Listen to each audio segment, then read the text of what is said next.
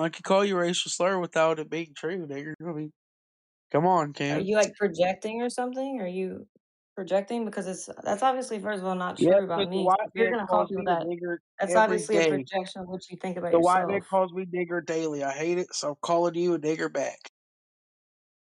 Does that make you feel good? Yeah, it does make me feel good because I know the world is Hey, whatever round makes and you it's feel better, not bro. flat. It's not flat. Look at Mars. Look at Uranus. Look at Saturn. Come Does on, your light brother. bulb being a circle make your ground a circle too in your room?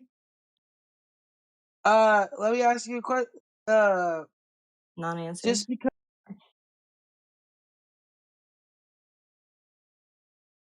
Yeah, the light bulbs are circles in my room. That means I must be on one.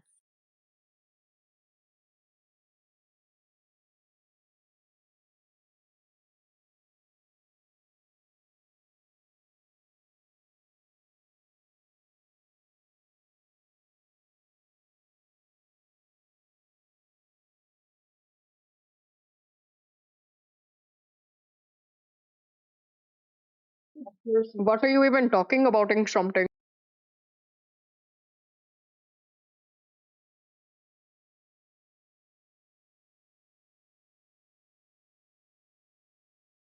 Someone was trying to conflate the stars in the sky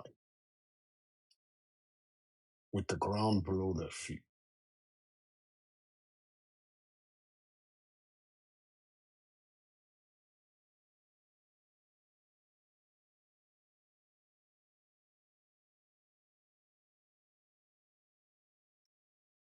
Taylor was cooking.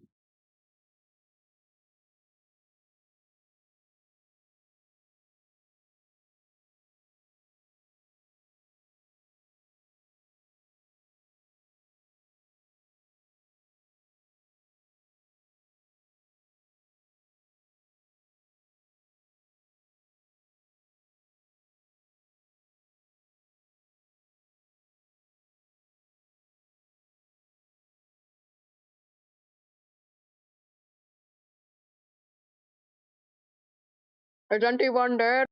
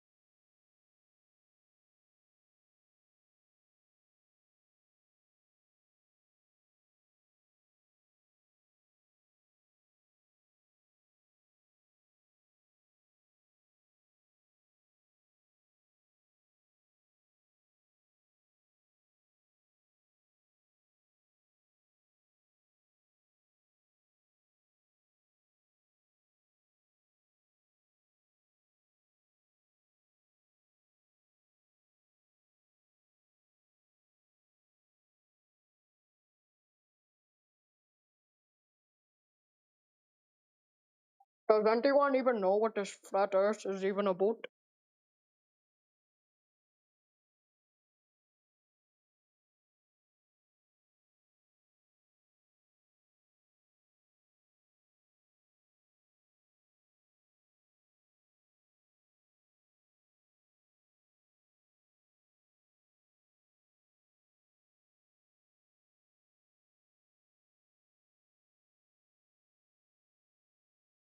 If the mainstream media told you you're on a ball spinning through space at a million miles per hour, would you believe them?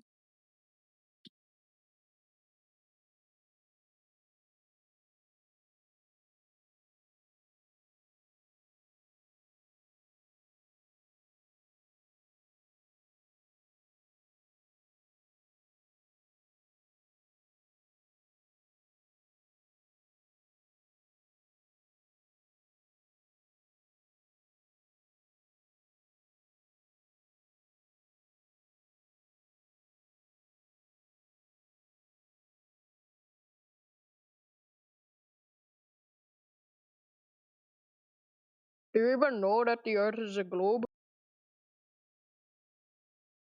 Take that as a yes. You'd believe them.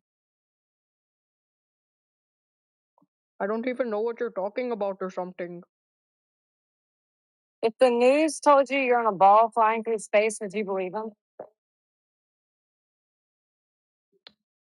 If you're smart,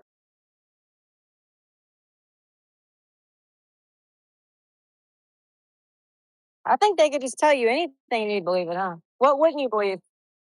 Is there anything you wouldn't believe the mainstream media if they told you? Is there anything you'd like question back? I don't know if I believe that. Anything or just everything they say is true without testing? that we live on a flat earth. They don't say that though. So you need to give an example of something that they do claim is true or that they would claim is true. What you claim is true, bro. You probably got the COVID. Did you get the COVID vaccine? I don't know if we can talk about that later. Yes. Yeah, safe and effective, right? That's sad. Dude. We're screwed. I got every vaccine Nobody or has any something. information. They said we don't know the long term side effects. People just take it anyway. It doesn't matter. They're not going to look into it or nothing. You know the government's admitted to lying to people, right? You know that you're literally stupid or something? But I'm the one that questions things, but I'm stupid. You're the one that believes whatever they tell you, but I'm stupid.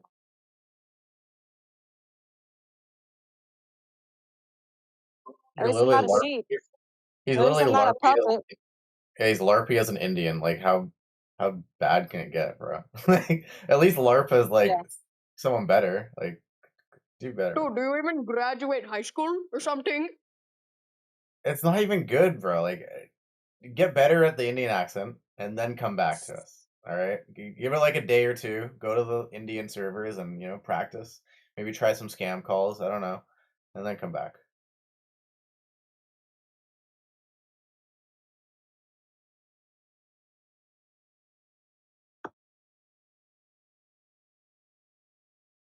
Yeah, be better at showing.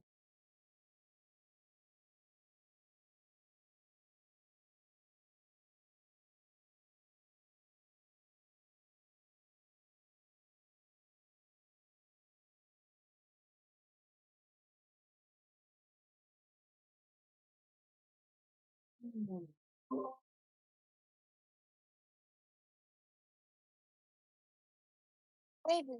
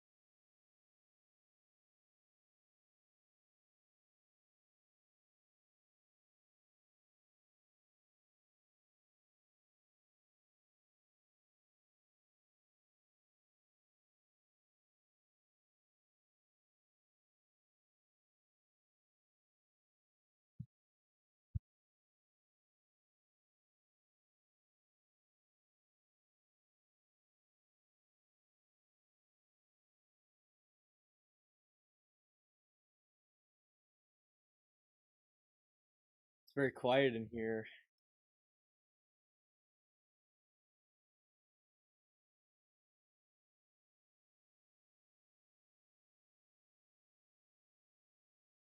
We all know the Earth's flat, right?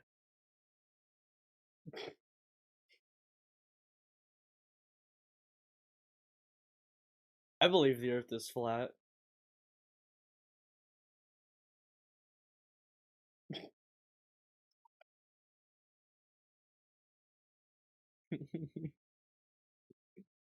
Darkness. Yes.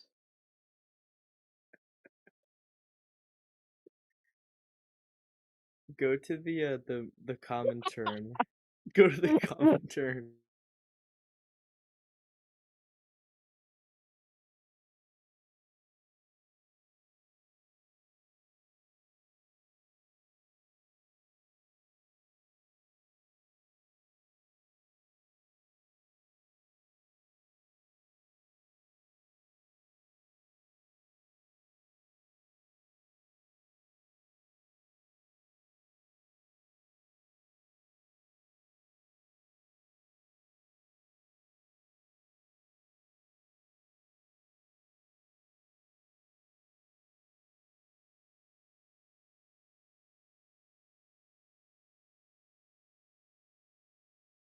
Y'all know the Earth is a globe, right? How do you know that? Because if it was How do you? flat, the water would just fall off of the flat Earth. The water would just fall off. Whenever you put water in a cup, how does it behave? Can it stick to a ball or does it lie flat? It's the gravitational pull, like pulling down the water. What is gravity? How does it work at the atomic level? On the moon, you like jump up high. On the moon. No, how does gravity work at the atomic level?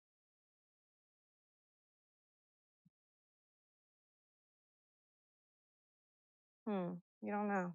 They don't know either. You know that, right? They don't understand how gravity works at the atomic level. You can ask your Google or your AI. You can ask Claude, Perplexity, Chat GPT. How does gravity work at the atomic level? They'll say, "Oh, we don't know. We're trying to figure out quantum gravity, but we don't really know." So to invoke gravity is kind of stupid because they don't even know what they're talking about or what it is. They know how it behaves. They can predict how fast something will fall, but they don't know how it works.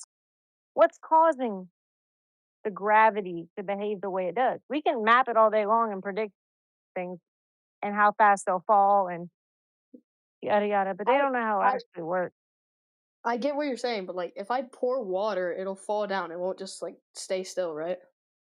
Obviously, fall flat, right? It doesn't stick to a spinning ball. Yeah, because of gravity. What is gravity? You You're like invoking stick a to the property, ground an because you effect. can't I can call it like, something else. I can call it whatever I want to and say, oh yeah, it lies flat because of yada yada, and because of yada yada, that means the earth is flat. It's not good logic. So anyway, we know things fall down. Nobody denies that. yeah, that's how things fall down. That's gravity pulling it down. But how is that happening? Nobody knows. On the atomic scale, how or why that's happening. So to use it, we all know it falls, whether it's on a globe, not Isaac a globe, Newton whatever. knows. He made the laws. He knows. No. Yeah, he made the laws describing the properties of them and predicting how fast stuff will fall. But he doesn't know. He says mass attracts mass, right? But why? Why does mass attract mass? Can you explain? Well, why doesn't mass attract mass? I never said it doesn't. It does, but why does it do that? How is this property Because he said happening where it things are does. falling? Because he said it does. Okay. So he didn't have a function.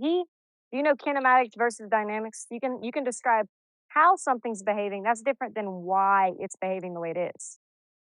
You know what that means? Like kinematics and dynamics. So we can say, yeah, things fall. We can both on either model map things out how fast they fall all day long. That doesn't mean we know why it's happening. So other than because water would fall off the edge, which flat earthers don't even say there is an edge they can fall off of. They say it's contained. Air, water, air pressure and water need containment. In all cases. So flat earthers will say, air and water pressure need a container. So the idea that it'll fall off the edge is not a proper steel man, if you know what that means. It's not representing them properly.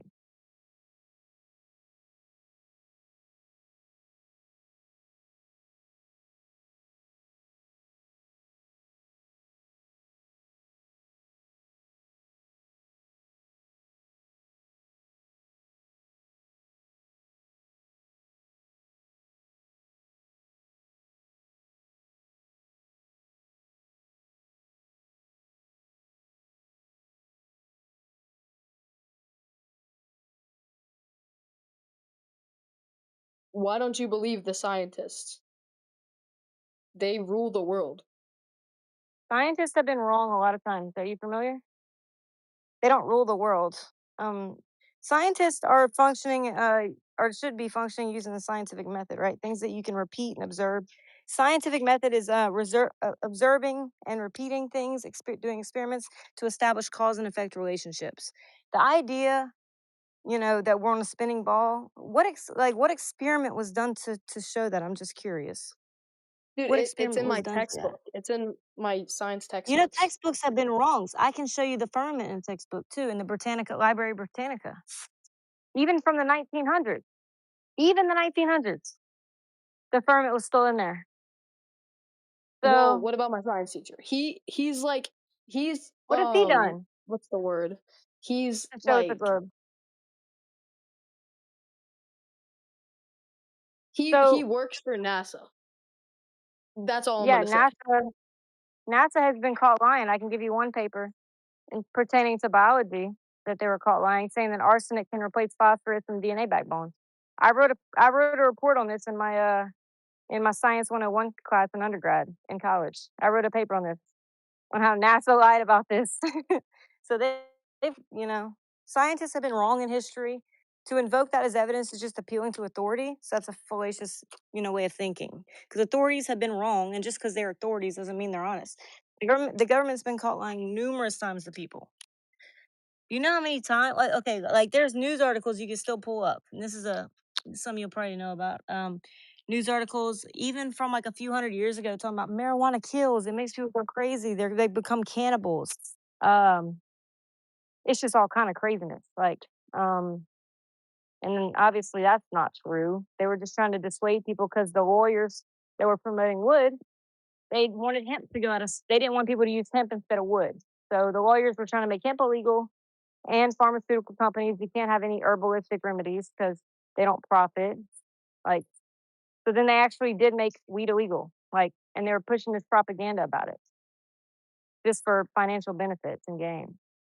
Okay, NASA had well, like $93 billion for Artemis related things. $93 billion for that last mission they claimed they went around the moon.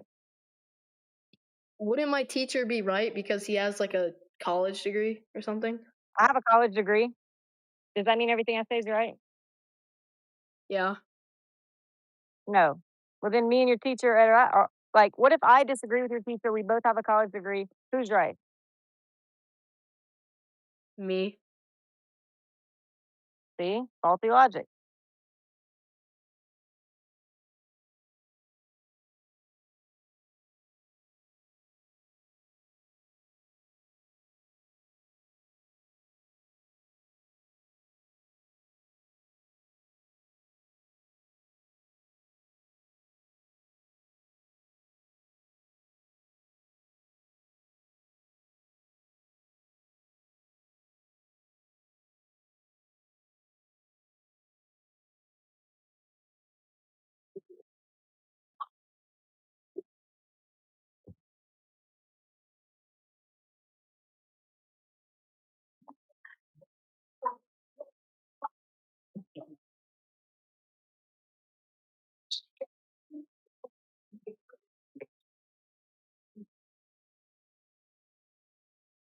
Okay, so has there been any experiments to show that we're on a globe?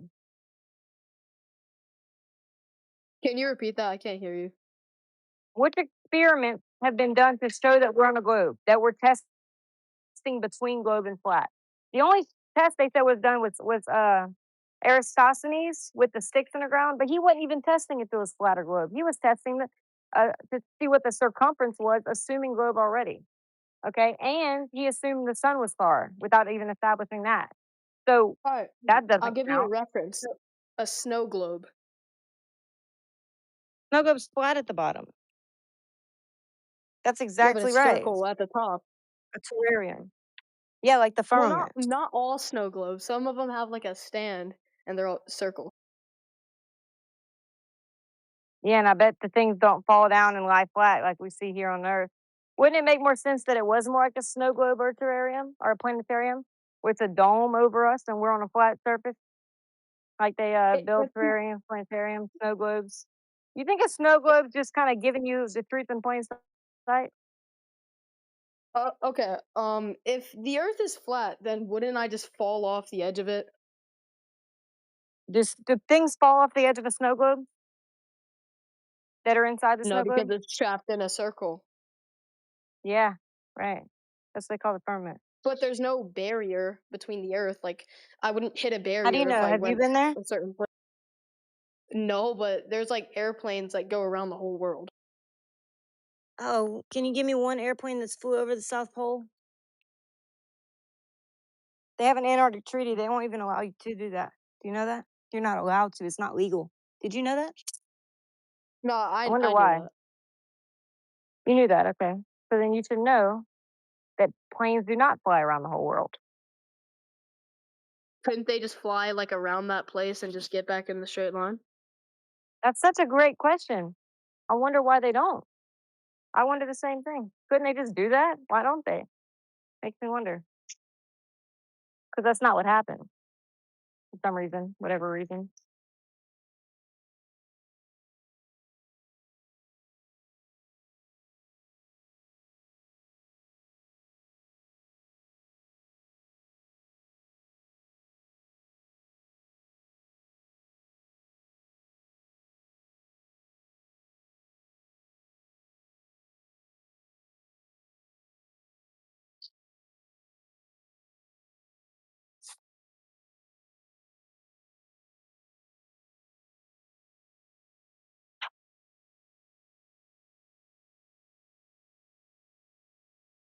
Yep, I have the same questions.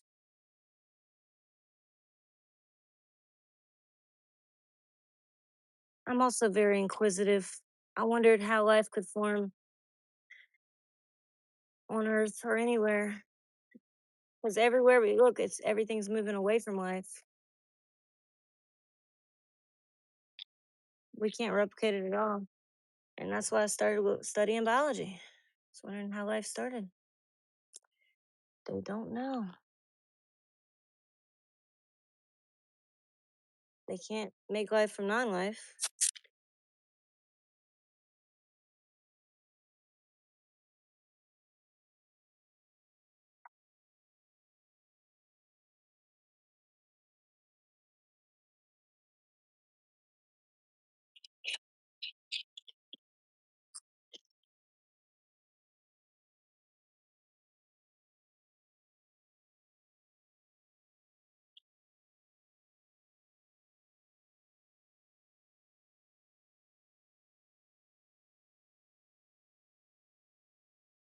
I was wondering if I could put a satellite up with a camera and just look at the Earth. But you know what? They don't even allow consumers to do that because it's a national security issue. But they claim to like use a spaceship, right? I think to bring it up there. Yeah, but they won't even live stream the whole thing. They won't even live stream it all because they say it's national security. That's so BS. Even Okay. though they owe us that because it was taxpayer funding. What about the Artemis 2 launch? They it was like a real I was just thing and talking real about people that. saw it. They did not want. They would not live stream it. They did not live stream it, even though they have the capability to. That, like Starlink does. I mean, like whenever, like SpaceX does when they launch Starlinks, they'll live stream the whole thing, even though it's like showing the boosters and has a fisheye lens camera, and makes everything distorted. They still live stream the whole thing. They have the capabilities to do it, but they just don't release the footage. They never do. You know that they rewrote the original footage over the original footage for the Apollo mission? They've lost the original footage. They'll claim this. They wrote over it. They taped over it. Can you believe?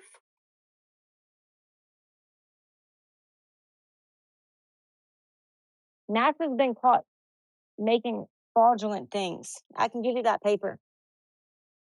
Okay, well, there was like actual, like real You can look time up. people watching the space launch, the Artemis 2.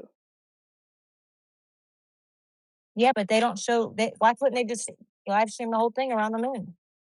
They could record it all or post the whole video. You know they could, because you see people on Twitch posting 12-hour videos. They could, but they won't, even though they owe it to us, because we pay for it with taxpayer-funded money.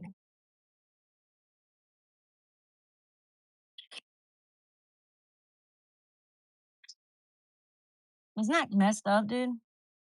Makes me so freaking mad.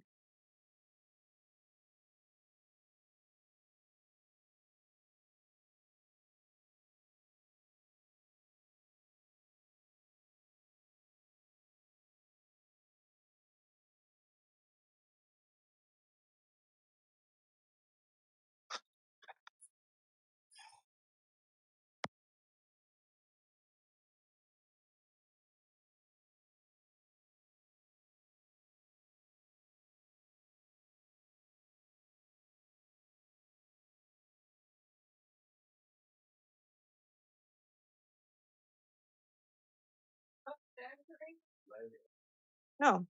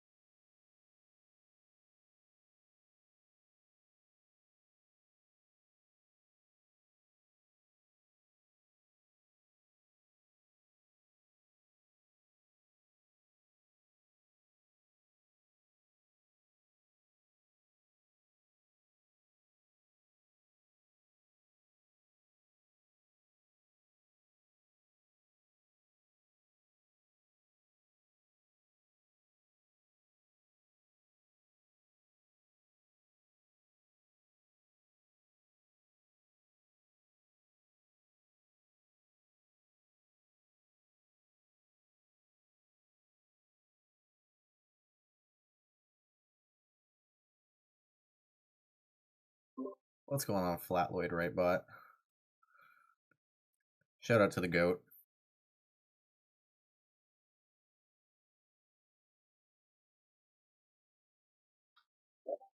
Oh, do we talk to the bot? Or is that a person? Oh, they're deafened. Oh no, the YouTube. Well, it's Flatloid, but it's his bot, but he put it there, so it's obviously he's listening in. Oh, Flat Boy. Oh, I didn't know that was a person. Okay, cool. Hey, Flat Boy. Well, technically it's not a person, but I mean it is him putting the bot in here, so yeah.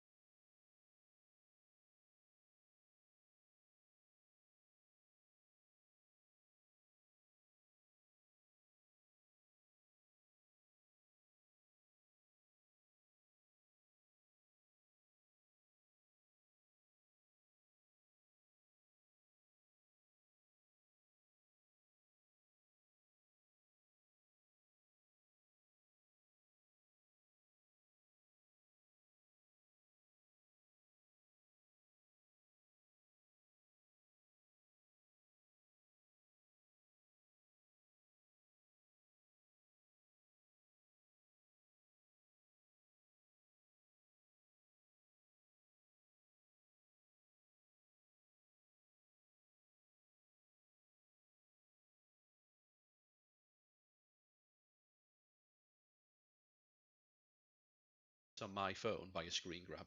You're doing this on your own phone. So Hey, are you on desktop right now?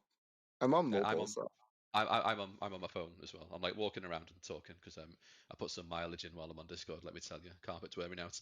But the point I'm making here is that something in this topic, and what you understand the more you talk to people about, it's not actually one topic. There's something like 20 different quote unquote conspiracies, right? That all lead back to this one. Something within that topic YouTube is actively trying to censor, actively trying to suppress. That last statement I've just made is not an opinion, it is a fact because you've just seen it with your own eyes. well, I wanna put flat I want to copy paste his flat into a thing that checks for special characters because That'd be interesting, actually. some people do that so then things can't be searched.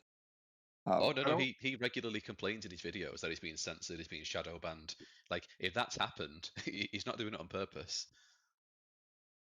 I don't Well, have the okay. video Congress. anymore, but there's a video of YouTube at Congress admitting to censoring Flat Earth. Yep.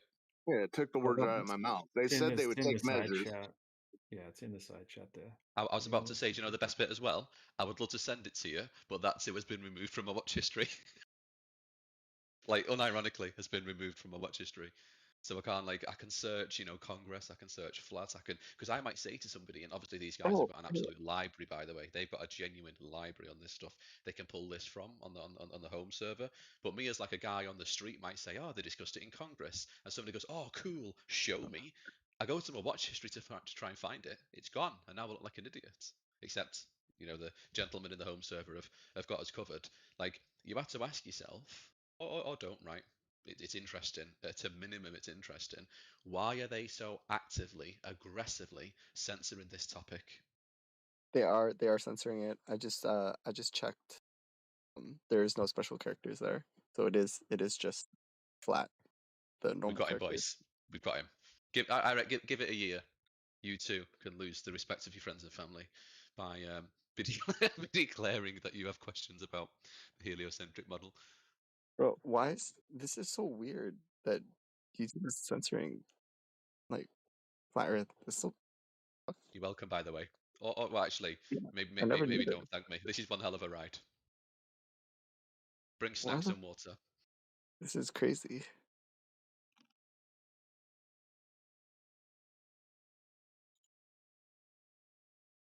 So, what are you specifically? Are you looking for something at the moment, or? Yeah, I'm looking at there's like the tunnel has a name, and I look at the tunnel planning manuscripts where they planned the tunnel and looked over the attitude. And oh, I found it finally.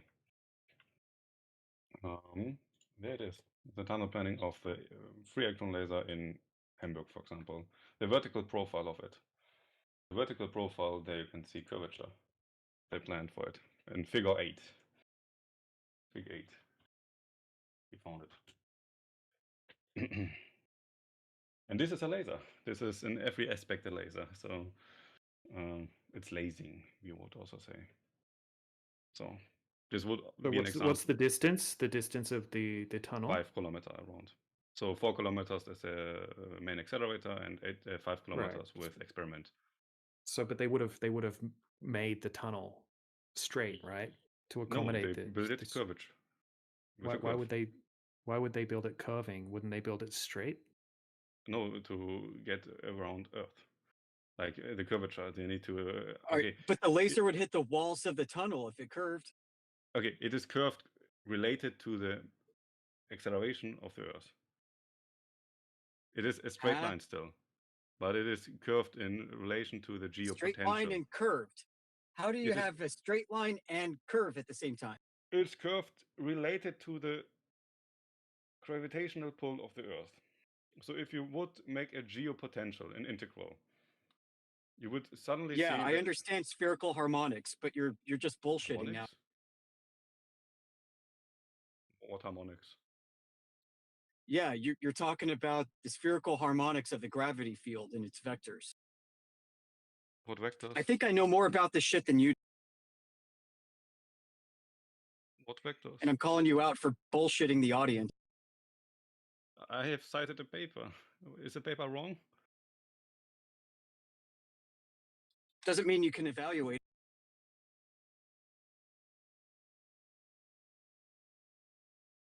What? Okay, what vectors? What vectors are we talking about? What is harmonics?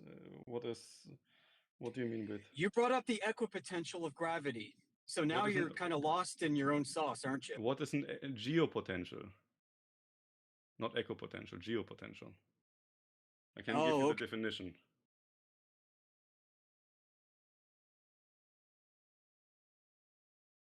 Definition of the geopotential. Geopotential Semantic. H is equals to 1 over Gn over the integral from z to 0 over g over dz. So you simply take the integral, so the mean value basically, and normate it to your Gn, which is 9.81 meters per second squared. And this you do because, as you know, that the acceleration to Earth is different if you're on a high or lower altitude. So on, for example, in the Alps or in high mountain regions, the acceleration is lower than if you go deep into like a cavern or whatever. You're not making any sense. But this is a geopotential. It's defined that way. We use it for calculation in our weather, for example. All right, so what does this have to do with building a tunnel in accordance with gravity? You always, so the orientation, if you dig a tunnel, is always what your gravitational pull is. So if your gravitation gets weaker, it means you get further away from the core of the Earth. This is how we build tunnels, or how you normally build a tunnel. Citation, prove it. This is a bunch of word salad, guys. Yeah. Seems to be. This has nothing to do with the topic. Yeah, so look, I presented the FE core laser test, and you were supposed to find something similar to that you were talking about. FEL right? tunnels. Right. So you said that the laser is designed to go straight, obviously. Yes. Okay, and now you're saying that they've curved the tunnel. Yes, the tunnel is curved related to the geopotential. So they're shooting the straight laser through the curved tunnel. Through a straight tunnel. It's still a straight tunnel. Oh, you just said it's a curved whoa. tunnel. Yeah, it's a curve related to the geopotential. So in which reference frame is it straight? Cartesian. Huh? Cartesian. In which reference frame? Earth frame or laser frame? In laser frame, it's definitely straight. In Earth frame, it is curved. It's not curved; it's also straight. But if you put like a straight line on a curved surface, you need to. It's a curve or straight, bro. Come on, it's a simple yes or no. He's a double talking Deutsche. Holy scheiße. So in relation to Du meine Gute. In relation to the geopotential, that is curved still. Cool story. I don't know what to tell you. It is it's simple. If you take It's an a cute integral over story. it, you get like It's a cute. curved path. You're a quaint little man. He's just full of Vincent Weisheit.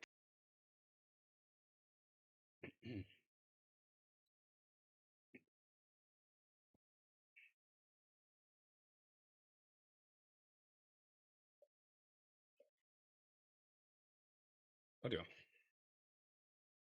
Yeah, look, it's not really. You're not really going to sway anyone with this particular argument. It doesn't seem. Yeah, it doesn't seem. I don't want to. I just wanted to give my opinion on it. You don't need to. That's it. Well, I didn't. I've just been polite with you. Okay. Yeah, I know in general, like to everybody else.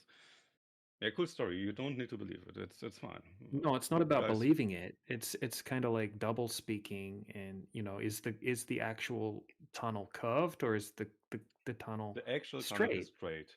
The actual tunnel is straight. Yeah. It is And not I was straight. just asking. It's not straight in geopotential coordinates. Sir, I just was asking for a citation for this. That's all. I think we're getting somewhere. Yeah, we know it's curved in geopotential coordinates. Okay. Okay, but it's straight in reality. So the coordinate Yes. reference frame is arbitrary and fake and doesn't match reality. Plain Hello, and guys. simple. Okay. Hello, guys. And you know, hi. So this is a known problem in surveying. And I actually posted about 30 reference citations in another server. If you want to see them, you can. You're welcome to them. It's by surveyors who try to use the geopotential coordinate frame, like ECEF, for building facilities, such as the CERN facility in Switzerland, the particle accelerator. They tried to build it using globe coordinates, and it fucked up. So they had to switch to a flat Earth coordinate system. And that's just one of like hundreds of examples we can give you. Right. So the reality is the spherical coordinate system does not match what they're doing in the real world, and that's a problem. They have to use a flat Earth.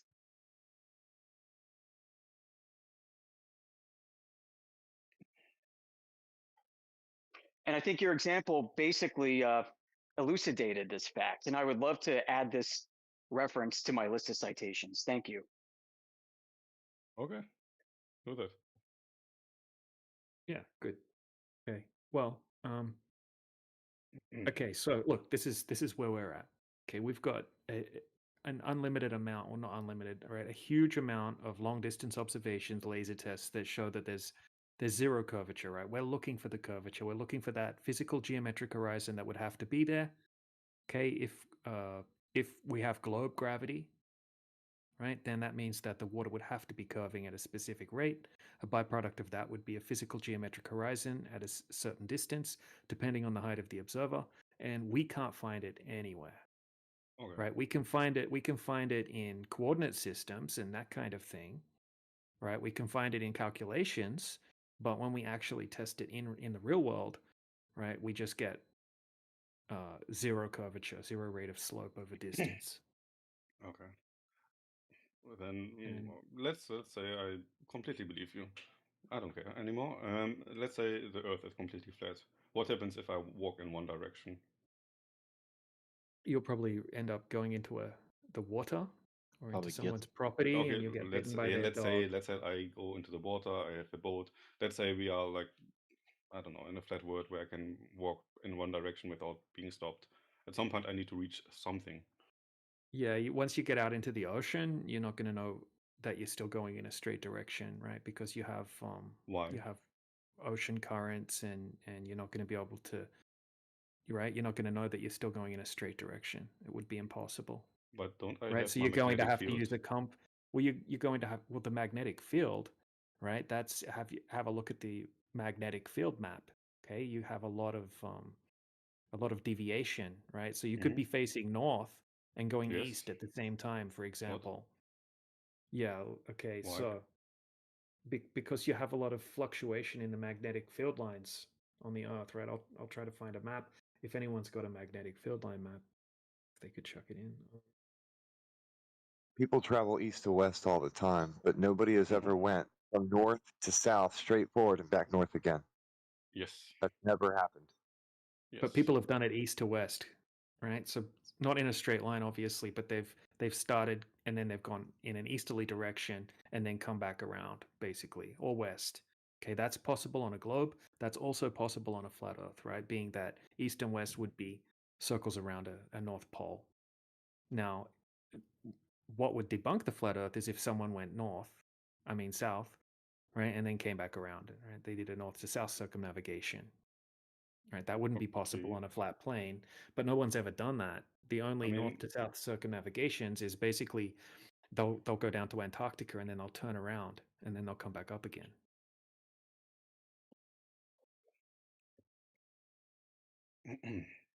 Oh, guys, flat earthers. Hello. Hello. Any flat earthers here? Yeah, but we're already having a conversation, my friend. So you'll have to wait. I believe in flat Earth myself. Do you believe in like listening to what people say? I was AFK, so I just got here. Cool. Well, if you Alright, could be cool. patient, just wait a minute. We're going to finish the conversation we're already having, okay? Okay, I'm sorry. I'm sorry. Awesome. Thanks, dude. Right. Oh, thanks. Flat Lloyd put one in the side chat there. Right. So Let I me mean, put just it up. going in a straight line, Mhm. right? So even your compass is going to screw you up if you're trying to do that. Mhm. It would be difficult, and no one's ever done that. Yeah, sure. If the Earth was a globe, and hypothetically, if you did that, then that would only be possible if you're on like a spherical surface. With the straight line argument, but yeah, in reality, no one's done that. It's not possible, and I don't think anyone will ever do that. Besides, it wouldn't be possible on the globe Earth anyway. It's not like you sail across thousands of miles of ice, anyways. So at most it looked would at be north to south and then back Wasn't there again. like the English explorer Sir Ranulph Twistlet on Wickham? What the fuck is his name? I just looked it up if somebody ever did like a longitudinal circumnavigation, and apparently he did with a team. Right, but that's the same guy that got busted for faking footage, right? And has a Oh. bunch of lawsuits. He's a pretty shady character. So if you type in Sir Ranulph Fiennes, The whole team?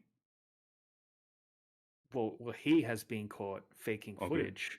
Yeah, so I mean, the whole team, like Oliver Shepard, Charles R. Barton, and everybody else is also like sus. You think you I could don't let him trust them. finish his sentence before you interrupt him? I just want to make sure that I cannot trust them. well, Make the a list. expedition leader is obviously not trustworthy. Mhm. Right, so I can put some articles about that in the side chat.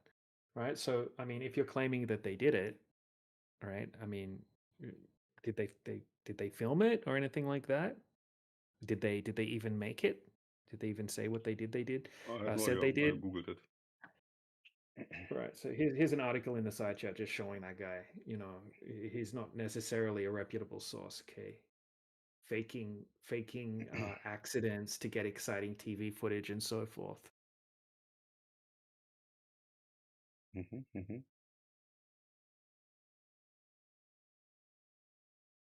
I'll cross him out.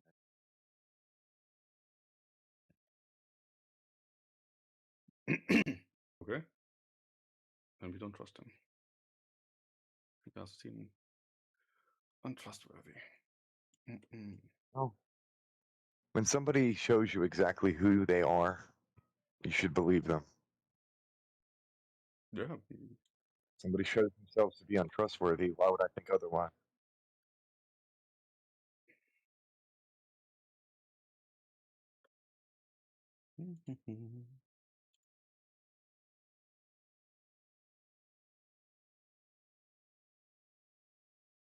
I mean, if they had amazing footage of the entire thing, showing what they actually did, that would be cool. But I don't think that exists.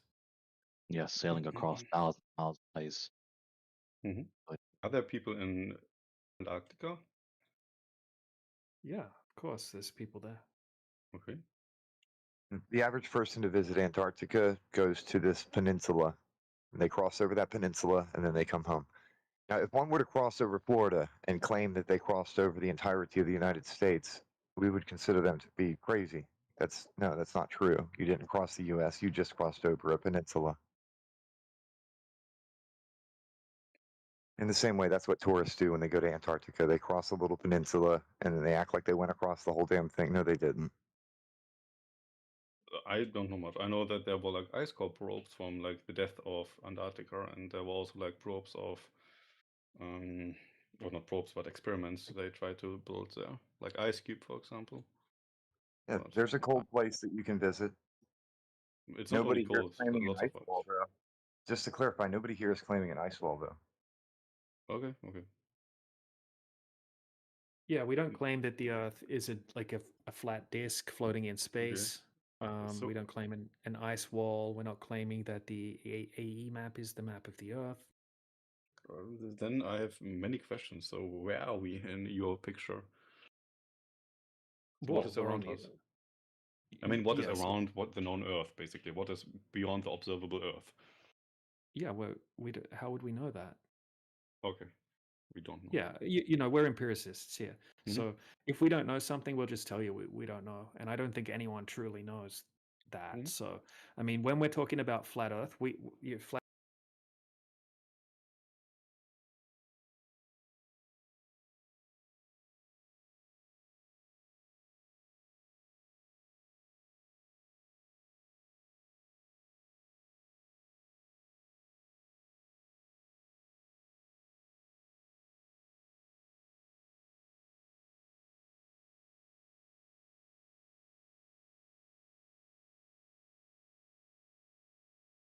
What's happening, HZQ? You're minding the room for us.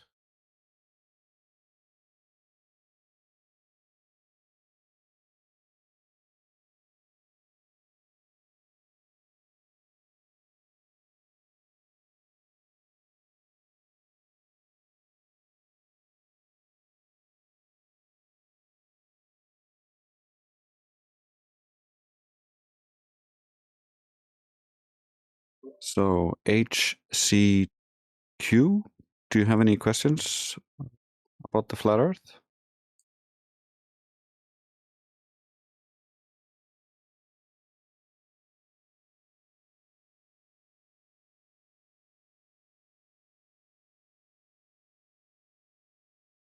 I think he's sleeping.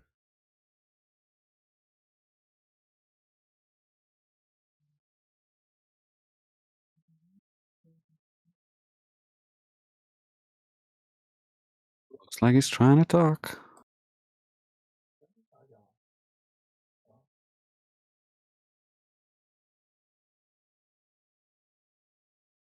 Is that talk or breathe?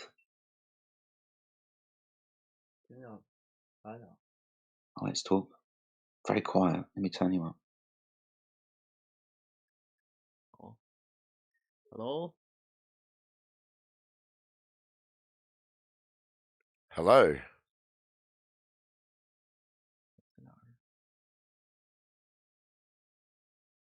Hello there. Welcome to 24/7 Flat Earth Discord. Do you have any questions?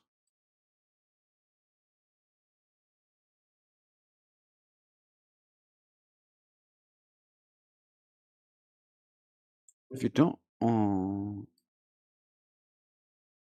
was going to offer to just give him exposition if he didn't want to speak.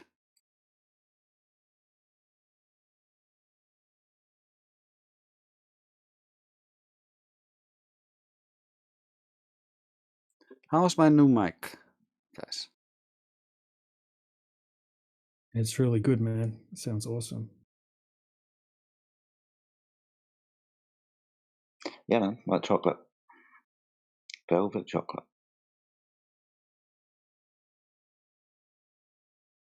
Sounds better than Elijah.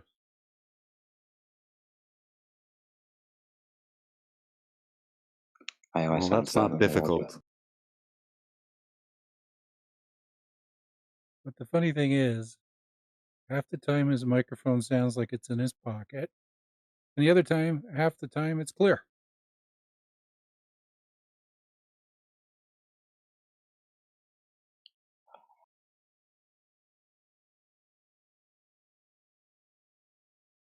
I see Shane's joined us. What's up, Shane? Good to see you.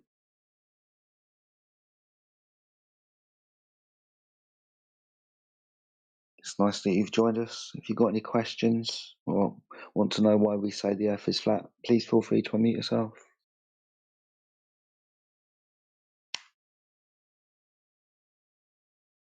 We've had 3 days of extensive sunshine in the UK and I've changed colour so much. But apart from that, weather's good. Hope you're enjoying your late spring. Summertime soon. You're no longer pasty. I'm very coloured, my friend. My arms are a different colour to my torso, that's for sure. My lower legs are a different colour to my thighs. But that's shorts and t-shirt weather for you. As long as you stop there and don't go any further, we're good. Well, yeah, I don't need to tell you anything else. You'll have to, you'll get it.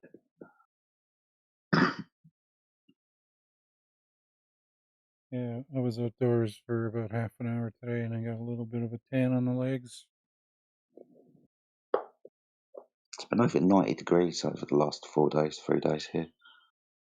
Fucking ridiculous. Been We hotter had than the some. Mediterranean. We had some on the weekend. Thankfully, it was only 3 days of that, and then it returned more to normal temperatures. It's also been 28, bright and 29 sunny. degrees. It's also been bright and sunny here in Iceland, so good weather all around seems like here. What temperatures you been getting up to, Drake? 5, 6 degrees? Not sure, but it's definitely good window weather. Double digit. When the wind isn't too strong, it's pretty good. I'll look it up.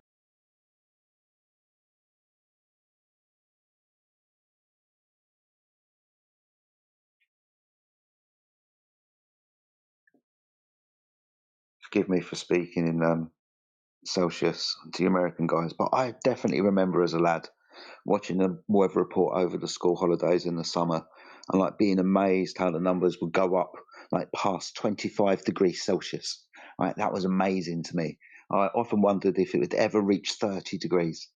Now, 40 years later, 40 years later, let's say, and it surprises me how it's not even summer yet and it's 30 degrees outside. It's not even summer yet and it's 30 degrees. It's fucking crazy. Well, I remember back in 2012-ish or so that we hit 32 degrees in May. Was it? Oh, where was I? About 2008 in the UK, I think a record was hit. I think it was around that time we had a very, very hot summer. I think the temperature was around like 37 degrees or something like that in and around the London area. So yeah, that was, let's say, 20 years ago. Now that's common. And like I said, the high temperatures usually in the summer. Now we get those high temperatures. It's still May. It's not even summer yet. Yeah, we almost had no winter, and it's been it's like 5 to 10 Celsius yesterday, and then it went all the way up to 16 in the last couple of days. So it's been very warm for how early it is, and we got almost no snow, so it's been weird. Yeah, Iceland's record high temperature was 30.5 degrees back in June 22nd, 1939.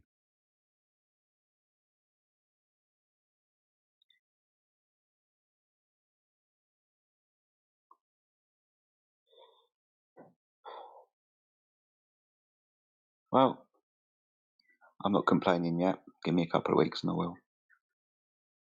This country isn't built for this type of heat. That's the thing. Yeah. What percentage of buildings in England have air conditioning? A very low percentage. Majority of like commercial buildings will have some kind of controlled heating system, like malls and shops and shit like that. But the predominant of residences, no, not at all. 1-2%. So yeah, it's not something we have in England. Our houses are built differently. They're made primarily out of brick. In America, it's usually a wooden phenomenon. Though you do have brick houses, right? Obviously you do.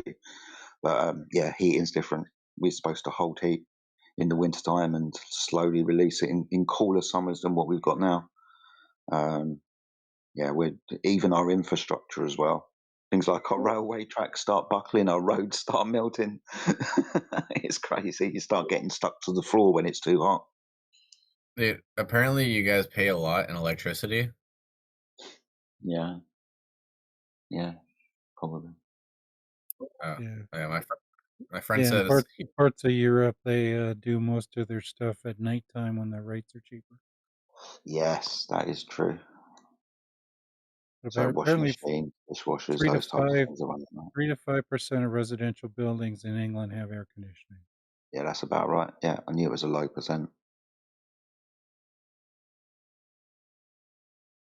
And those would, I don't know how to split it. I would suggest that the majority of those were people that had installed it themselves, wasn't built into the property, unless the property was a very, very high end property. Right, so there's going to be different scaling. So I reckon that the ones with air conditioning, like millionaires' houses, for an example, or you've put it in yourself. Yes. Yeah, the only buildings that are residentials that have built-in central air is, luxury condos and stuff like that. Yeah, that makes sense. Yeah, that's what I said. Yeah. But most people who have retrofitted, they use portable AC units like a window unit or something like Yes, that, or a exactly what we split, have. or a Yeah, split unit. it's what you see in the summertime. Is some people with the boxes hanging out the windows. Dude, I missed the last day of skiing at Killington. Skiing. Snowboarding, I snowboard, but it was today. Dang it. I'm still amazed you got snow around. How far north are you, dude? I can never quite remember. Mass, which is Killington is in Vermont, so I'd have to go more north to go snowboarding. About an hour and a half north. But they just closed the mountain today, so I can't go. So I have to go even more north. So if I go up to like 2 or 3 hour drive, I can go. Do you guys know the grouse There's a grind? mountain. What? You know the grouse grind? Nope. Okay, well it's like a mountain where it's like an iconic one, and my buddy got an e-bike, and he literally e-biked up the mountain. Pretty nuts.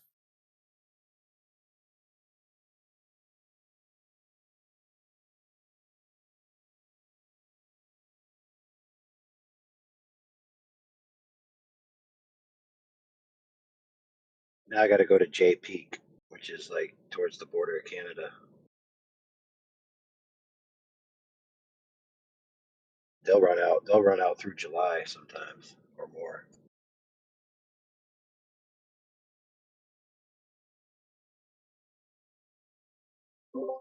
I'm pissed, bro. I dislocated my ACL the first time I went snowboarding. I never went again. Dang, brother. I should try. I'm really good at skateboarding, so my balance is good. But they never taught me how to do anything. They never taught me how to stop. So I just like went down the mountain like very first try, just flying past people, not knowing how to like stop. And yeah, but I was like 13 at the time.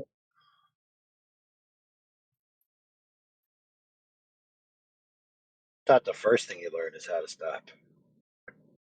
Yeah, they didn't even take me down the freaking bunny hill. They just like, all right, we're going to the mountain, or they just took me to the top. I was like, all right. Well, I think you accidentally went in the wrong line. Like you were supposed to go in the left line, and you went in the advanced line like on day one. they just took me with them. They're just like, let's go. I'm like, the fuck, all right, cool. I was flying past people. I didn't know how to stop. Stopping is highly overrated. At least you didn't end up like Sonny Bono, so you're all right.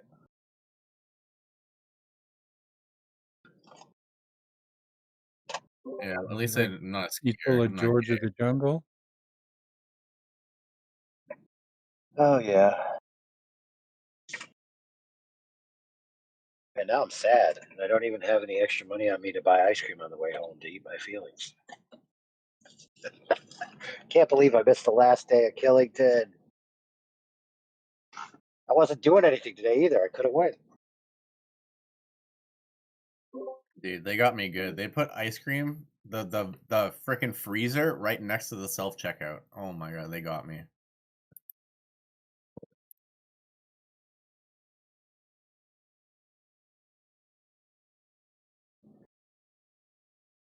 Like real ice cream or just the frozen dairy treat? I couldn't freaking believe it was actually the real stuff. They had like 3 ingredients in it. I was like, no way, it's right here. Madagascar vanilla.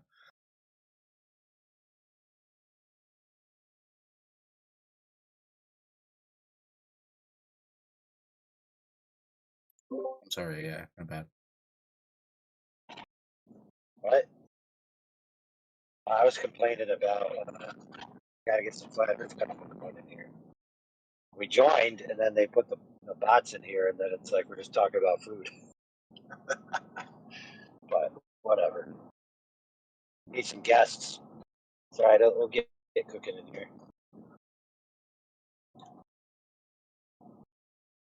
Let's see. We got Wu Tang Uni. Who's Wu Tang Unisono? That's a cool name.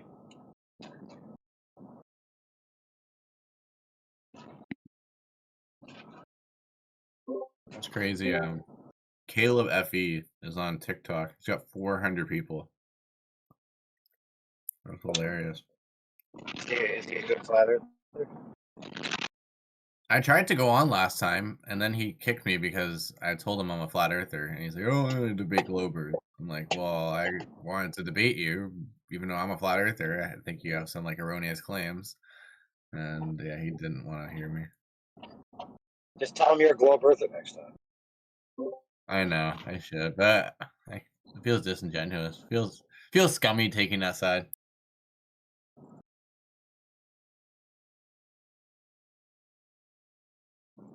Tell him you identify as a globe earther for the purpose of this interaction. Oh, okay, perfect. I identify. I'm gonna say that before. Yeah, I identify as a globe earther. I'm gonna say, okay, perfect. Good lawyer. I mean, can you really say that the Earth isn't a giant ball that's just so big it looks flat, measures flat? I mean, it looks flat, so it must be curving, right, guys? No, the point is we don't know what it is actually, so you can just say like for like what AI just said.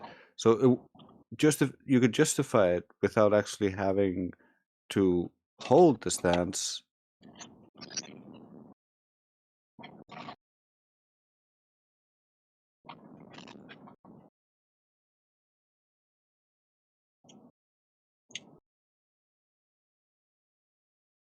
Here's a good brain exercise. How big would the Earth have to be indistinguishable from flat with the most accurate measurement methodology that you can use?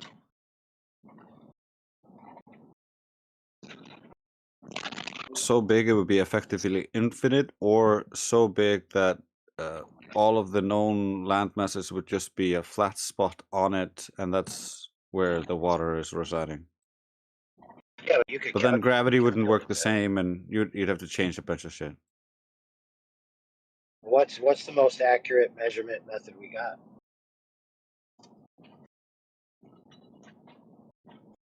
Off the surface?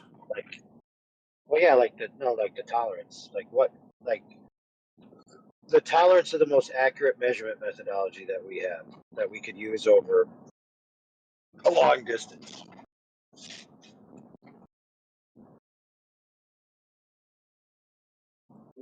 I would think lasers or mechanical gyros would probably be your best bet, but as to the tolerances, I'm not sure. Okay, well, let's just make up some numbers just for sake of argument. So, supposedly a water level is accurate within a 50 millionth of an inch. So let's just use that number since we don't really have any others to work with it. So if the differential of the accuracy of your measurement, let's just say it's a 50 millionth of an inch over, how wide is the Earth's circumference if you do an azimuth, equidistant projection and then add another 1,000 miles? How wide would that be?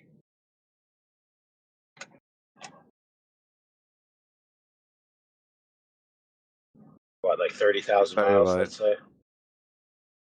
Or whatever. Let's just say 30,000. Or is it 60,000? Oh no, because it's width versus circumference. There you go. So the width,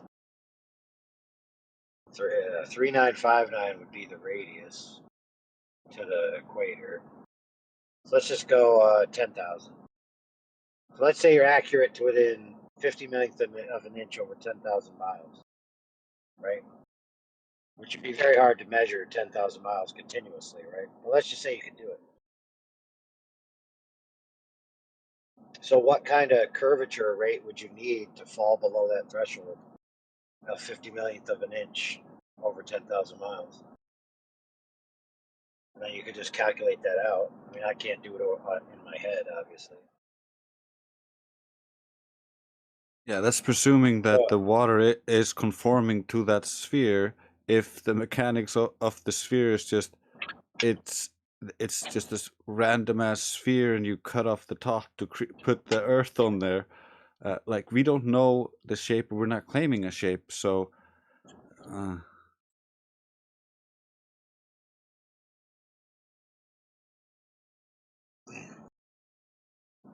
you can change it by changing the parameters. You can change all that. Like,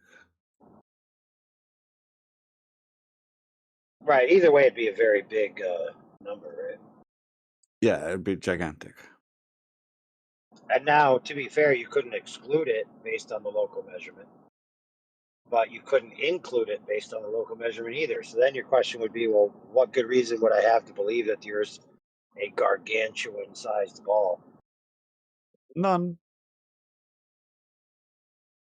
It would just be a philosophical preference you chose to believe. What if I told you it was impossible for it to be that gargantuan-sized ball? Would that be also a philosophical preference? No, that would be a falsification of some premise within his philosophical view.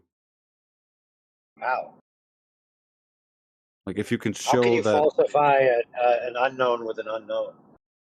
like, you can show that that his claim doesn't hold true in reality, and so it doesn't work.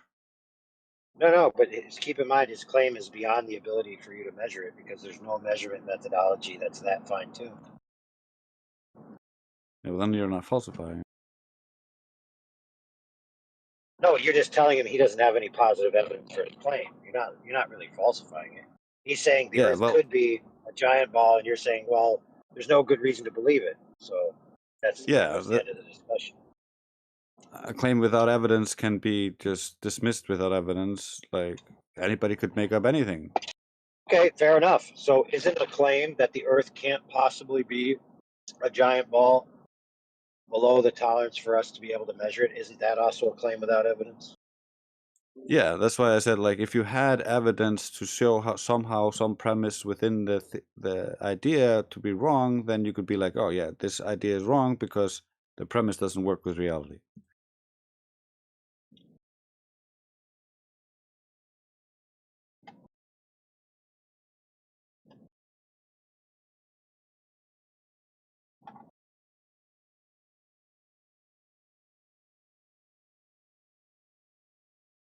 You know what's weird is they'll say that a sphere with an infinite radius is perceived as flat, right?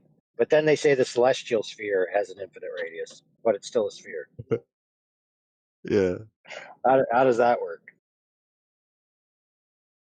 It works so that when they say the sky is flat, or the universe is flat, like, it works. That's all they need. They need just something to appear to work somehow. That's good enough for them. That's the problem with these kind of cosmological models. When you try to model these out on too little data, and you have all these unverifiables that you just have to assume, and it just keeps stacking those assumptions. It's gonna have problems. But then you're always trying to patch those problems, and that's basically the globe model.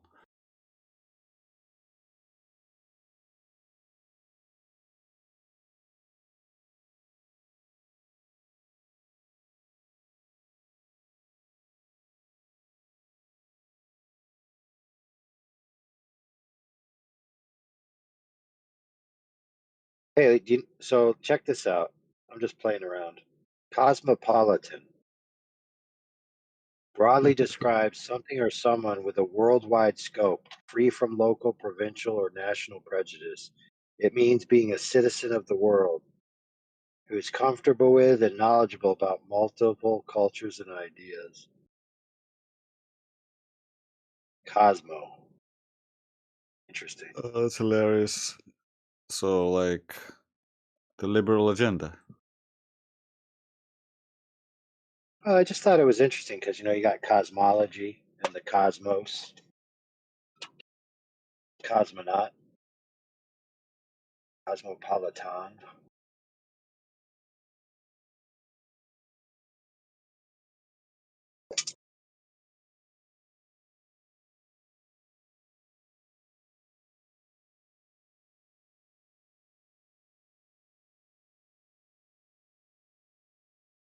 So they put it here in the scope of you're free from local, provincial, or national prejudices. But why wouldn't it? But if you're a citizen of the world, you're also free from being a local citizen, right? Because you're no longer a citizen of your nation. You're greater than that. You're a citizen of the world, and you can't be bothered by being a citizen to a nation. So in this sense, when it comes to cosmology and the cosmos, if you consider yourself a citizen of the universe rather than a citizen of Earth, or a citizen of the universe rather than a citizen of the United States or your home country, that could alter the way you think about yourself and how you behave, right? Yeah, for sure.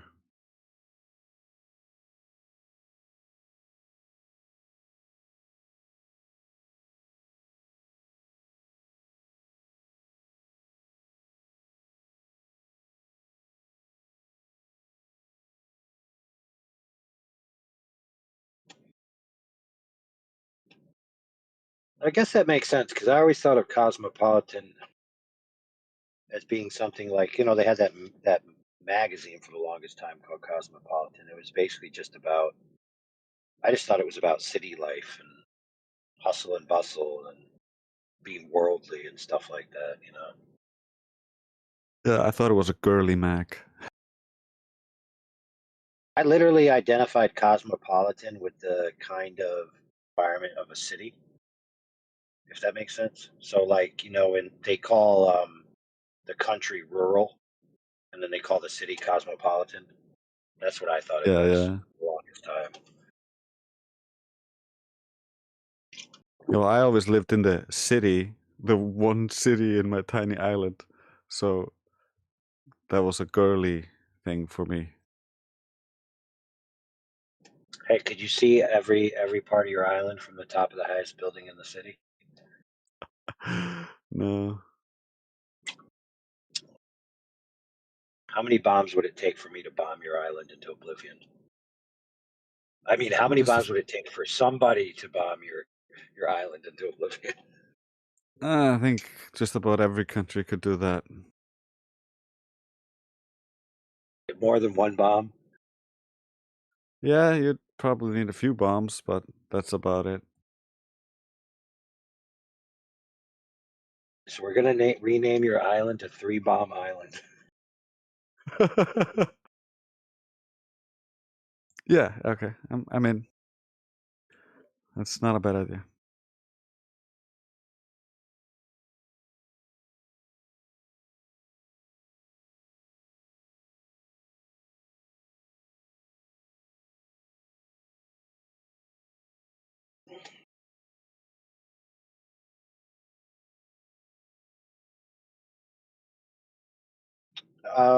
What's like the size, like the square miles or something like that? Do you know any of that?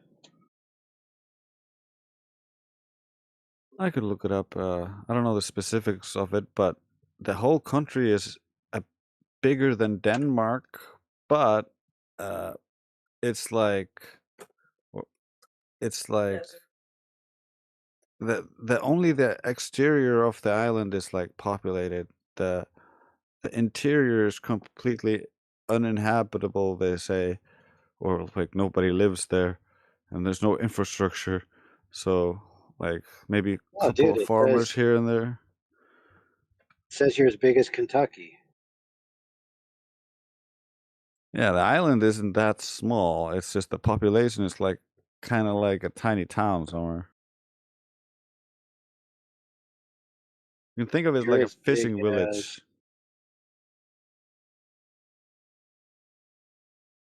like five or six times bigger than the state I live in. Yeah, we got land. They don't know what to do with it. It's all owned by some asshats. Dude, you gotta get a cool movie out there.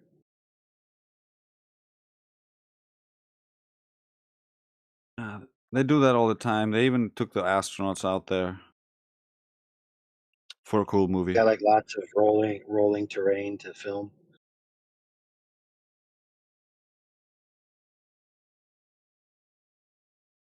Like it looks like alien terrain, or what? Or is it like wooded and stuff like that? It's pretty alien terrain. We don't have a lot of trees. We got a lot of shrubs. And we got some trees, but not a lot of them. We got a lot of sand dunes and mountains and glaciers and stuff.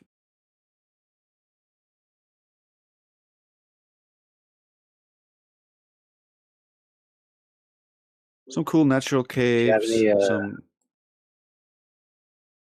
you have any kaiju lore? Like Japan has Godzilla. What do you guys got?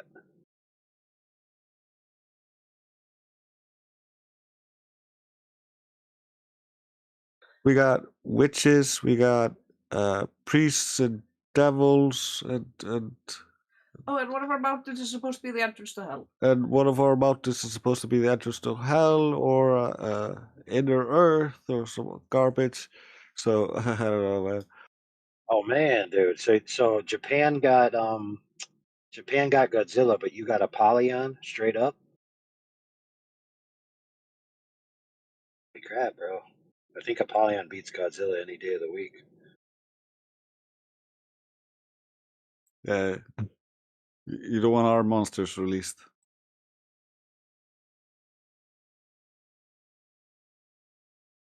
Well, Karma's telling me we have legends of evil whales.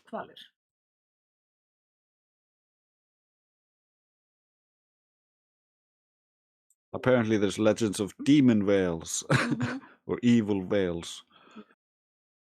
That's why they were killing them. Not because they wanted all their stuff. They were evil.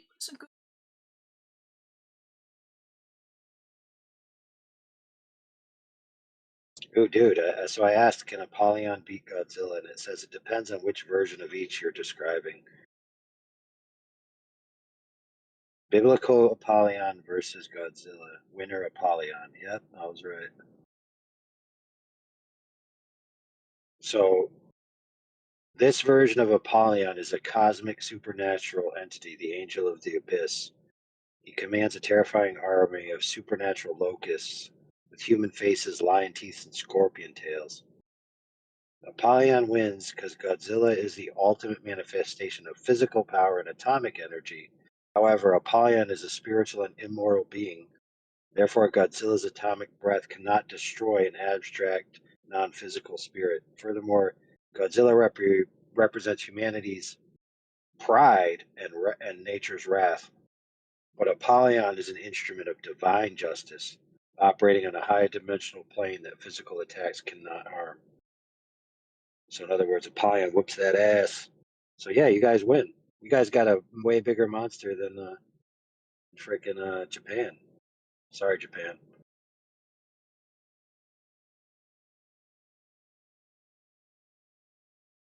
That was funny.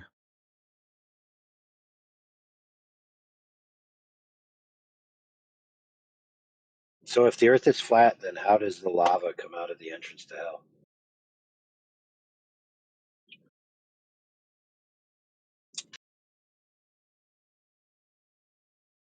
Well, I could make you a cosmological model. You can test it.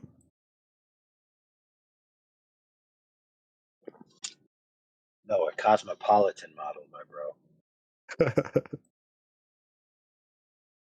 No.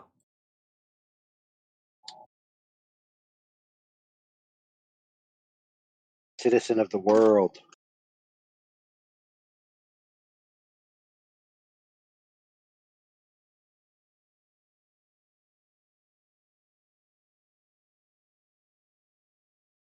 Bad. I'm getting tired. I might have to eat some food and throw on a game. Maybe I'll stream in here to hang out with you guys still. Yeah, it's getting late over here. Karma's getting tired. I think we're all about to fall asleep except Matrix.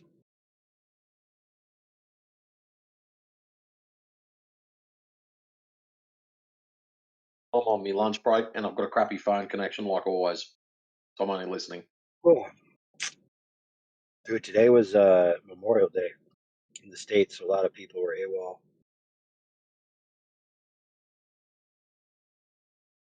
Yeah.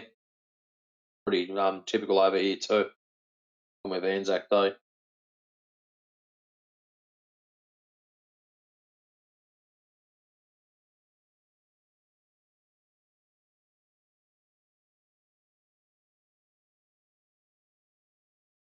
Actually, is DJ online? Yeah, man. I'm still debating with Elbow TV in my DMs about refraction. Oh, good-o.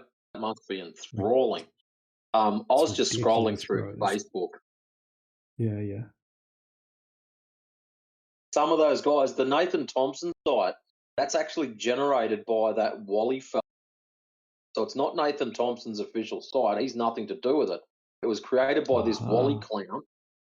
And that's why he's having such a melt, is because you have gone on thinking that it's a Nathan Thompson site and he will appreciate something really awesome. And what's happened is you've dropped your awesome video smack bang in the middle of a honeypot. I was wondering why it's nothing but trolls in there. Yep. So purpose of that clown show is to attract FE people and then dogpile. Unbelievable.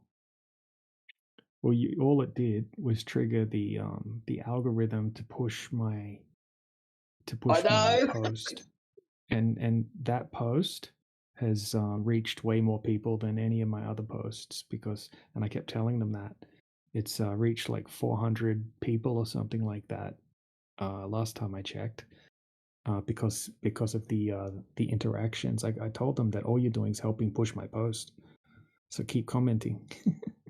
Yeah, I saw that, and one of them laughed. Haha, you still haven't got any. All he kept repeating, you have no flat earth evidence, you have no flat earth evidence. And he's having a meltdown. I'm just sitting there going, there's another one for the algorithm. There's another one. One guy must have commented about 20 times the same shit. He's just having a melt. Funny, though. Crazy, man. Crazy. Unbelievable. These people are so bricked. That's what I couldn't help myself. When that other one had his little meltdown on the other channel, when I posted that meme up, I thought, yep, that'll do you. And then when he posted, what was it? Oh, the same post over and over again. Friends posted different. I'm going to send another one back and just say, bro, even your memes are a fail. They're all different posts.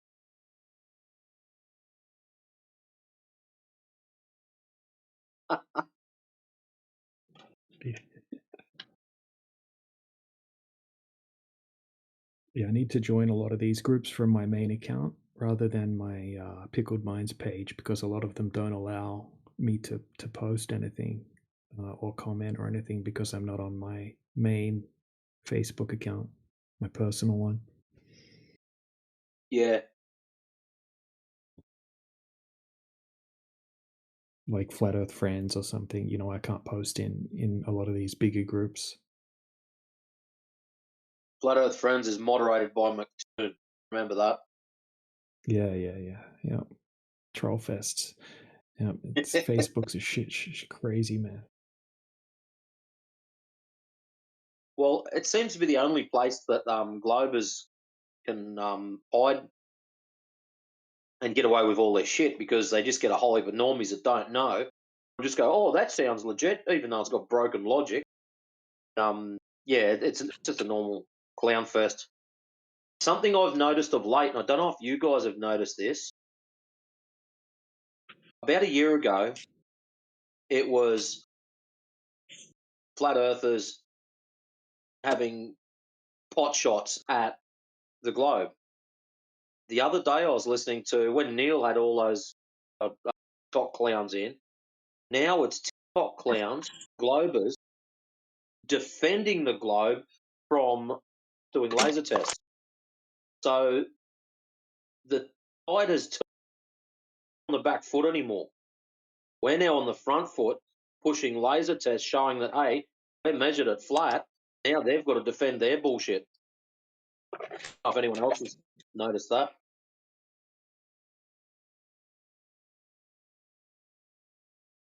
But that's just something that I've noticed over the last week or so. Can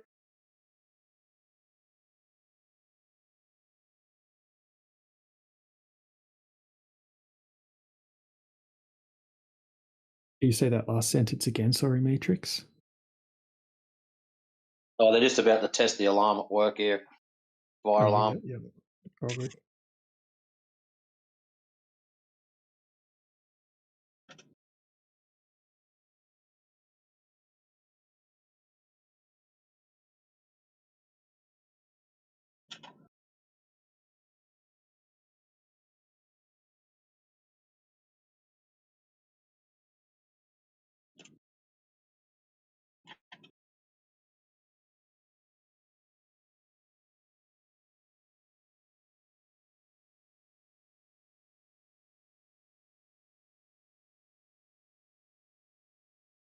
Yep, hopefully I've still got reception out here.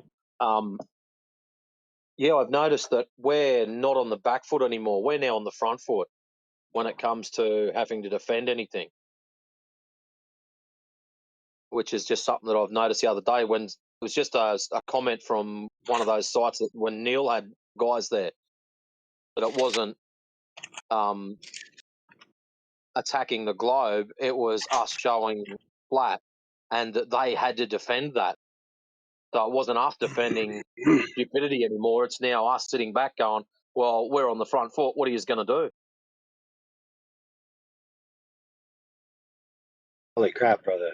Earlier, Neil was doing a TikTok relay, and he brought some concavers on. And we were asking him, well, what's the evidence that the Earth is curved in the concave manner?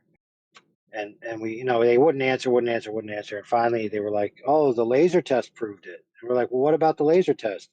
And then they wouldn't answer. Then finally, he was like, oh, Bob Nodell in his test that he did, the laser curved up. And I'm like, well, is that impossible for a laser to curve up on a flat Earth? And he goes, the laser follows the curvature of the Earth. Therefore, it's concave. Wow. Oh, man, dude. If you're ever bored, go listen to that. It was hilarious. They want the smoke again, by the way.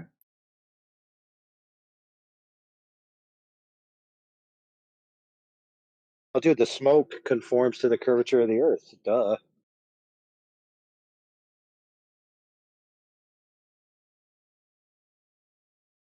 Look at the pictures. You see? The horizon goes up. Every picture of the horizon goes up. Fuck. Well, no freaking duh, dude.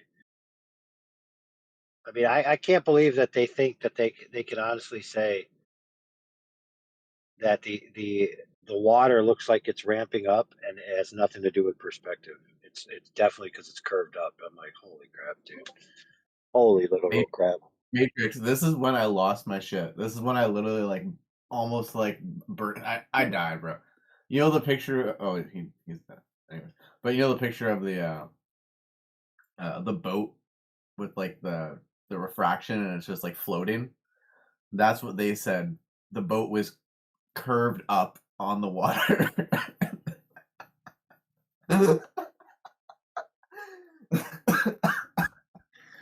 I can't even, dude.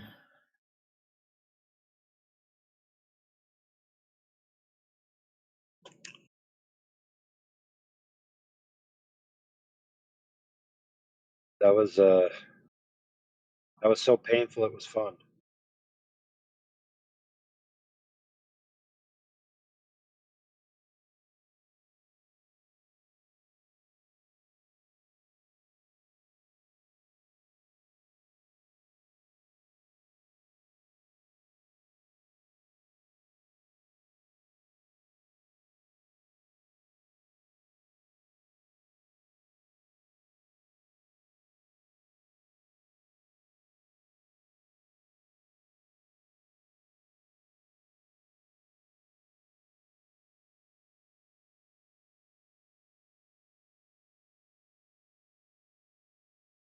Oh man.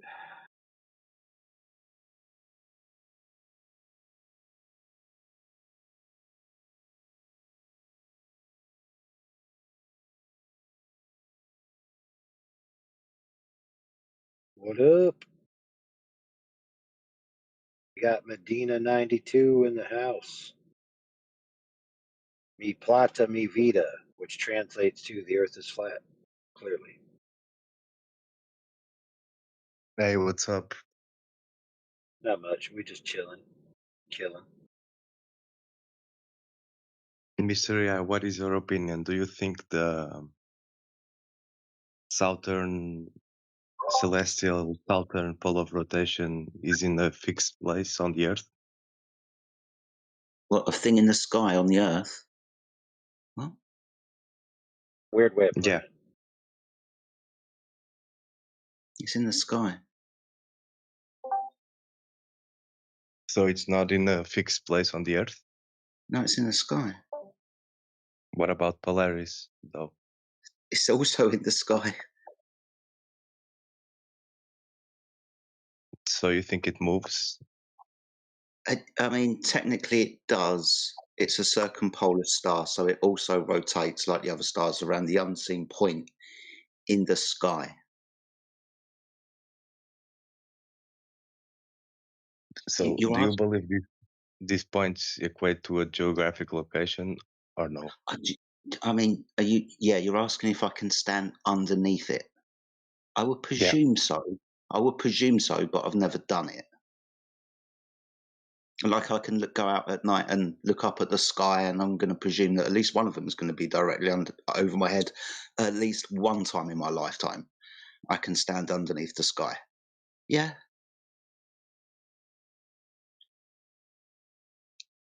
But 2 like you points. understand that 2 poles that I can stand under. according to the globe, Yeah. they are in a fixed point. Yes, I agree with you. You can stand underneath these positions in that idea. And I'll agree with you. If you can stand underneath the sky, then you should be able to stand underneath these positions on the flat Earth. So we can describe them as 2 geographic poles. Yep. For sake of argument. How do we explain them? Was the question. No, the question is like, how can you see them, or no, like both these rotation points in the sky if they equate to a single location on Earth? How can you see both points all over the equator? That's the question. We talked about this. I mean, this is what blows my mind. Yeah. And we got to the conclusion because I agreed with you, and I scratched my head along with you, and I need the observation of it always being observed along the equator in every single position whilst facing 180 degrees away from north. It's got to be in that position, right?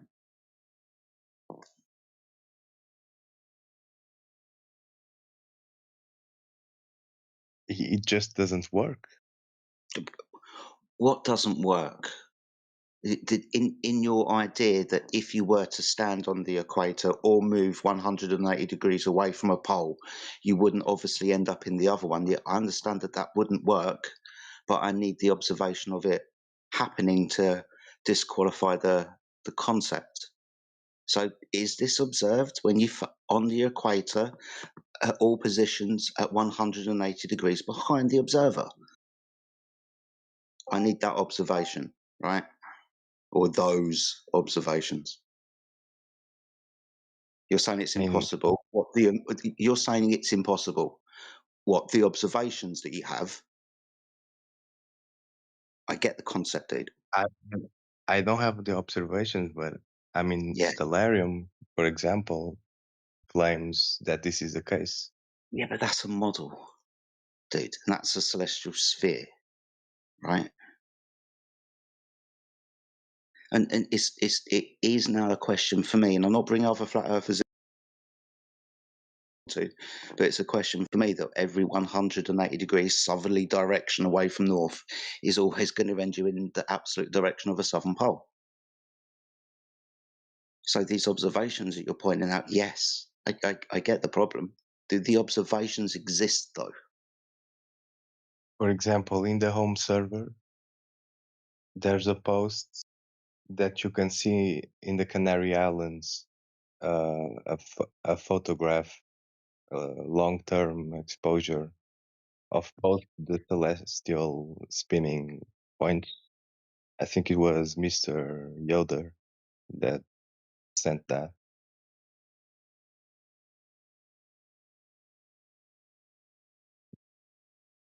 Maybe. Okay, that's in the north, and that's, I mean, That's near that's the one equator. observation. Yeah, that's one observation. Now we need what? I won't say 360 more, but you get you get what we need now. More.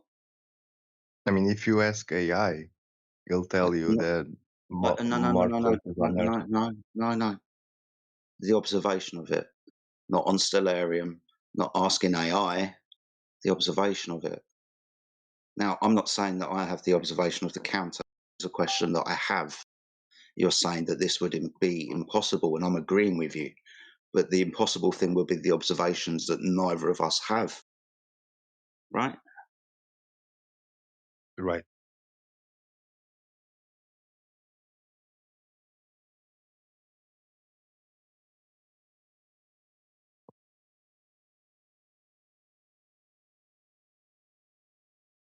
It's just not an easy observation to make, I guess. I don't know, dude. I would guess it is.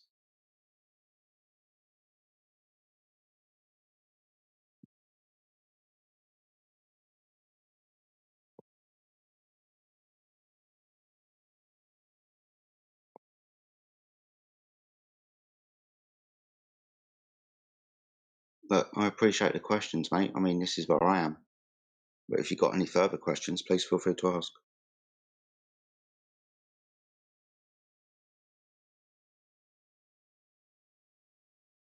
I'll send you the link to the Yoder's post. Here it is.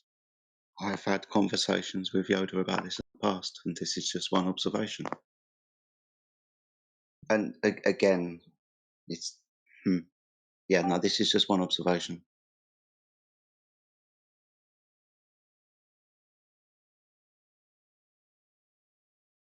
I wonder what I know your position on this, but I wonder what like other flat earthers from this channel think, because I feel like not all of you would agree.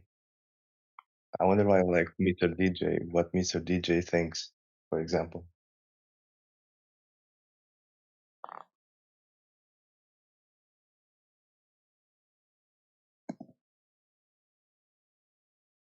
Or Mr. AI.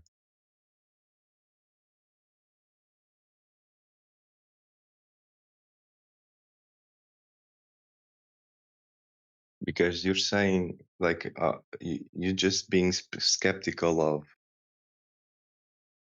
Stellarium. It's a very I'm being, strong claim I'm being, because yes, you're yeah, saying that someone might be on Stellarium and it just does not work in some places on Earth. yeah, because that's a model. I understand, right, what is implicit within the claim, right? I say claim within the hypothetical idea that this is the case, and it's one that I'm leaning towards, and it comes to the conclusion that not every 180-degree direction up in a southerly pole, and again the issue of the observations of always seeing that pole 180 degrees behind you when you are on the equator being a 360-degree circle that's around the north now apparently. But yeah, I understand the problem. I just need the observation, and I don't have it. It's akin to this idea. Circumnavigation east to west around a pole is completely fine, but circumnavigation following one line of longitude south and back to north again. I mean, I understand the problem that's implicit within the claim of two poles on the floor, going in one straight direction. You're not going to come back on yourself in like natural worldly physics without invoking wormholes and Pac-Man ideas. But when observing two things in the sky. Also, then moving 180 degrees away from something underneath the sky isn't always going to end you up underneath something else in the sky. I appreciate that. But again, the observations and the navigation appears not to be observed or done. So just an unanswered question should be easy to answer, right?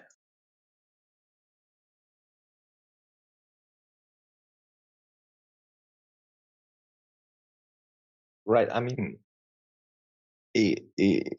I think there's a strong point that even if you have the observations of more places on the equator where you can see both rotating points, that does not prove the globe. I mean, it sure gives a strong indication that it could be a globe, but I understand that it's not definitive proof. No. Not like measuring the ground, but I guess if the sky does that, well, this is what it's deceiving.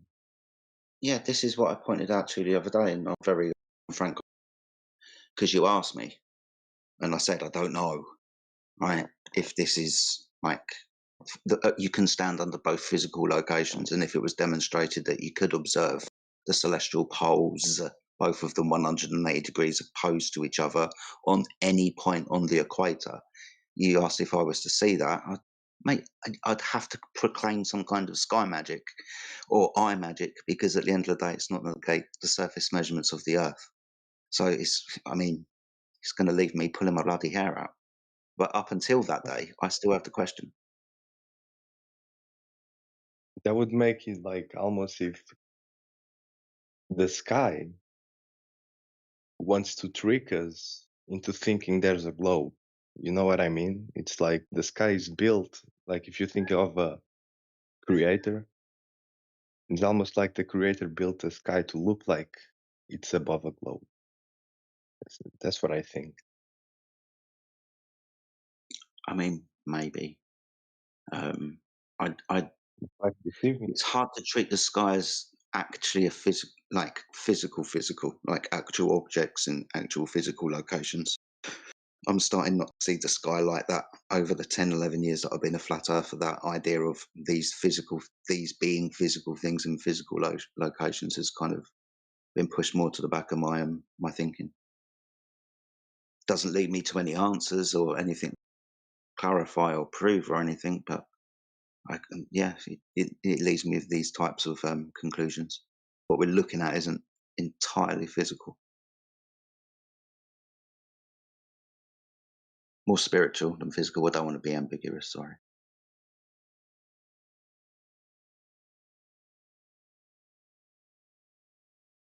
Or you could also hypothesize that the southern rotation point is not on a fixed point on Earth. I mean, that's also not been observed, right? I mean, okay, but then we've got a real problem with navigating with the stars, because if the stars are going to be, we understand that the stars move over time, right? And because of where they are at a certain time and date season, we know where we are, of course. But if we've got if we've got a southern, what we measure to be a fixed point that's actually moving in the sky, opposed to a fixed point that's actually stationary in the sky, so that would be the north, and the other one counterposed would be the south. That leads us to a lot of problems with navigation. We're not going to be able to use it in the way that we do. We use it as a fixed point of rotation, as in we measure stars to rotate around this. So those stars, although we know their motion over the yearly cycle rotating around this point, that point of rotation is also moving, changing their point on the surface of the Earth over time. That's not what we measure. We just measure as in a constant from these two positions, not that the two positions are moving. We treat the south the same way as we treat the north.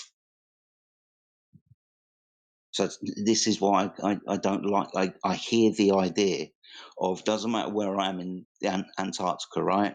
If I keep walking around and I look up, the southern rotation is always going to be above my head. Okay, cool. So explain that with a 24-hour sun then, because as you walk around Antarctica and the sun, what is it rotating around you, cutting across Antarctica as you walk around it and back again behind you? No, that's not the case, but that's what you'd be presuming in that idea, because it's all optical from this position. It looks like the sun and the stars are doing this when they're physically not. I mean, you have the observation in the north, right? In the summer in the north, you observe the sun rotate around you. Okay, then but the sun's rotating around you. Well, when you go to the south, then it's not the sun rotating around you, but it looks like. And if I was to walk around, the sun would still rotate around me. Where if I was to walk around in the north, the change of axis, we wouldn't. Or the change of the amount of sun that I would see would be because I'd be changing my position in that radius. That we have to start invoking completely different physics and magic when we're talking about the same phenomena.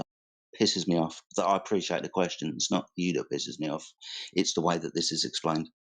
We have to invoke sky magic now. We're in one position. It was completely easy to explain.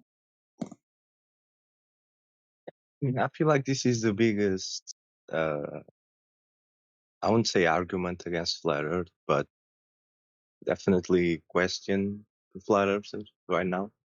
Yeah, it's not an argument against flat Earth. It's an argument by primarily. And the question is this, right? When I'm standing inside something circling me, I observe the object circling me while standing inside that circle. How do I observe something circling me whilst I'm standing outside that circle? Right now, physically, you can't. So, what type of optical magic, like refraction or eye magic or whatever in the sky, makes that phenomena happen? And that's what it comes down to.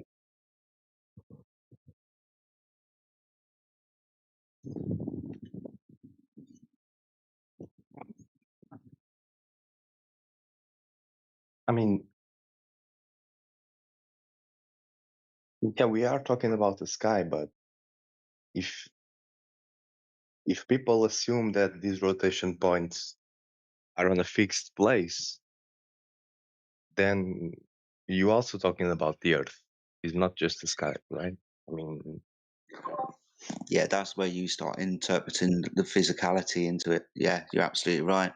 That's why we start putting sticks in the floor underneath these places, poles, and coming to the logical conclusion that obviously there's only one straight line between the two of them. So yeah, definite consequences to this. The thing is, does that one other pole move as you move? Right, that fixed location. Right, does it appear to move for somebody else, but actually stay in one location for a person standing? It's weird. I don't think that's the case, though. I think it's just in one location. Same with the north. I wouldn't have any reason to presume otherwise, right? I wouldn't think that that was some kind of magic in the sky. I can stand underneath all the other stars, so if I carried on walking towards that one, eventually I'll be standing underneath it.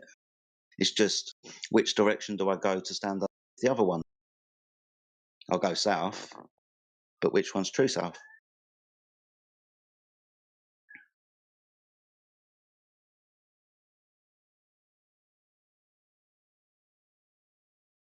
And I think that's something that's hidden within maps and navigation and so on. Right, the idea of 180 degrees away from a pole, always ending up in the opposite pole. I don't think that's just a convolution of the convention, the way of expressing these directions. But is 180 degrees away from north always going to end you up in that true direction of south?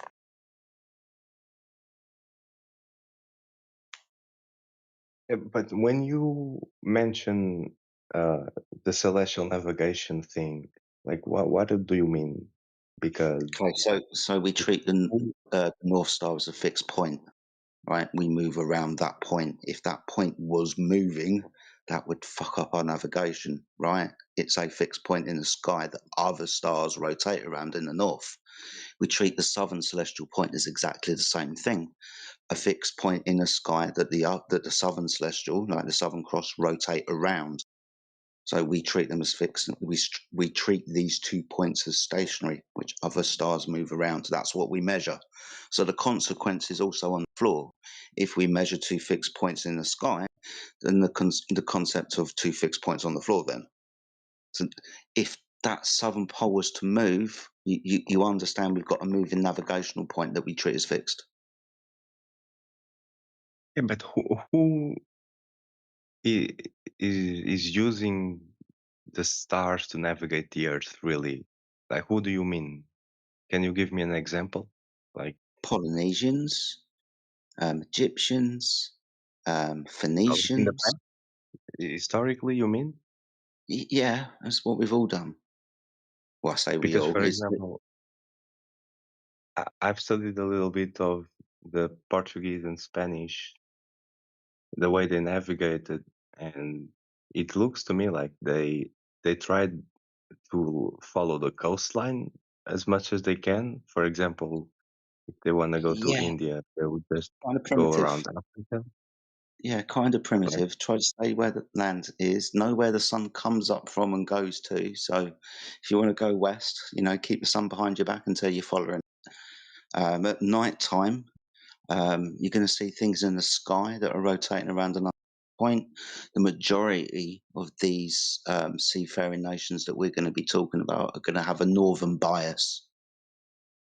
And that's something that we have to really take account for. We have this northern bias in like a lot of ancient stories, like cosmological stories as well, which isn't true, but you can understand why they say it, because they have a northern bias. Is what they see in the sky. Southern stars, however, are measured to do exactly the same thing that they do in the north, rotate around a fixed point in the sky. To presume that that fixed point was moving would be something that would be needed to be proven.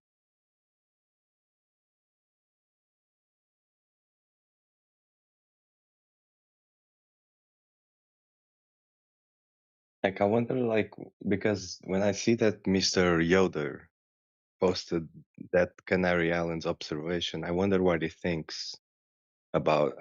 Like, he posted it for a reason, right? Like, he wanted to.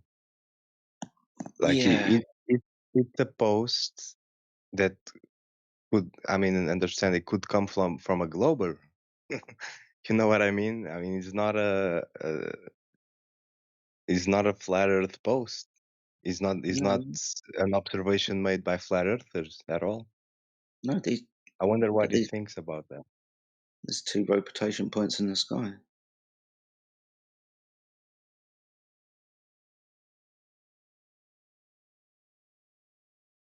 And what do you think Mr. DJ would say about this? I was going to ask. There's other people in the room. If they want to speak up about this, please feel free to do so. I appreciate that maybe my opinion's not one that everybody else shares, so you can give the guy a more rounded opinion. I Please. just trying to figure out if like there's a consensus on this, or at least in your server. Well, No? you'd have to ask everybody else. I think you were witness to a non-consensus with me and somebody the other day. I think you're aware that this isn't something that everybody holds to, and the reasons you'd have to ask them, or if you can remember the reasons that our friend Vax said the other day. I think he invoked sky magic.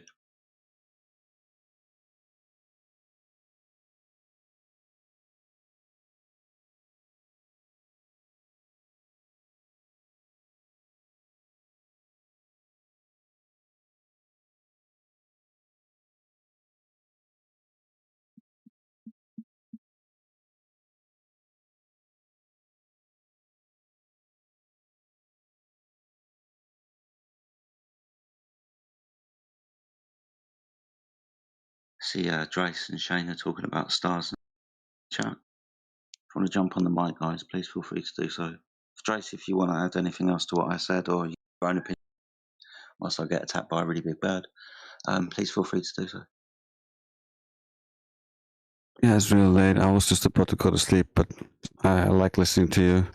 Like, I can just read what I wrote at the best part. I can't go into it again.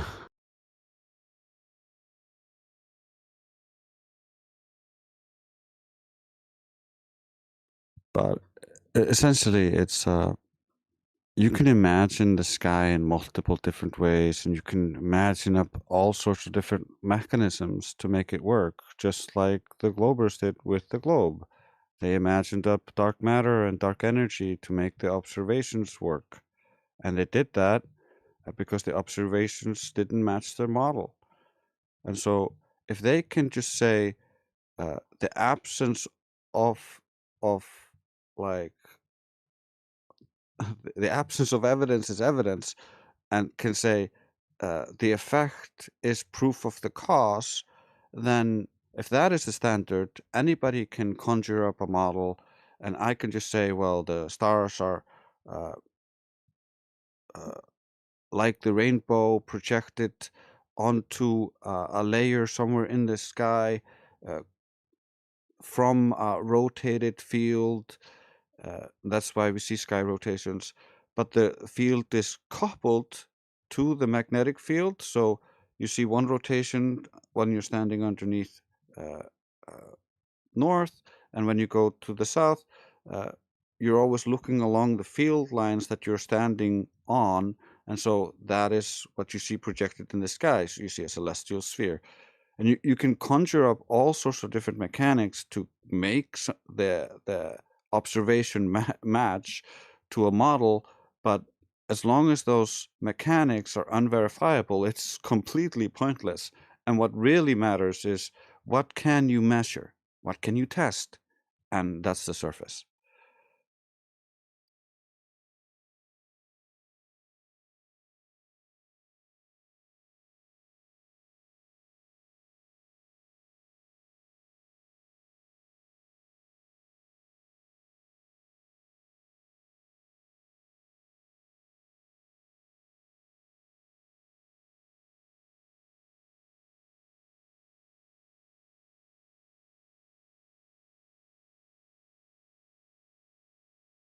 I'm going to bed. It's very late over here. Nice to hear you all speak. Good times. Good to see you, Drace. Catch you, Lex. See you, mate. Bye bye.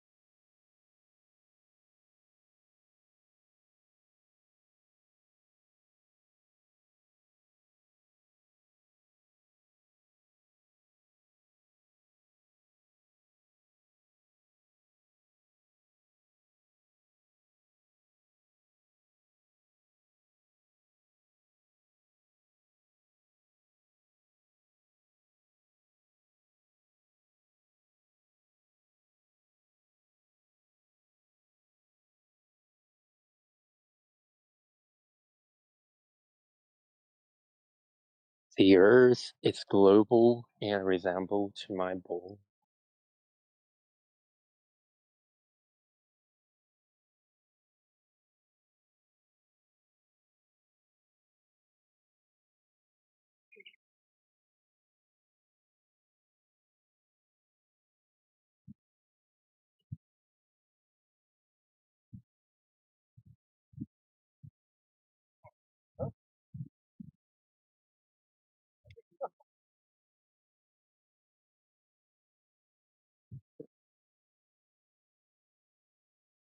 And the Earth has a curvature.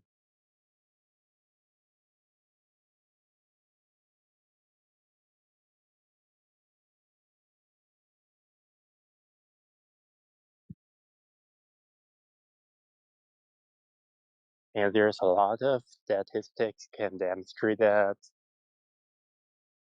Not just the statement, like you guys said.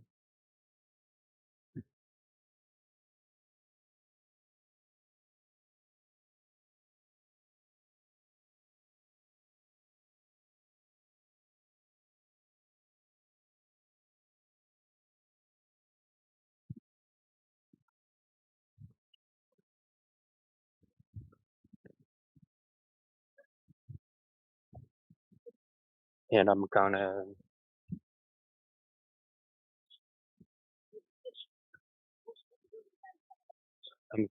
do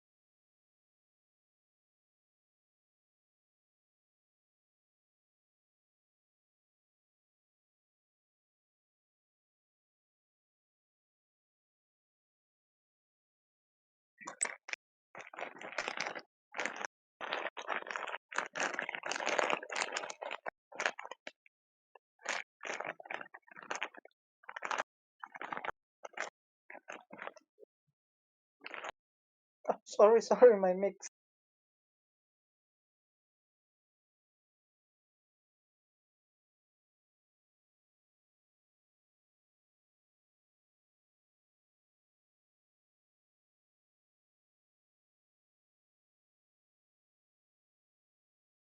Hello, everyone.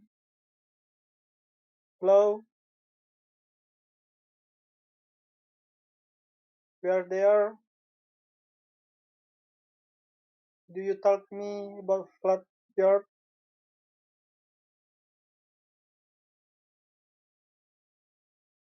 You. Hello, Mr.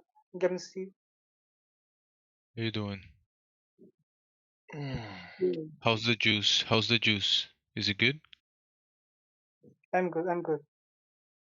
How's the juice that you were drinking, sipping on it? You were kind of Oh, like, I'm sorry. I'm sorry. Sorry. well, how is it? How is it?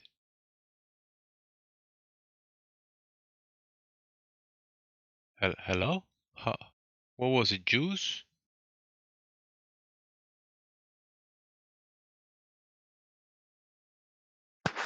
He took off. Okay.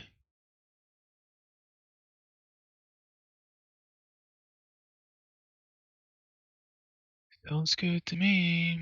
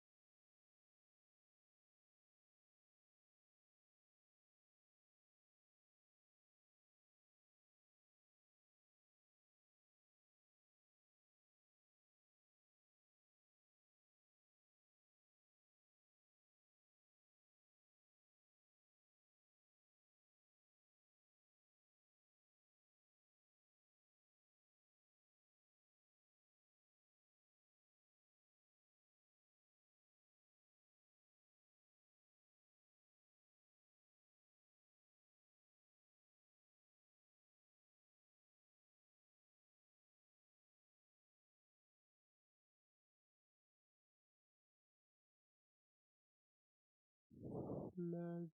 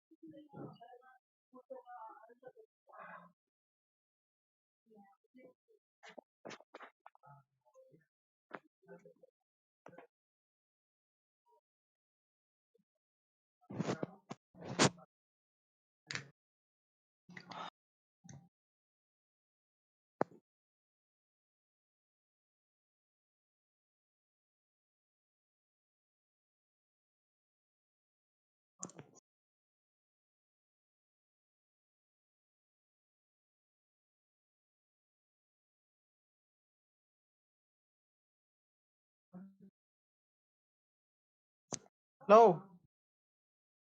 Hello, everyone.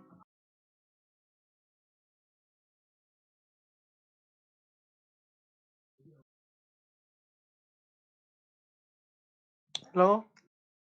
Greeting.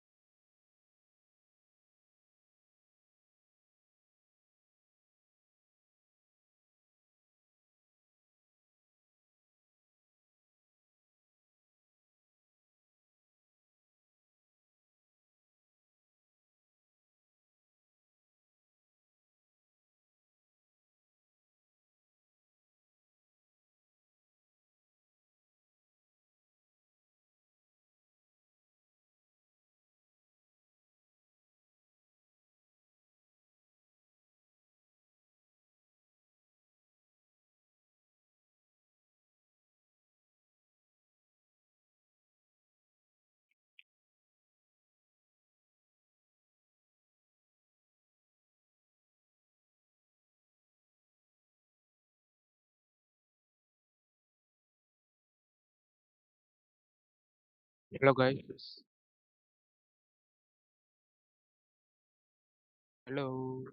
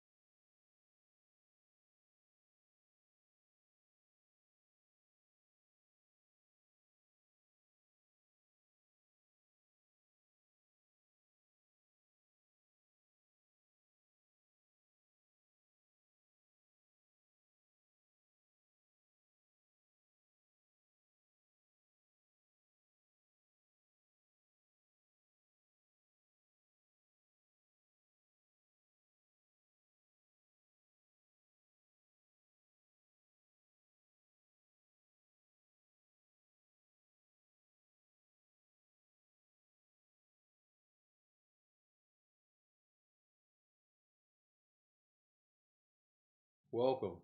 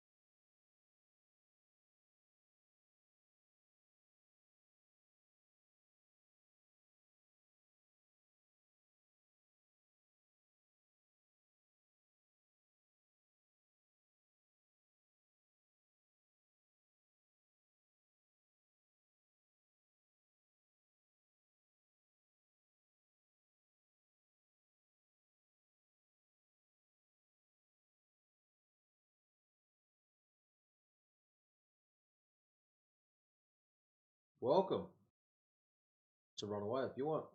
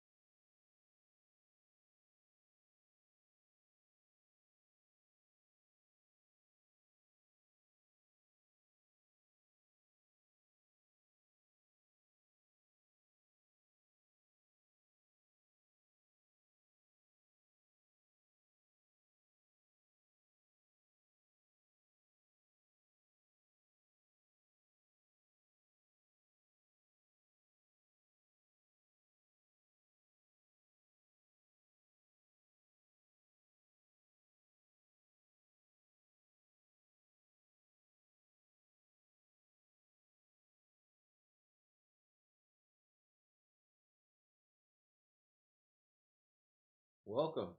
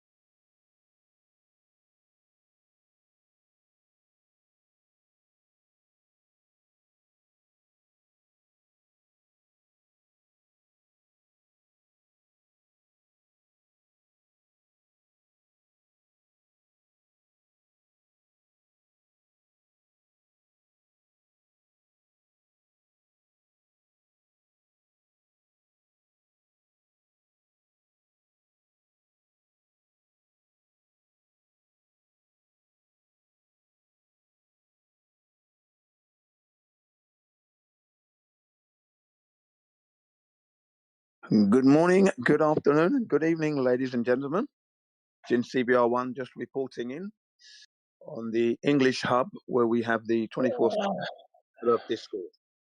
Jin CBR1 reporting in. I hope everybody's fit and well and ready for another discourse about the flat earth and how the heliocentric model doesn't exist and all that is associated with that topic matter. How we doing, guys and dolls? Good morning, Jen. Doing good. Good. Glad to hear it. Glad to hear it. Good morning to you, sir.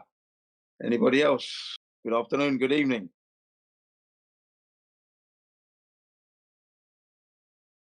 No. Okay, well, seeing as it's a quiet moment here, allow me to tell you a story in the politics of a channel called UK Politics, where I've been visiting for the last 3 months, we'll say. 3.5 months, as part of the Flat Earth outreach that I've been doing that I started 3.5 months ago.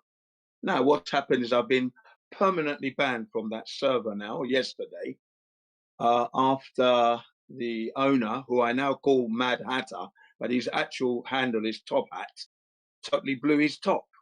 Okay, now, of all the times I've been there, I've always tried to be cordial, first and foremost. And when I've introduced the flat earth, it hasn't been at the top of my voice shouting or anything else. It's always been because someone has asked me questions about it, for example, and it leads on to a discussion, into a debate, and I've won every single one of those. There's the time I'm on my own, but there has been other people, 2 others who have been flat earthers, and together we make a team, and we've discussed it mostly. For the most part, there have been slagging matches where they try to antagonize, straw man, and insult and try to shame you and that. But again, I've remained calm in that situation and just followed through with the points that they're not hitting. Okay, and we've won this all the way through now. So we've had some skirmishes, and flat earthers have been victorious.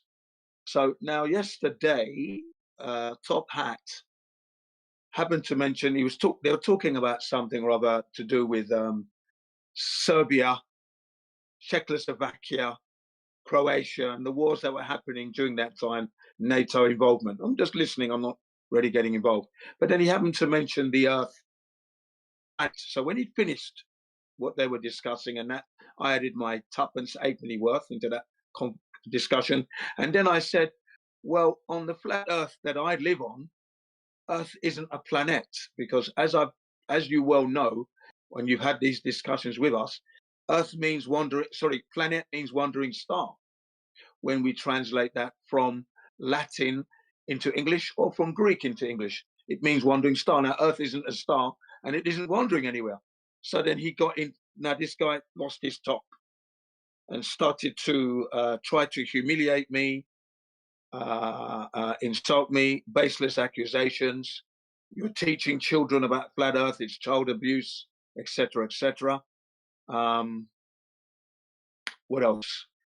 Yeah, he was talking about himself. I like to talk about nice things, pretty things, things that are nice. You coming with flat Earth, and you're fighting my sanity. You're listening to people online who are dumb people, right? And and you're just parroting what they're saying. You haven't proven the Earth to be flat or anything like that. I said, excuse me, we have given you the material that you can use to prove to yourself whether or not the Earth's a globe. We've done this numerous times. So I don't know where you're coming with that we, the flat earthers, haven't proven anything. That's a wild accusation and a baseless claim on top of that. You know what I mean? And you haven't proven it to yourself anyway. So what's going on there? What is all this sudden attack on me suddenly? Well, if you don't leave this server, I'm going to perma-ban you. I said, you're going to have to do what you're going to have to do. I'm not being rude here. You're the one that's lost your temper. I don't understand what's wrong with you here today. You seem to be totally off your rocker at this point. You're calling me a see you next Tuesday. You're being very rude and obnoxious, and I don't understand what's up with you today in particular. You know, the Earth isn't a planet. We know this. We, the flat earthers, know this. We've explained it to you. You don't seem to be digesting that. Okay, Earth isn't a planet. We are different from those objects that we do not know what they are. We don't know what those objects are, but we know we are different from that. What's going on here? You know, what's up? Yeah. So he goes, well, I'm going to have to burn. I goes, you do what you've got to do. Well, why don't you leave? Why won't you? No, well, I've come in to have a discourse, of course. That's why. And I'm listening to what you're saying, and I've been invited to the channel, so that's why I'm here. The door is open. So I've come in. That's why. No, I'm not going to be leaving because you want me to leave. No, that's not how I operate. Sorry, I'm going to be here. So he put me on mute. So that's fine. I sat there listening and listening to the insults, and then he ended up eventually kicking me out. You know, obviously he did because he knew I wasn't going to move. Before he did that, he goes, "Yeah, I can see that you're not going to give up. You think you're a strong flat earther, and you're never going to give up, etc., etc." So, well, boom, permanent ban, gone.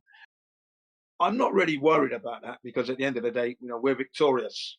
At the end of the day, and remember, I didn't say anything derogatory to the guy or anything. I've always argued the flat Earth in an amicable way, even when it got heated and they're throwing insults. I just kept saying, well, your insults are not proving your case. You're losing, and they end up getting out of breath, you know, because they can't keep it up. And you know, I just keep going, and yeah. So they've lost all the skirmishes when it was amicable and when it got a little heated. They lost everything, and I think Top Hat was totally exasperated yesterday, and so I ended up getting perma-banned from their server. But we were victorious in getting the message across, in that the information is there, and they couldn't refute it, and they realized their inability to prove. They never proved it to themselves, and that's all I kept saying, and then some of the other flat earthers that were there were saying the same thing, you know, that they're not proving anything with what they're saying, you know, and until you prove it, you can't say we're wrong, basically. Yeah. So that's what happened yesterday in the UK politics. They generally talk about the immigrants that the British government have allowed to go in, for example, and Muslim and Islam and all that other stuff, and all the negative stuff they seem to be homing in on, but never mind. You know, but yeah, so that's the story. Yesterday, permabanned. Not that I'm worried at all. Very satisfied with the result at the end of the day because I didn't do anything wrong, and I kept to the guns. No foul language, and yeah, great. Okay, that's what happens to us sometimes, flat earthers, when we go to places. Reaction that I get from people who own channels and that's what they do, you know. Thinking we're going to be dissuaded because of that. No chance.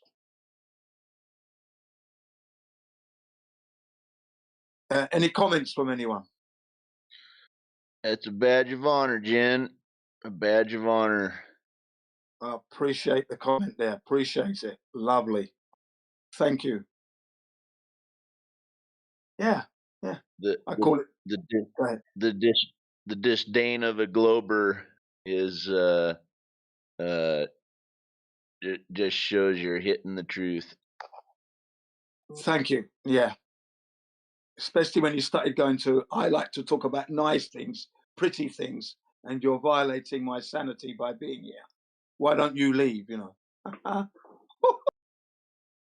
Wow. And this is coming on the back of them losing every discussion, debate, slagging, shouting matches. They've lost them all. They were the ones that were out of breath. They were the ones hitting the mute button heavily. I'm not a mod, so they can easily mute me. Then they unmute me to answer their stupid questions. Of course, I don't answer the stupid ones, of course, because they're stupid, right? But yeah, you know, I love it. Like I said, this is, guess what he was saying? Oh, you're here just for the dopamine. I said, excuse me, I've just come back from a 5 mile, this is yesterday, and I had done a 5 mile run about an hour and a half earlier. So I said, if I want my dopamine, I go out and get that through my exercise, okay, and listen to house music whilst I'm doing my exercise, or even a Flat Earth podcast. So it's not, I'm not here for that. I'm here to listen to what you were discussing, and you were discussing Kosovo and Serbia and Yugoslavia and the war.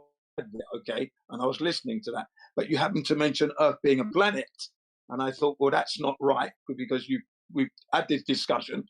Earth can never be considered a planet because we're not the same, you see. And that's when he got upset. Yes, got triggered. The Earth is round, everyone. Well, do you have proof of this? That's the thing. You say it. Can you prove it?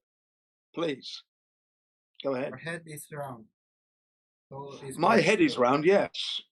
Yes, that's true. But can you prove that the Earth is round? An oblate spheroid. Can you prove that? You know, there are some digits. Earth is round. That's it. Okay, so you have some pictures. Have you confirmed that these pictures are correct to what you're living on? Yeah. How did you do that? Can you tell us all how you managed that?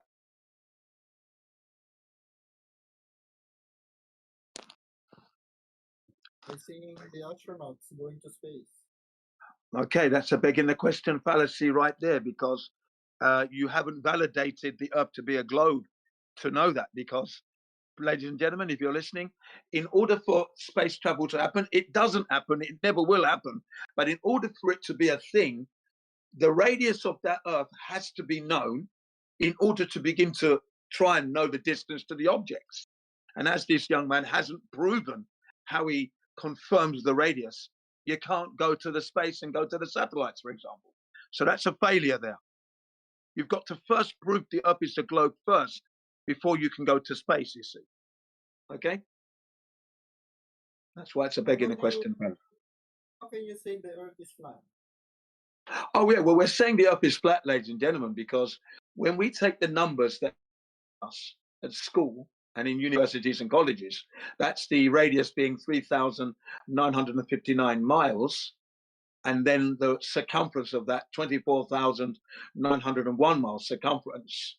Remember, circumference being circular, radius being semicircular there. Okay, a quarter. Okay, right now, when we take those numbers, we try to apply the spherical mathematics, which is the Pythagorean theorem of 8 inches per mile squared, which basically means between point A, which would be my position, point B, the object you're looking at, and the distance between the two, me and the object, there should be a measurable curvature there, X amount of curvature. So when we apply that, we're not finding the curvature. For example, we have a 10-mile observation.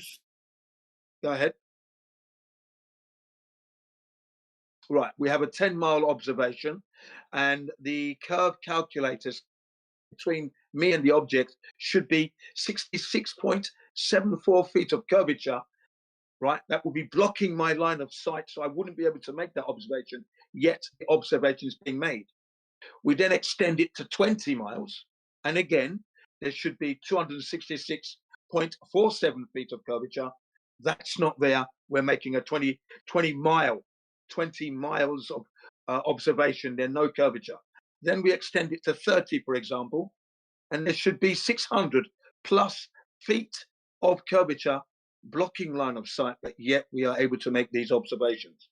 So we're saying, where is the curvature at this point, you see? Because we're finding horizontality. Okay, so that's why we're saying the Earth isn't an oblate spheroid, because we are unable to measure a single degree of curvature from the numbers we are given.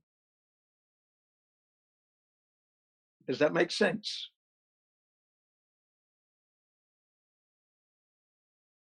Okay, he's gone. And there you have it.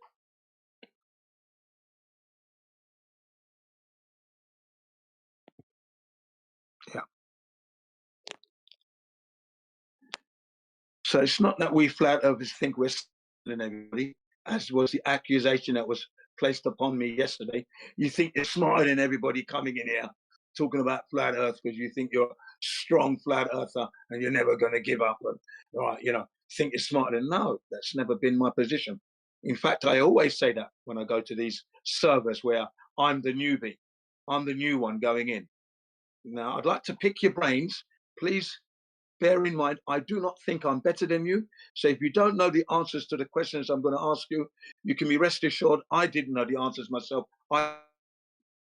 Okay, and in certain ones I wasn't even aware of. So this is not a I got you moment here.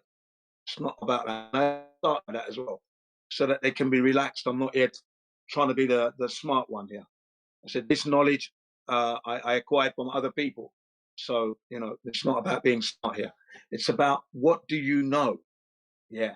And and then I proceed from that, from there onwards. Yeah. So they can't accuse me of thinking I'm smarter or I'm better than them, because I've never lived my life like that. I don't go around thinking I'm better than everybody. I do walk around though, and I look at people and think, if only they knew. I do think that, of course, about many things, you know, because you look at humanity, you know, society when it's busy shopping and that and getting around, rushing kids to school and everything, you know, because remember, you're in the knowledge of the earth not being a ball hurtling through the universe. So when you look upon your what's the word I'm looking for here? Your fellow humans in their daily activities, you think, look at them. You know, sometimes I look at them like ants because of the way they move. Yeah, I don't think they're an ant, and I don't think I'm not devaluing them. I'm just looking at them, thinking, look at how they're getting on with their daily business, not aware that the Earth isn't spinning and flying through the universe, but yet they believe that. And I used to be like that. That's the thing. I used to be like that. So there's a psychology there that is self-counseling.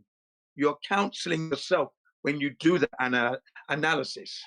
You must always include yourself in when you look at society, because you were once like that, and then that keeps you in the realms of integrity, and you're not looking down on the society because you were once like that. You see, that's the honesty of the thing. So when I look and see society, I think, well, I've said it to my children. I go, look at them, look.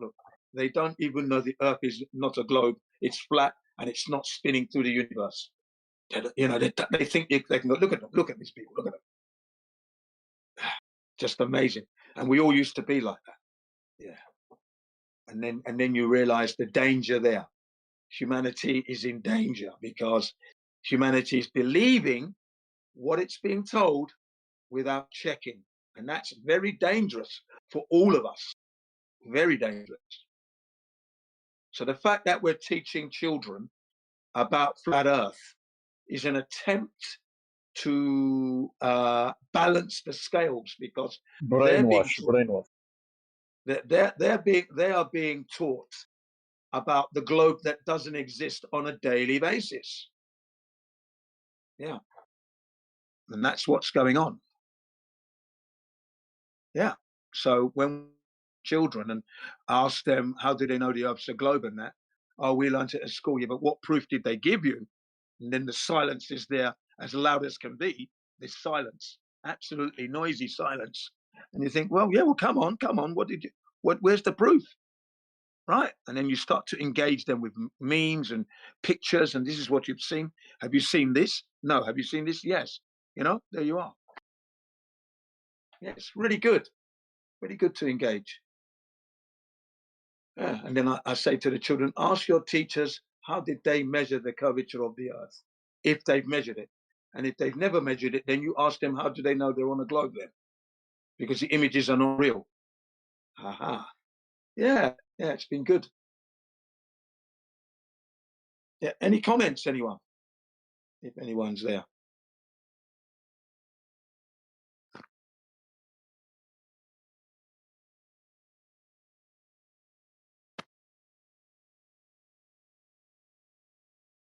Obviously, I'm talking to the converted already. Yeah, I understand that. Any comments, anyone?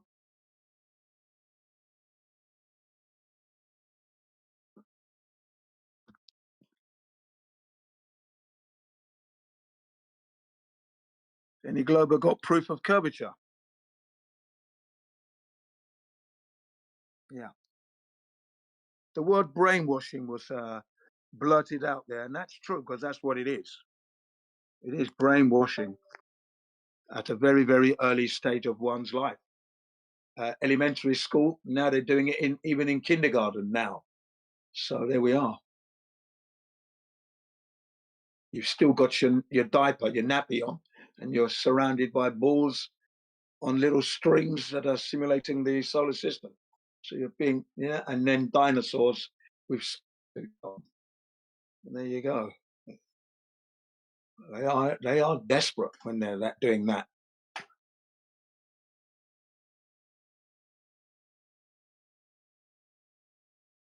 But yeah, it's nice to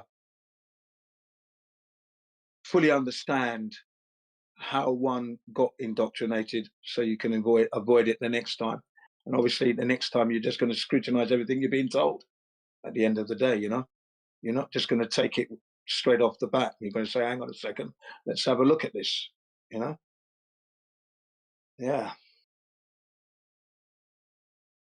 A little dose of skepticism is okay. In fact, necessary these days with all the misinformation going on out there. And the advent of this technology now, it's amazing the types of misinformation that are out there that are actually rivaling the media itself and even surpassing it. Such is the deception out there now. Glossy, professionally made, very convincing. Yeah. Unless you can do some fact finding, you can easily fall foul again. So one really does have to be careful.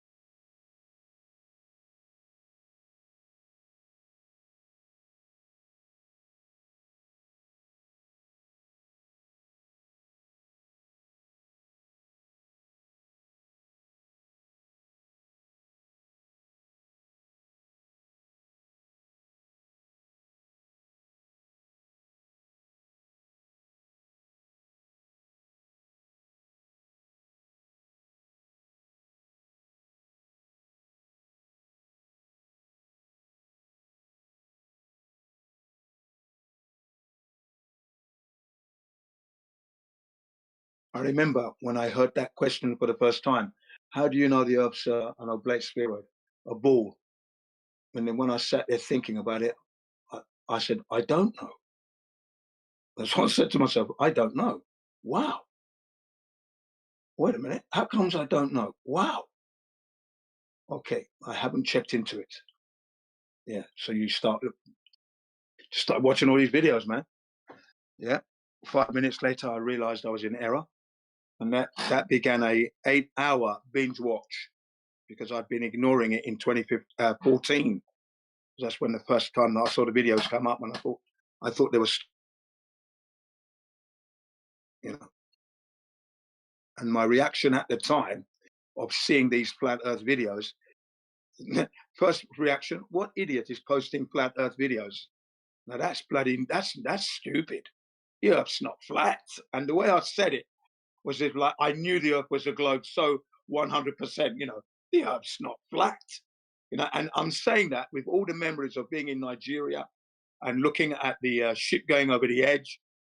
NASA had supposedly gone to the moon at the time, so that was the detest. I detested the idea of the video there. I thought that was stupid. That's not flat, and I ignored it.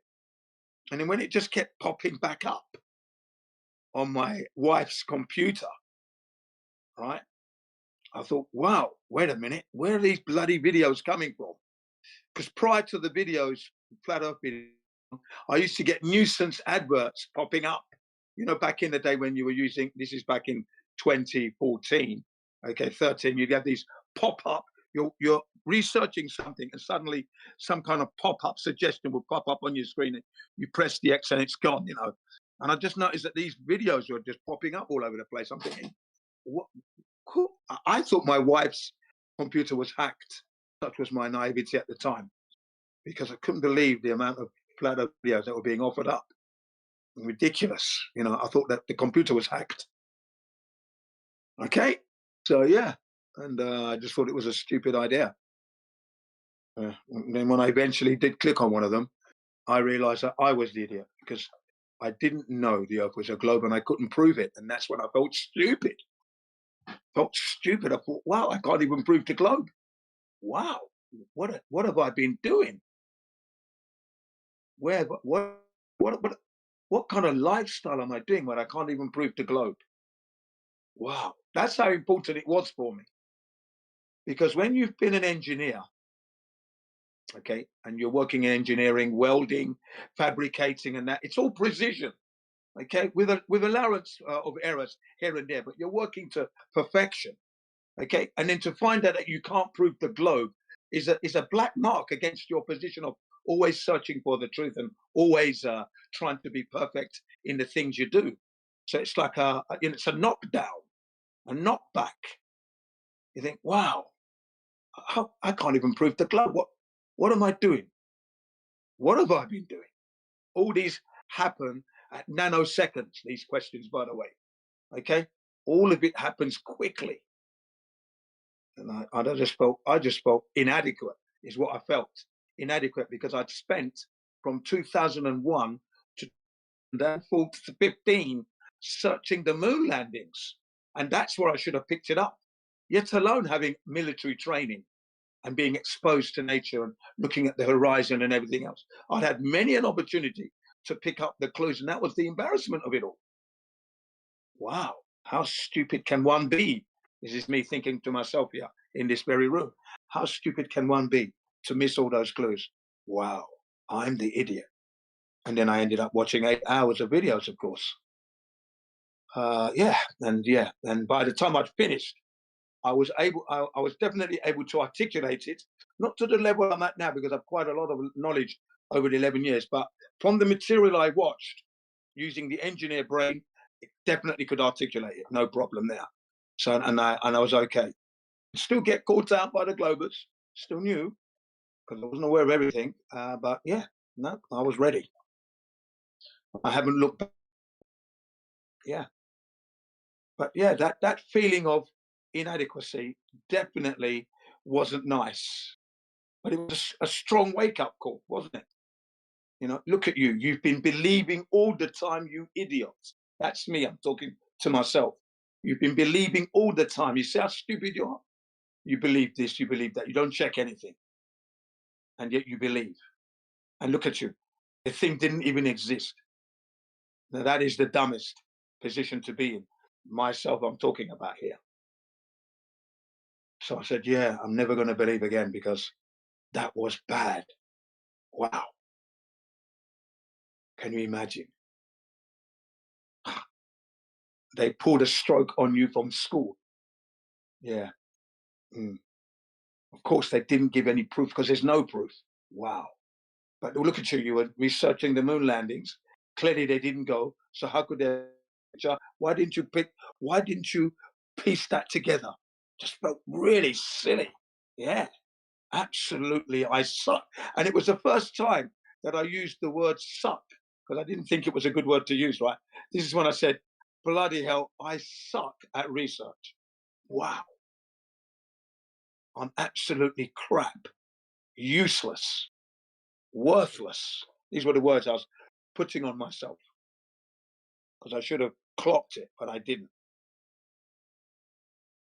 And then we have Stanley Kubrick's The Shining. This is the film that Stanley Kubrick used as his confession vehicle to let us know that he participated in the moon landing hoax.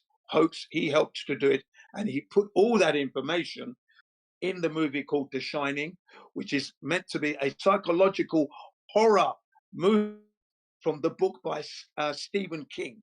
Okay, it's a psychological horror story, and Stanley Kubrick adapted that horror story into a movie and then used it as a confession vehicle to let us know that he took part in the Apollo hoaxing. Okay, remember 1998.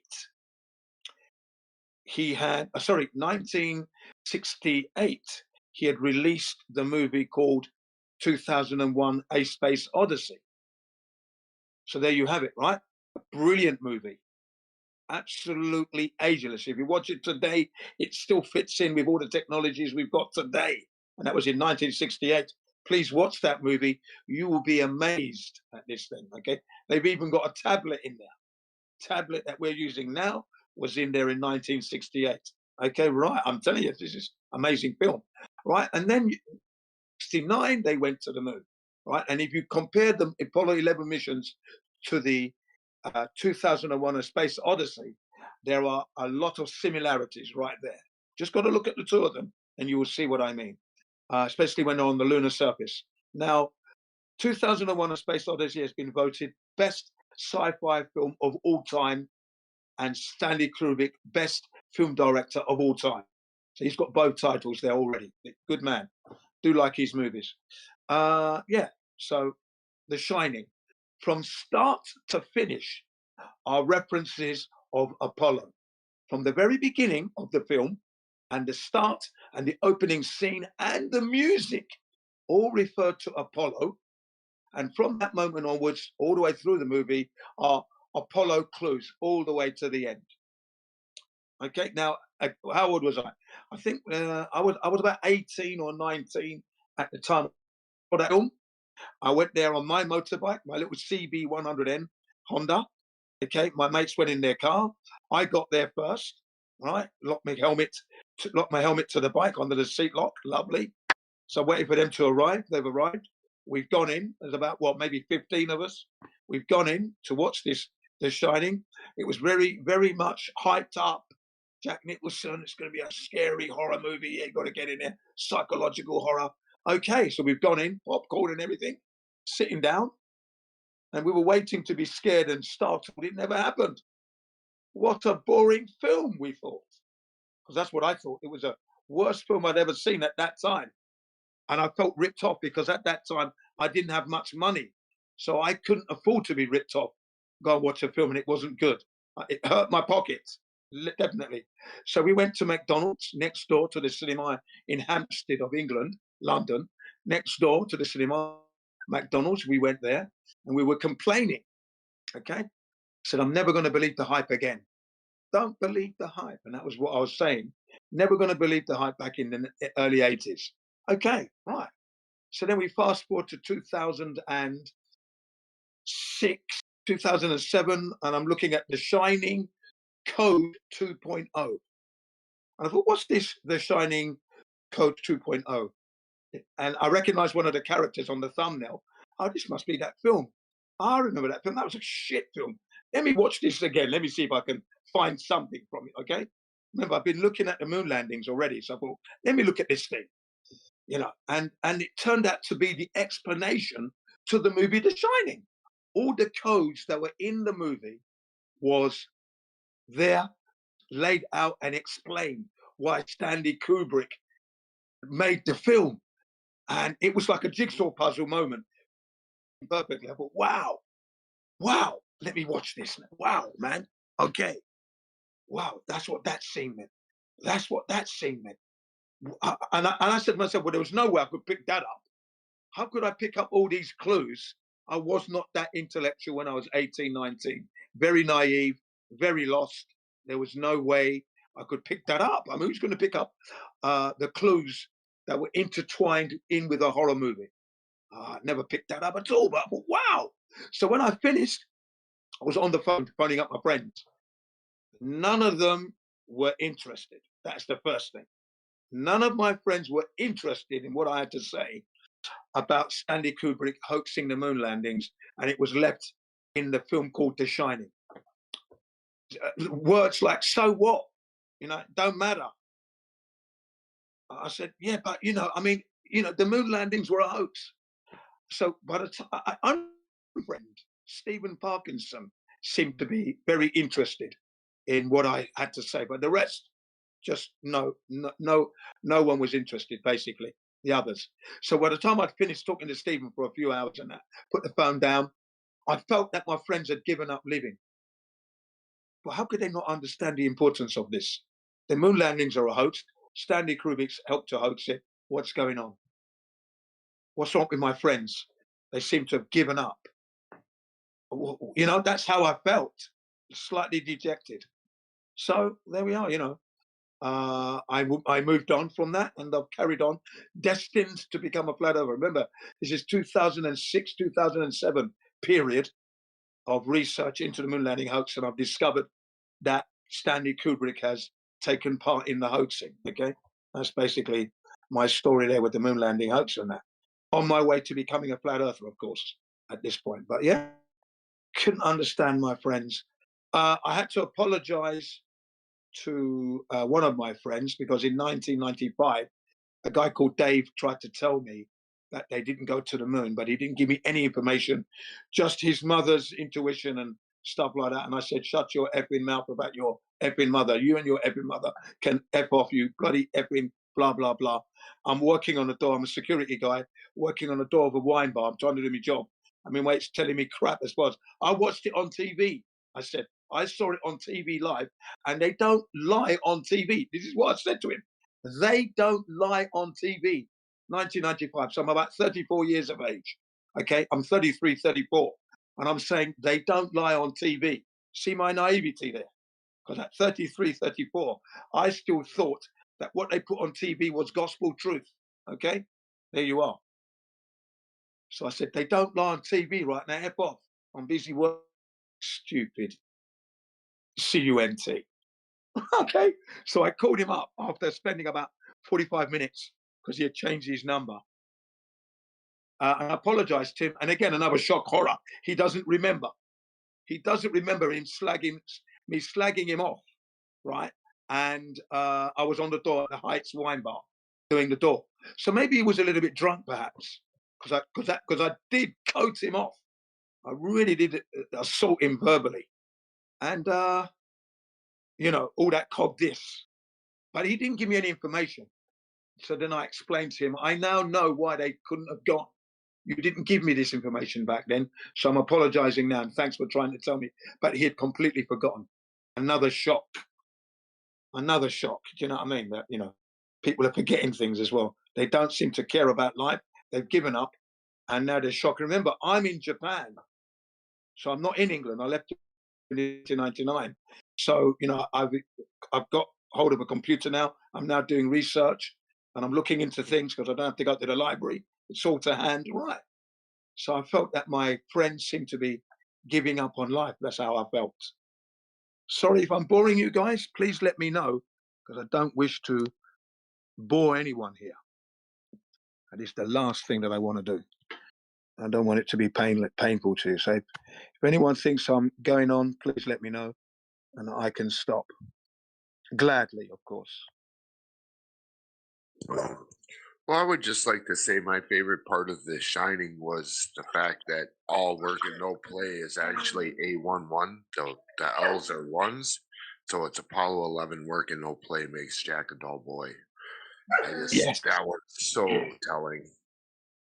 Yes, it was, wasn't it? On the Adler typewriter that was originally white, and then it changed its color through the film into an ash gray to simulate the lunar surface color. That's another thing that I didn't pick up. So at the beginning of the film, the typewriter, which is called Adler, which means eagle in German. Adler is a German word, okay, and it means eagle. And then the typewriter itself is white at the beginning, and then it turns into this ash gray during the film. Okay, isn't that amazing? Isn't that amazing? So yeah, very true.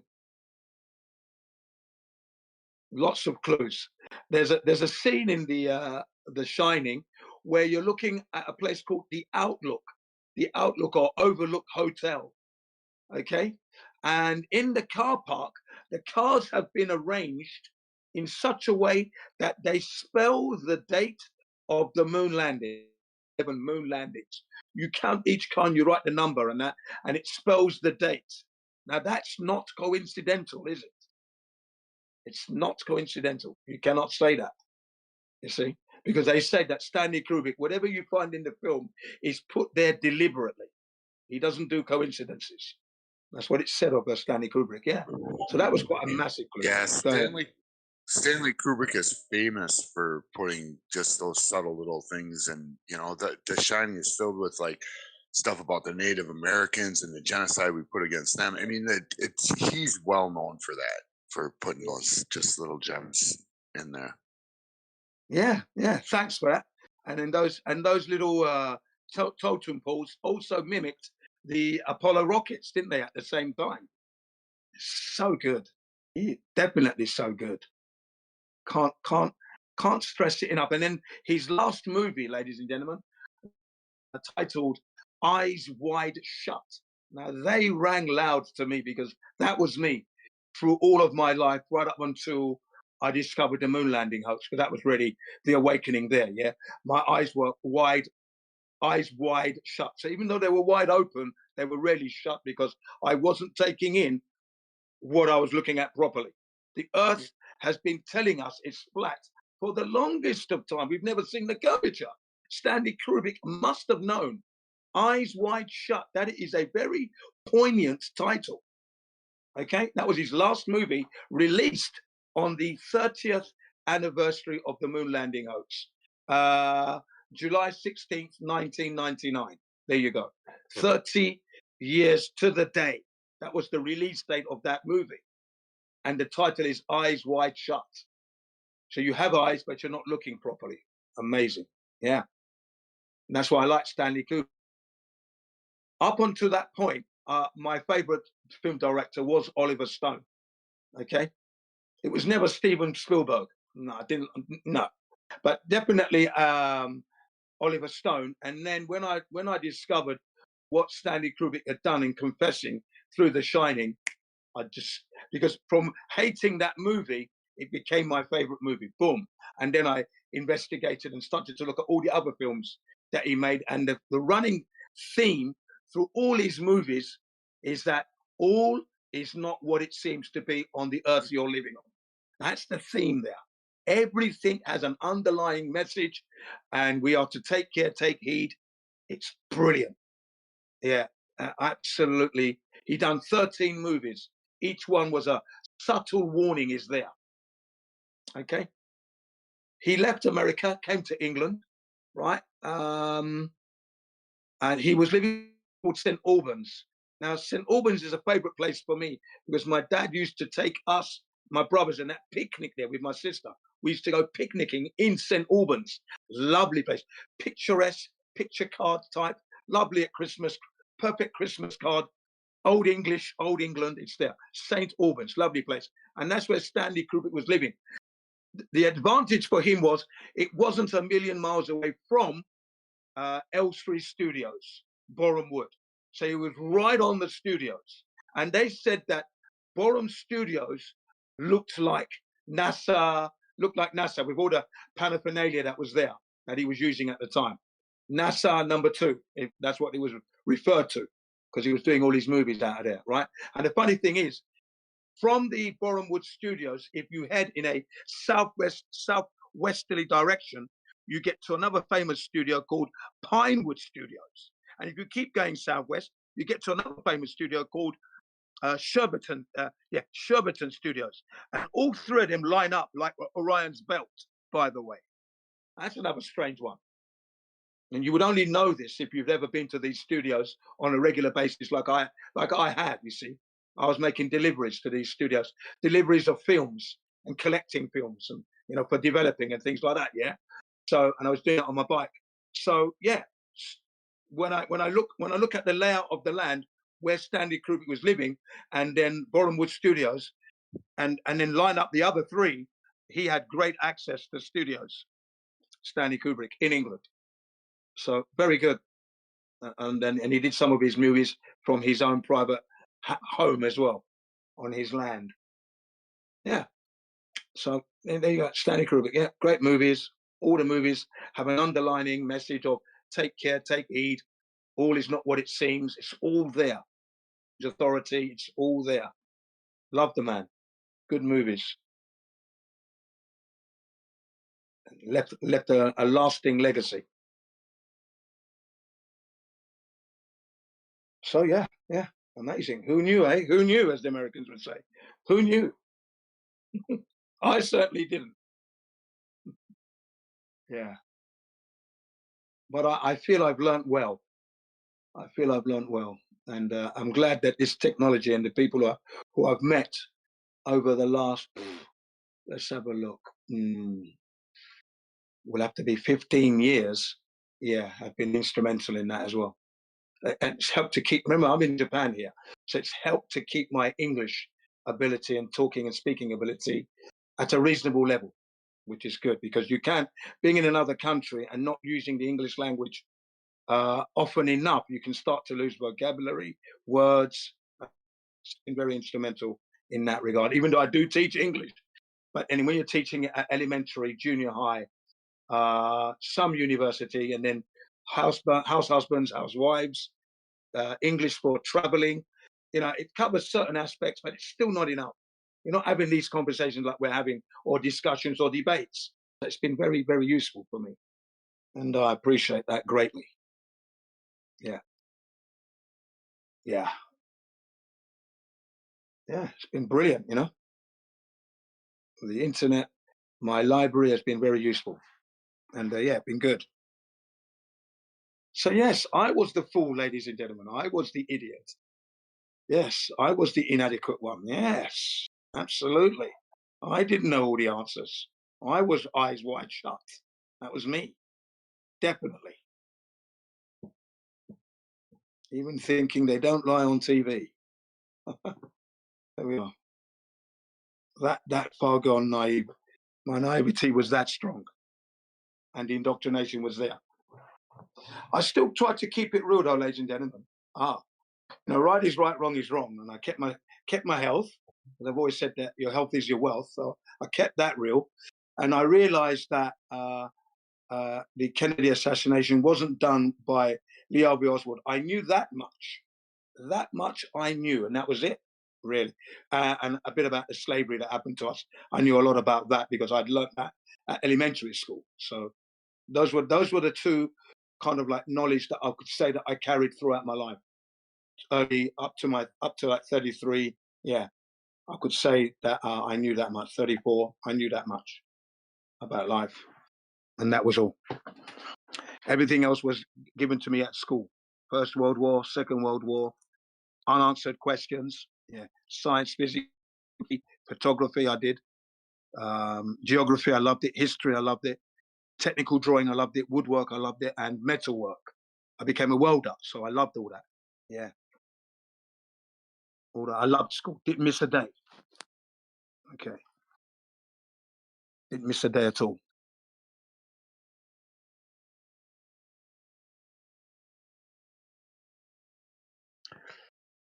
But yeah, welcome. Anybody got any questions related to the topic matter of flat Earth or the heliocentric model ball that doesn't exist? If you have any questions related to that, please don't hesitate. Ask your questions. My colleagues and I are here to answer your questions. Any questions you may have. So please go ahead.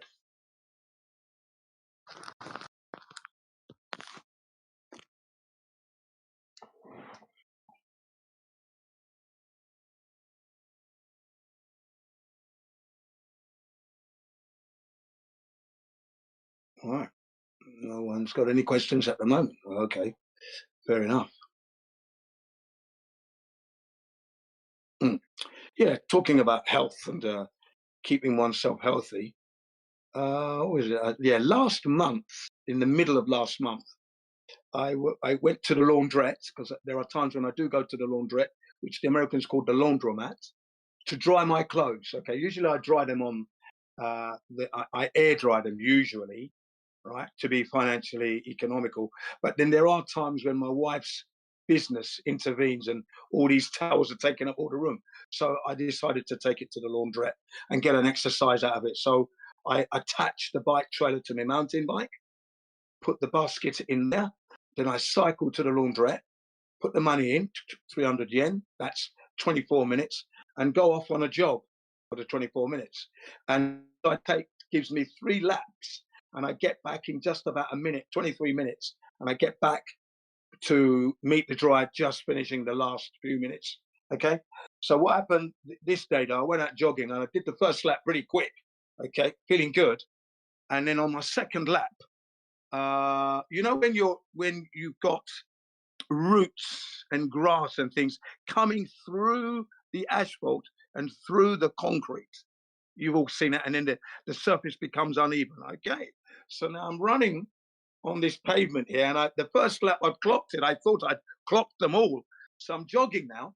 Okay, and because I gave a sprint, and then I thought, okay, let me recover from this. As I'm recovering, I've clipped one of those roots, and now I've launched myself into a head dive.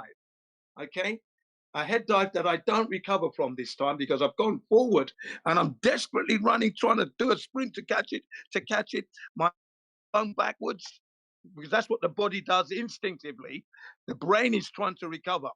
You're trying to recover, and the brain is assisting by throwing your arms back as to act as a ballast. Okay, but it's not working. I've gone too far, so now I'm going forward, and my arms going in front of me. I'm holding my mobile phone. It's in a case, of course, but I noticed that I was going to put my hand on the floor to break my fall. So what did I do? I brought my hand back, tucked my head down, and flipped myself over and landed on my back. Okay, I gave myself a judo throw. Okay, because I didn't want to have the phone hit the ground and take any impact or smash the lens. Okay, even though it's in a case. So I tucked it in, flipped myself over, and landed on my back. And then got up and dusted off and looked back at what I clipped. I said, it was you, you bastard. Okay, I'm going to remember you, right? And then I carried on jogging. The point of this is that it's amazing what the brain can do and balance. Remember, I'm 64, so I'm using all my instincts to try and stay on my feet, right? The brain is there trying to correct, trying to work, okay, and trying to help you out. But I was too far gone, so I had to go down. So then it's one of crushing control. And where does that all come from? The motorcycling and cycling, of course, because that's where you learn to do that even more when you are riding on two wheels and that. So yeah, sometimes I do go over and hit the ground. I was wearing gloves, of course. But yeah, I gave myself a judo throw, if you will. I don't know if any of you have ever done that, but yeah, when you've fallen over. But yeah, it was funny. When I look back, I find it funny, but I'm also quite glad that I was able to do that at my age, let's say. Yeah, funny. Got up, carried on. I mean, of course, by the time I got back to the machine had stopped, of course. Lost a little bit of time there, but there you go. That's life. Life goes on. The adventures of Jin in Japan whilst doing the laundry.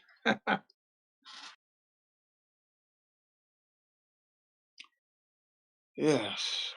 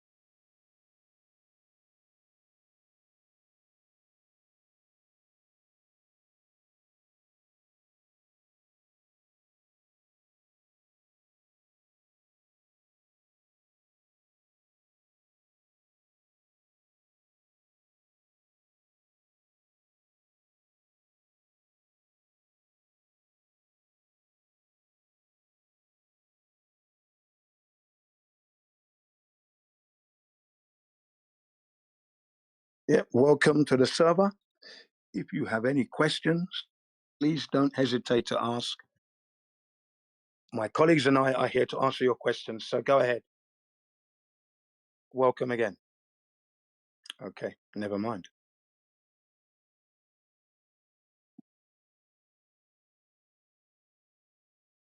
Just look in the chat. Why not?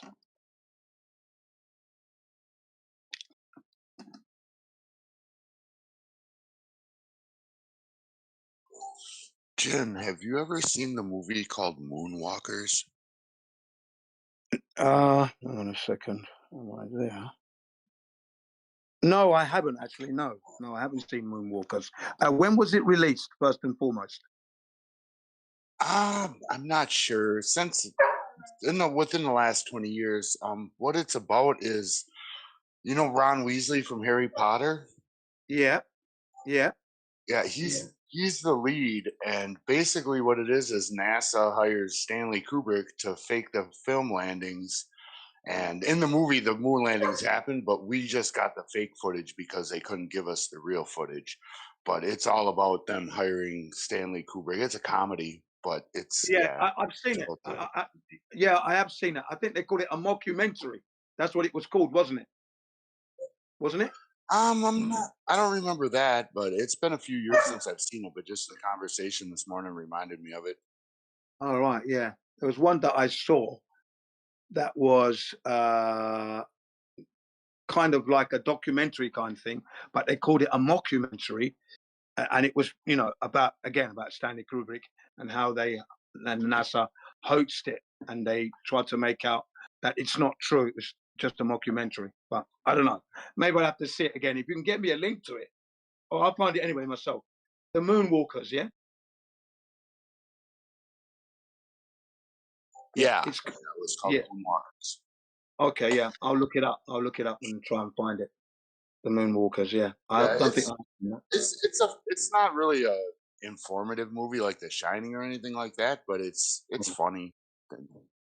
Okay, I'll look it up.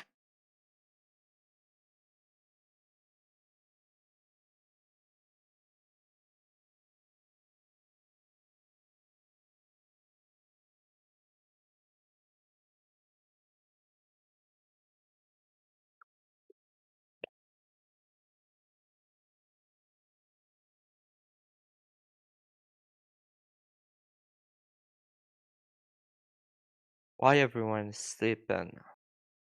Oh no, we're waiting for you to come in, of course, and we welcome you to the server, to the channel. And Yeah. if you have any questions, please ask away. The mic is yours for now. Go ahead. My God, you're such a nice guy. Thank you for your kindness, bro. Well, it's just common decency, isn't it? It's the norm. But please go ahead. Yeah.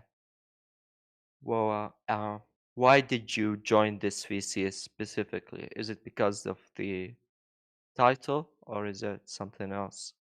Well, yeah, I'm a flat earther and I'm a regular individual on this server, you know, when I'm here. So, and we're here to answer any questions that the Globers or anyone who is inquiring as to why we're saying the Earth is flat.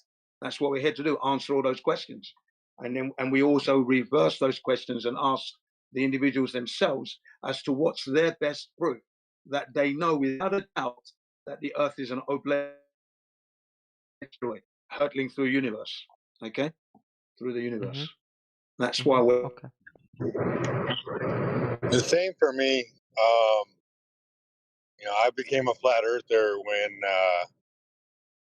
someone told me that water was flat.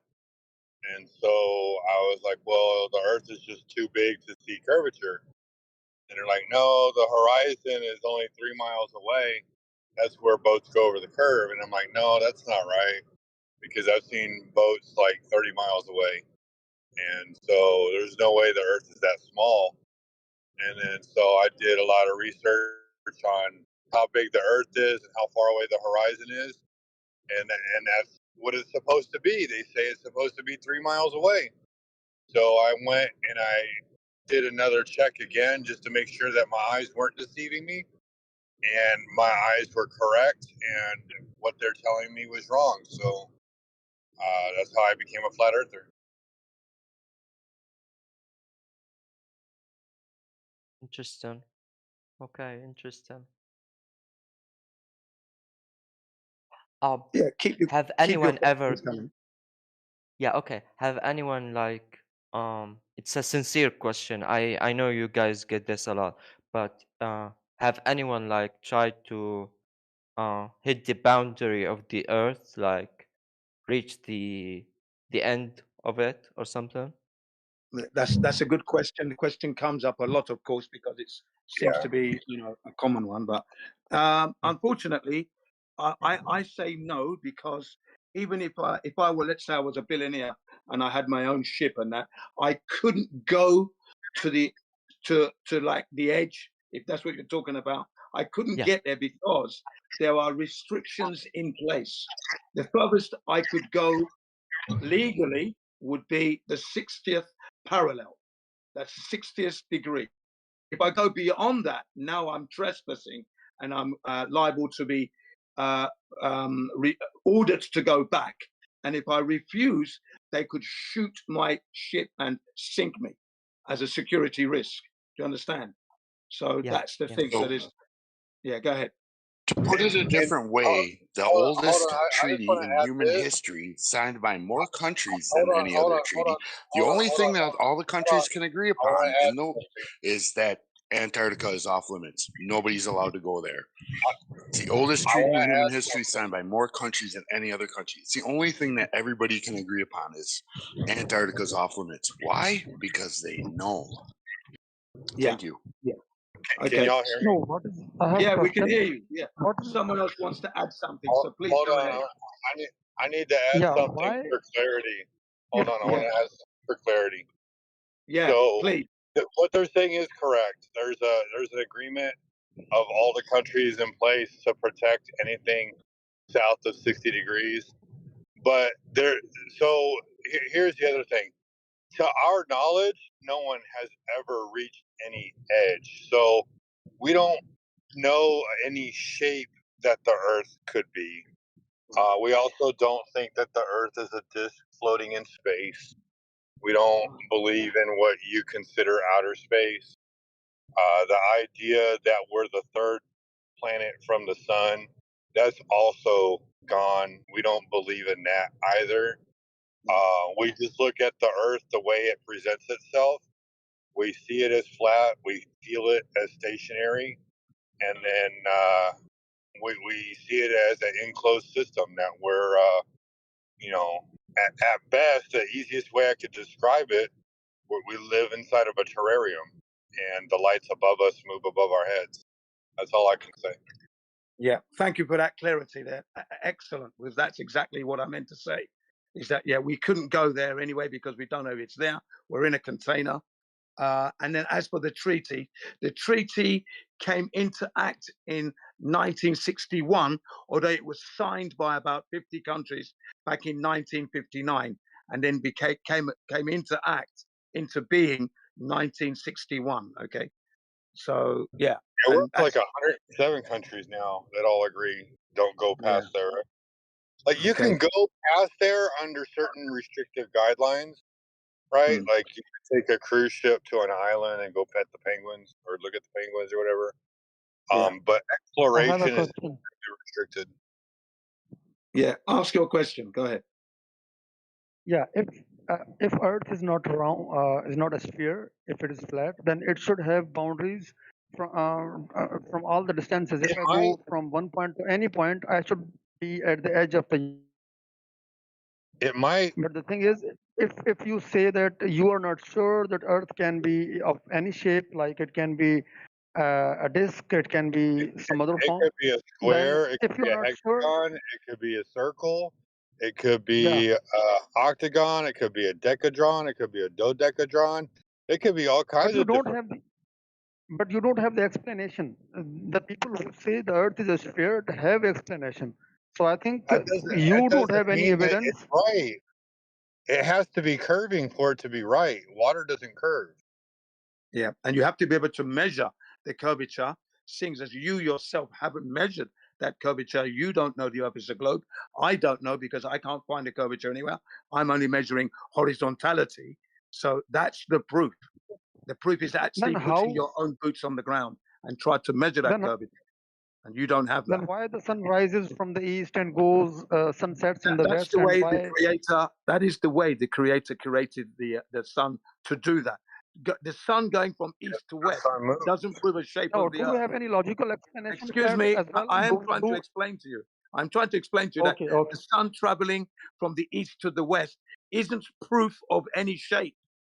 Okay, that's not the proof of a shape. So that's wrong. It's a red herring, non sequitur. Here, Listen, Okay. I'm sitting in Asian country, and you guys are sitting somewhere hold else. on. You're Now there's a excited. time difference that we can Let me, see right now before our eyes. hey, So let me, does this bro. not prove Listen, that Earth is round? listen. Sphere? You're excited. You're excited. You want us to give us these concise explanations. So let me give you a concise explanation, right? So air Okay. has a thickness to it, right?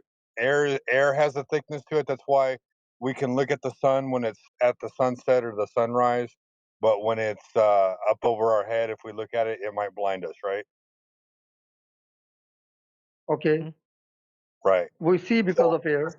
When Yeah. the sun comes and the sun goes, right? As it gets further and further away from us, or before it comes to us in our view, it's reached a limit that light has scattered and dispersed throughout the medium of the air to where light can no longer reach our eyes, right? And so what happens is the sun moves into our vision and then we perceive it. It moves across the sky to the sun, to the area of the sunset, to where we can't perceive it anymore.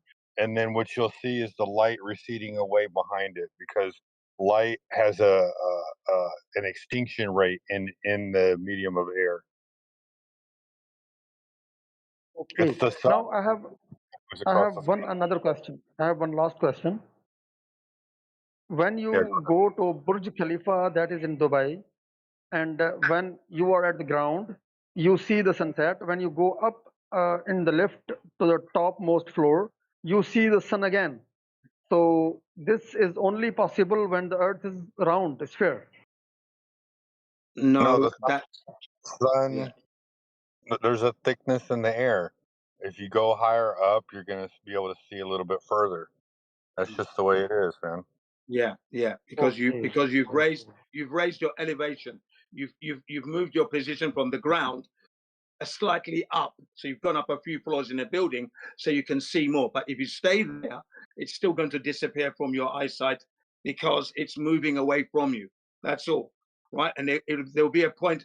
It doesn't matter how high you go, you're not going to see it because it's night time. It's good night. Okay. So no, that Okay. doesn't prove the Earth. That doesn't prove the Earth's curvature. Okay. Okay. Okay. I got it. Have you ever wondered that when like you are up in the air and you look out over water, everything looks flat, Yeah, it looks flat. Yeah. right? Have you ever thought about how far away you're seeing things when you look up in the sky? From Earth? Yeah, no, when you get up in the sky and you're high up in the air, have you ever thought about like maybe from a plane how far away you see things? I have no idea. Right. So it's an oddity, right? Like I was explaining earlier, when I'm looking out over water and I'm just standing at the edge of water, not that I'm in the sky, not that I'm in a plane or anything like that. When I'm just my feet are on the dirt and I'm looking out over the edge of the water, they tell you that you're only supposed to see about 3 miles or 4.5 to 5 kilometers. And the problem is I've seen much, much further than that. And I've never seen, as a result of that, I've never seen boats really go over the curve, right? I've seen boats go really far away and they just kind of like shrink into the horizon. And to me, When that's you always been odd because I always thought the Earth was just too big to see the curvature. And what's ended up happening is it's just not curving. That's the problem. The No. reason why it's so big that you can't see the curve is because it's not curving. When you stand at the beach and you use binoculars, any equipment that zooms a bit, when you see the ship going away from you, you see that it's like going into it is inclined a bit, so it feels like the Earth is a sphere. Have you experienced that ever? No, I just seen it get smaller and smaller because the way perspective works. It also becomes tilted a bit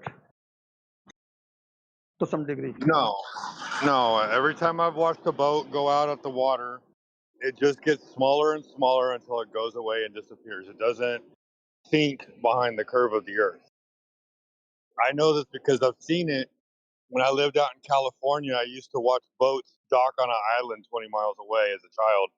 And I used to be amazed at how I could see that. I was like, oh, that's pretty cool. I could see them docking at the island. Lo and behold, the island was 20 miles away and I could see the boat in their entirety. Okay. Yeah, but there's a difference between, like, if Earth is, like, basically I'm against flat Earth, just so you guys can understand it.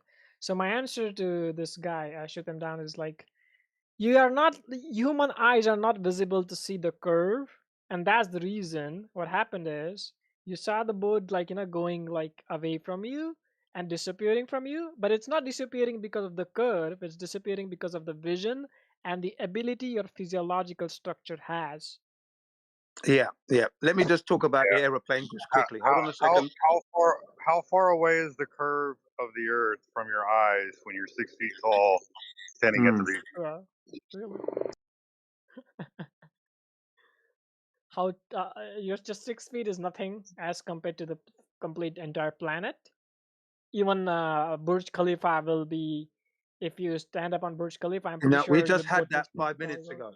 5 minutes Okay. ago, someone just said that, and it's been Oh. debunked. Just listen clearly. We were talking about aeroplanes just a little while ago, and let's say we're at 35,000 feet. Okay, now we can see 500 miles, and if we use infrared, that extends to 1,000 miles plus with infrared lensing. Okay, so and there, no curvature being witnessed, just pure flat Earth. Okay. Okay. Just bear No, that in mind. I have another argument against flat Earth.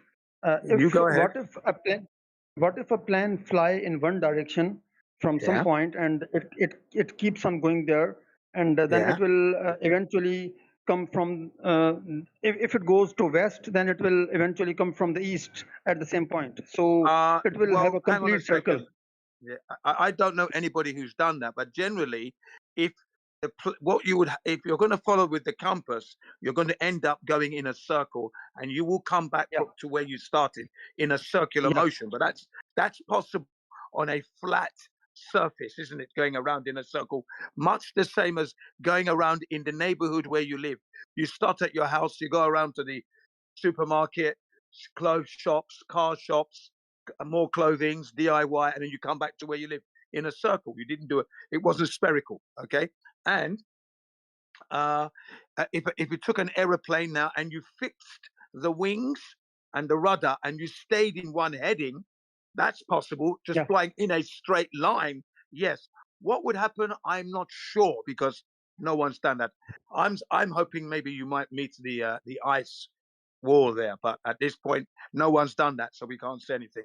But generally it is easy to come back to where you started on a flat surface going in a circular motion. Okay. Okay, but Right. the idea that there is a ice wall that is not allowing us to see the edge of the Earth. So that's just a point. That it Yeah, should no, be. the It point. should be. Hang on. It should be all around, everywhere. Well, it could. Wall The should be point everywhere. is that could be. Unfortunately, I'm not able to try and confirm that because I don't have a plane that would allow. I don't have the finances and the logistics to be able to do that. But I would love to do that. Okay. And the thing about the edge thing is that you will never be able to go to the edge because there is a container.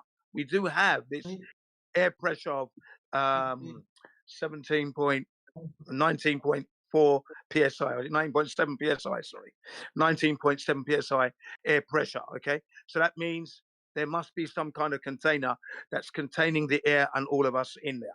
Someone else is trying to ask a question. Go ahead. I can hear. Go ahead. Yeah. Someone's in the background making noise there. So when you're not talking, can you mute your mic because there's background noise coming in? Sorry about that. But okay. So if anybody's got any questions, please carry on. Hello? Yeah, I can hear you. Yes. Go ahead. Nice to meet you. I can show you. Okay. Nice to meet you. Can you speak louder, please? Louder. You're too quiet. Oh, yeah. I see. What's your name? My name is Jin CBR1. What is your name? Oh, my name is Juwaida. And Is Juwaida? Jason Wang. Okay. Is Juwaida? Is Juwaida? Okay. Can you speak louder? Put your volume up because you're a bit low. And what is your question? What is your question? What are you talking about now?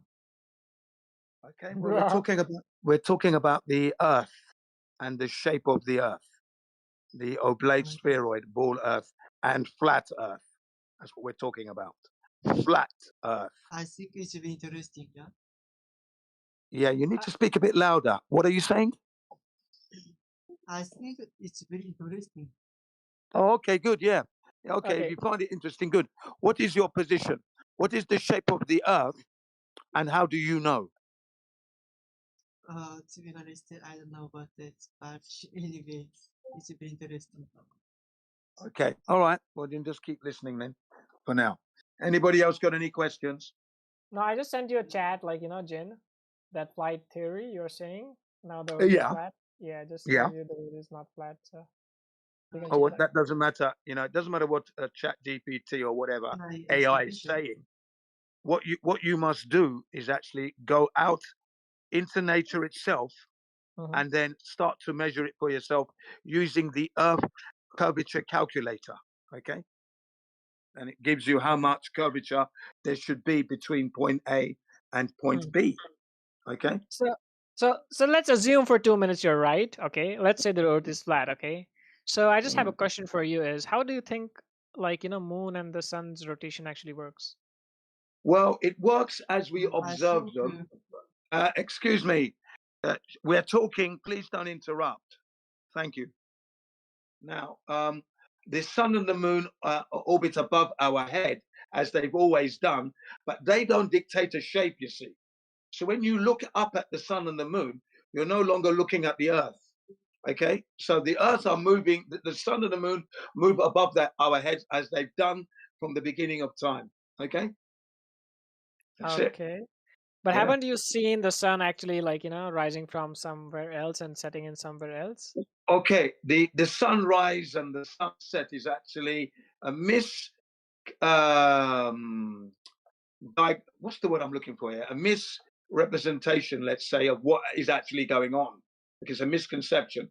Just because the sun looks and appears to be rising up, okay, that's an optical illusion. Because take the sun at 12 noon, when it's 12 o'clock above your head. You see the distance from the Earth's surface to the sun at 12 noon. That doesn't change as it continues going west. It's at the same altitude, okay? So when you look at it going west, because it's going further and further away from you, it appears to be going down, but it's not actually going down. It's just the distance is being increased. Much the same as a car coming from a great distance, it's tiny. And by the time it gets to you, it's full size. Then it goes past you, carries on, and it starts to get tiny again. Yeah? An optical illusion. That's all it is. Okay? So are you saying that the sun is rotating? I'm saying that the sun is rotating on it's following a course. Whether it's rotating on an axis, I don't know that. All I know is that it's going on its course. And remember, when we're looking at the sun, we're not looking at the surface of the earth. And that's what we're talking about. Is the surface of the earth curving? It's got nothing to do with the sun now. But carry on. Is the earth like who's rotating, or even on the axis and even the curvature? We don't detect Earth rotating whatsoever. Earth is stationary, motionless, and flat, is what we are experiencing currently. If okay, if sun is fixed in the same location, do you agree on this? No, the sun is constantly moving every day. It's not fixed on Okay, any location. constantly moving around the Earth, or like on the same location? It's taking a path. It's taking a path that covers every country with the sun. Okay, has to do that. So every country gets good morning, good afternoon, and then good evening. Good morning, good afternoon, good evening. Every country gets the turn. Okay, that's how it works. But okay. Well, that's the truth, isn't it? I'm not lying. Am I lying? I mean, that's like, yeah, the explanation is completely like false. But It's completely simple because that's what it is. It's not a complicated thing. The sun is moving on its course and it's bathing the countries with good morning, good afternoon, and good night. That's what it's doing. Everybody gets a morning and an afternoon and a good night. No one's lying here. That's how simple it is.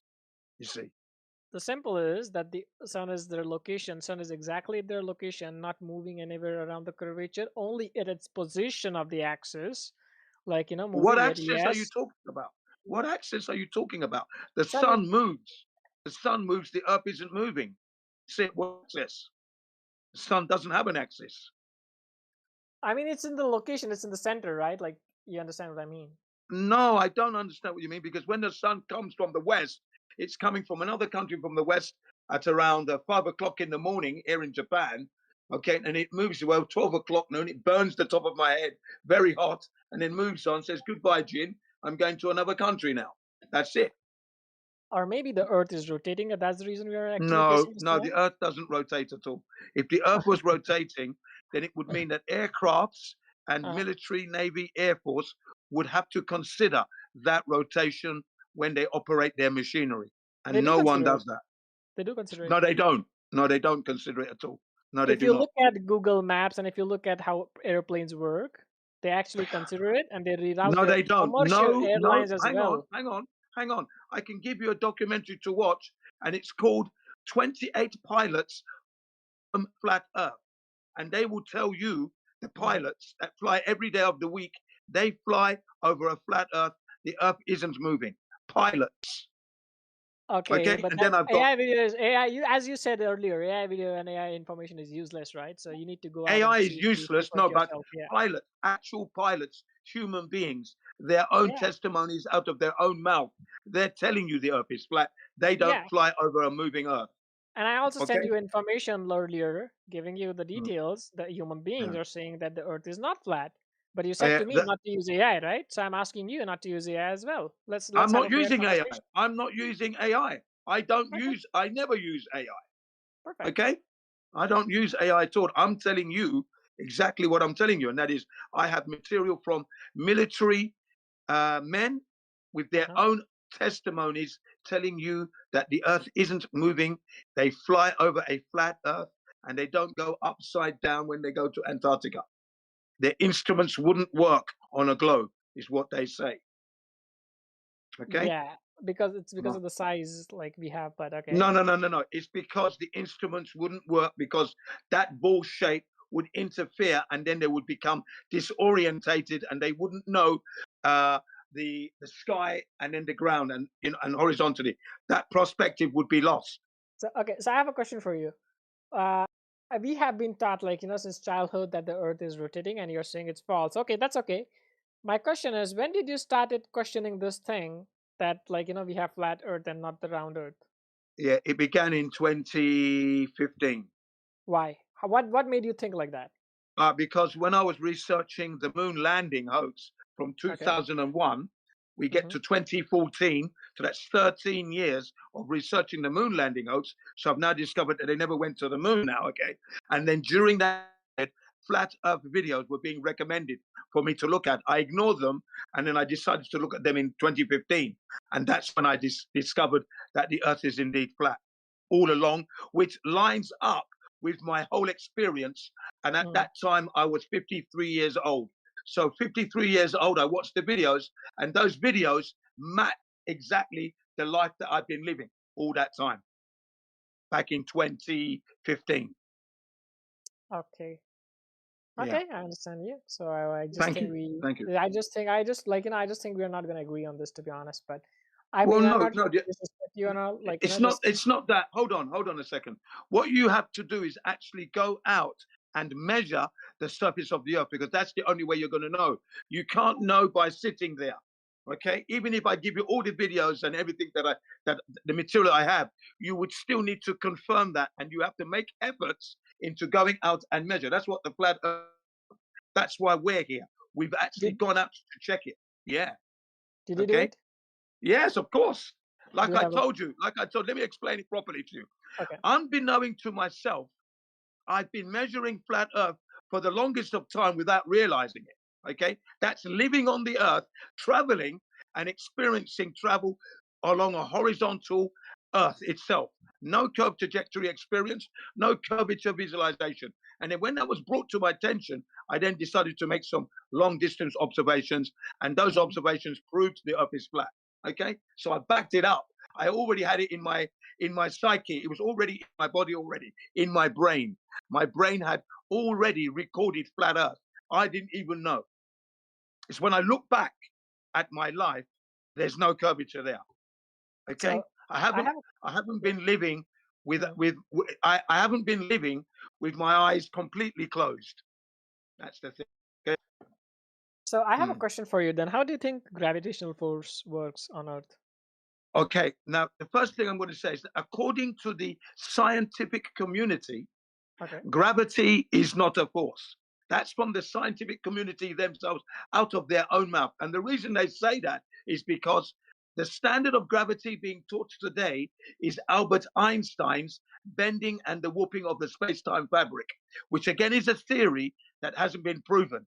So Sir Isaac Newton's mass attracting mass theory, which he disagreed with, he never proved it, and he didn't want to be associated with that theory, has been superseded. So my question to you is, which gravity are you talking about? And gravity has never been proven on this earth so far. If I jump, I will go down again. That's not proof of gravity. That's buoyancy and density.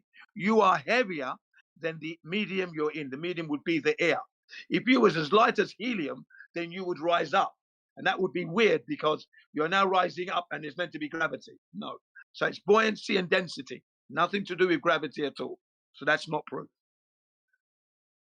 So what do you think is in the middle of the crust of the Earth? Let's say the Earth is There is flat. no middle of the crust of the earth because we're not a ball, we're flat.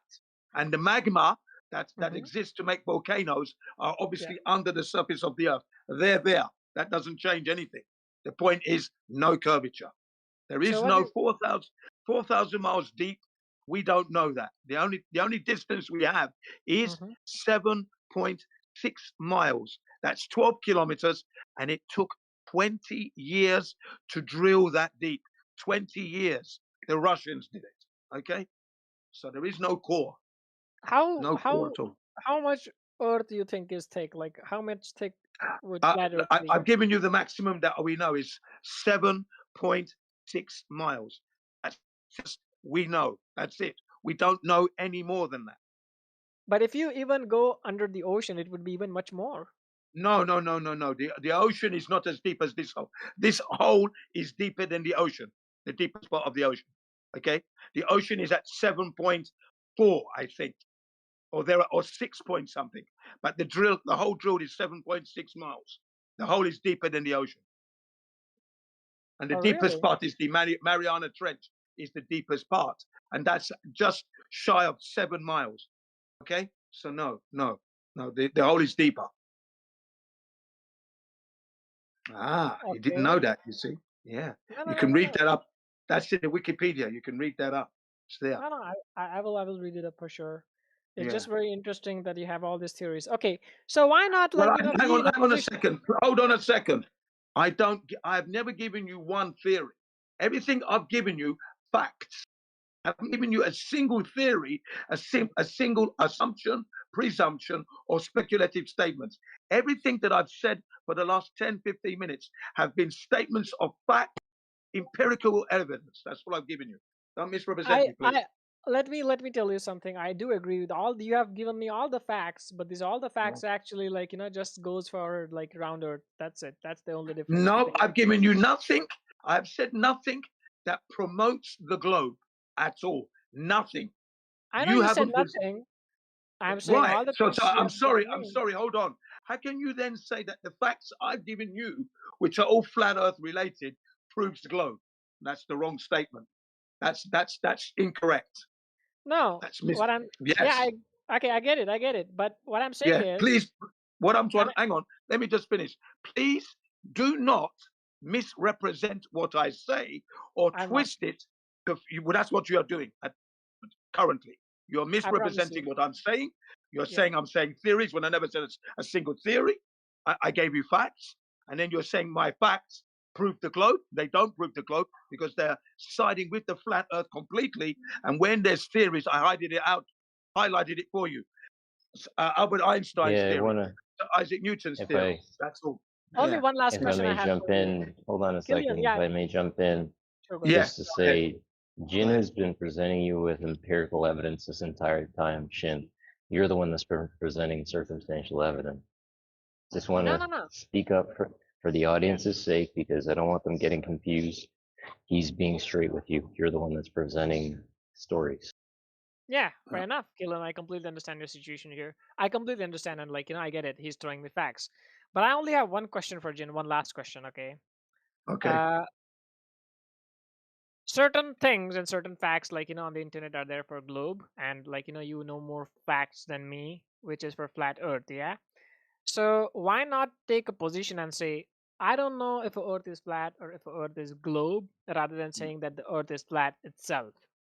Okay, ladies and gentlemen, you see, this is where the guy has not been listening.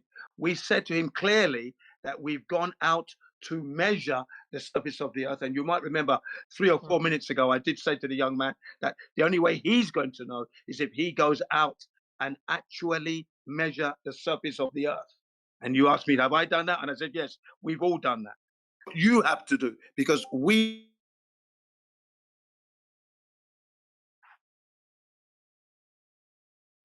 Did I lost you? May have gotten a phone call. He may have gotten a phone call. Oh, I So, see. question. I have a but question for you. Question for you, Shin. Yeah. What on your system, your vestibular system, tells you that the Earth is in fact spinning, or there is in fact a drop over distance?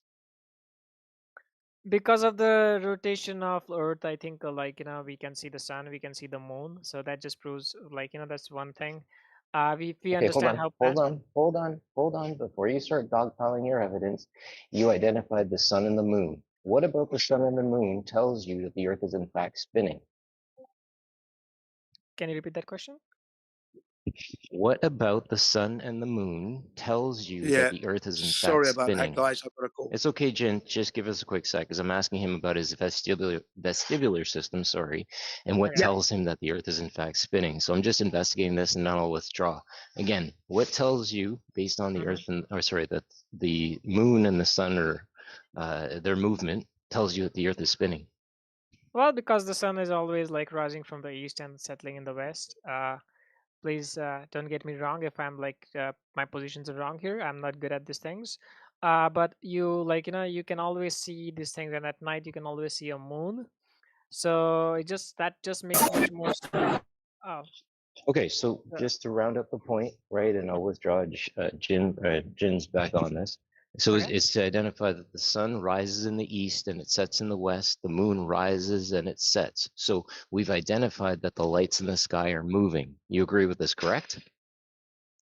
No, I'm saying the earth is spinning.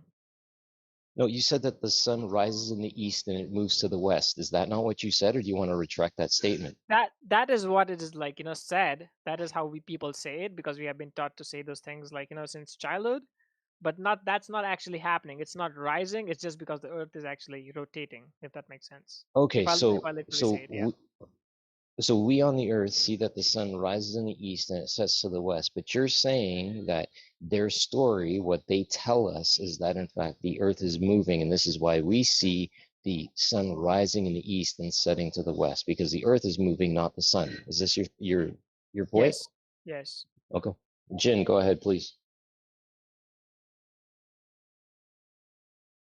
Yeah, thank you very much for that. That's perfect. So basically, the Earth is. I did explain that earlier on. The Earth isn't rotating, and in the military and the aircraft pilots don't take Earth's rotation into consideration, or maybe as well because they would have to if they're going to operate their equipment on the rotating, curving ball Earth, right? And you agreed that what I said was correct because it was a statement of fact. It wasn't a theory.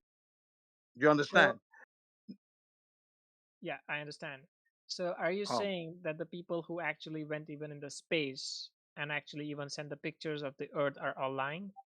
Okay, yeah, well, they're definitely misleading the world at large. And remember this: me and you cannot go to space. We can go to space. We can't. Me and you can't do that. Okay, that's not possible. But with the knowledge I have, I know it's impossible. You don't have that knowledge yet because you haven't done the investigation. So I know space travel and rocket science will never ever get you to space because we can't go there. It is not a place that we can actually go and visit. We're being misled. And yes, those astronauts, every single one of them, and their bosses and their leaders are lying to the world. Okay, so let's Fact. continue with this conversation. I have so what do you think they're achieving by misleading us? They're achieving you being fooled and deceived. It's called mind control indoctrination. That's their achievement. And if they keep lying and you keep believing, then the lie gets bigger and bigger. They make their more money and more people come under control because you're believing without investigating. That's what they're gaining. Control of the human race by this. So they could also get more money from flat Earth as well. Are you Not saying that necessarily. No, Okay. no, it's not like that at all. That's not how that works. Flat Earth stops. If everybody woke up to flat Earth, it would immediately shut down the space agency because Earth everybody is would realize. flat. Hang on a minute. Everybody would realize that space is not possible. You see, that's what flat Earth does. It neutralizes and stops and exposes the lie and the deception. That's why you think you can go to space, but we, the flat earthers, are telling you no, it is not possible. We know it's not possible. You believe it at the moment. So that's the problem. You are a problem because you are believing without checking. We're asking you to go and check. That's what May we're I asking you ask to do. what's the goal of Round this Earth is discussion? the conspiracy of NASA. We're talking about the Earth and its shape, and the oblate spheroid, and how do we know it's an oblate spheroid? Can you prove it, etc., etc. And we're covering a few topic matters along the way. The young man is talking about we can go to space and see it. Well, we can't go to space. We cannot do that. Well, if this is a discussion about the shape of the Earth, then may I ask where we have a foundation to argue on? So where do we have agreements on to build on this argument, on this discussion?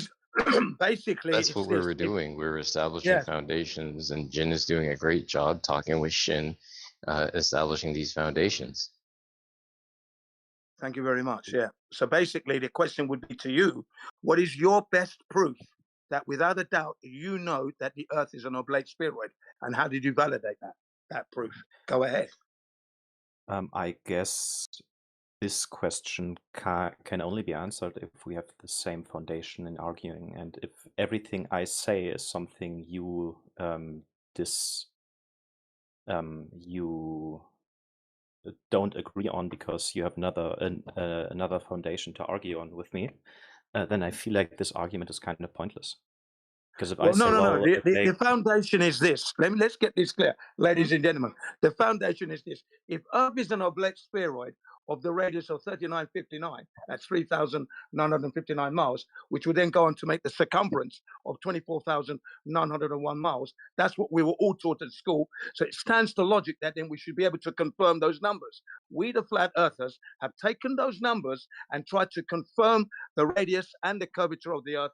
We are failing dismally there. We are finding the Earth being flat and horizontal, the horizontal constant. That is the standard. The standard is we're being told the Earth is an oblate spheroid. Let's go check it. We've gone to check it. We're finding flat Earth. So it's up to you, sir. What do you say? Have you checked it yet? To know. Have you checked it personally, or are you? Yes, we've done that. Yes, No, I'm that's talking not about it. not. Yes. I'm not Yes, asking I if the have. flat. You Yes, personally. I have. Okay. Yes, I have. So the question is over to you. Amen. Have you checked it? And what is your methodology and the proof, please?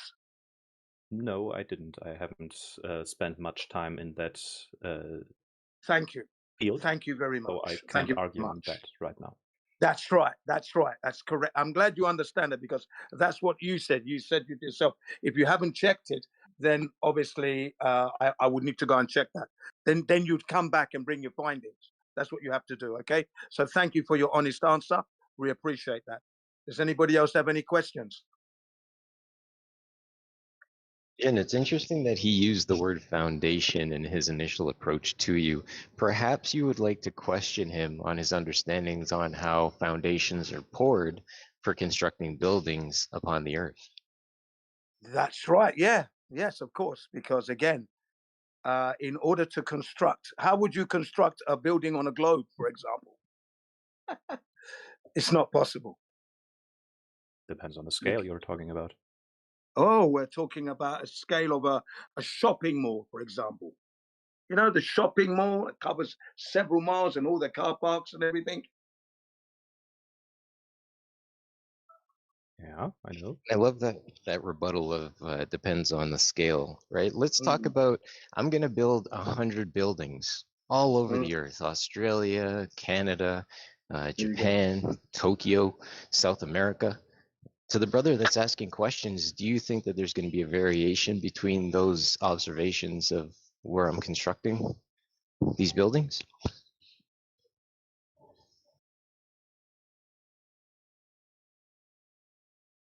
Did you ask me? And if so, could you rephrase the question? I didn't quite catch that.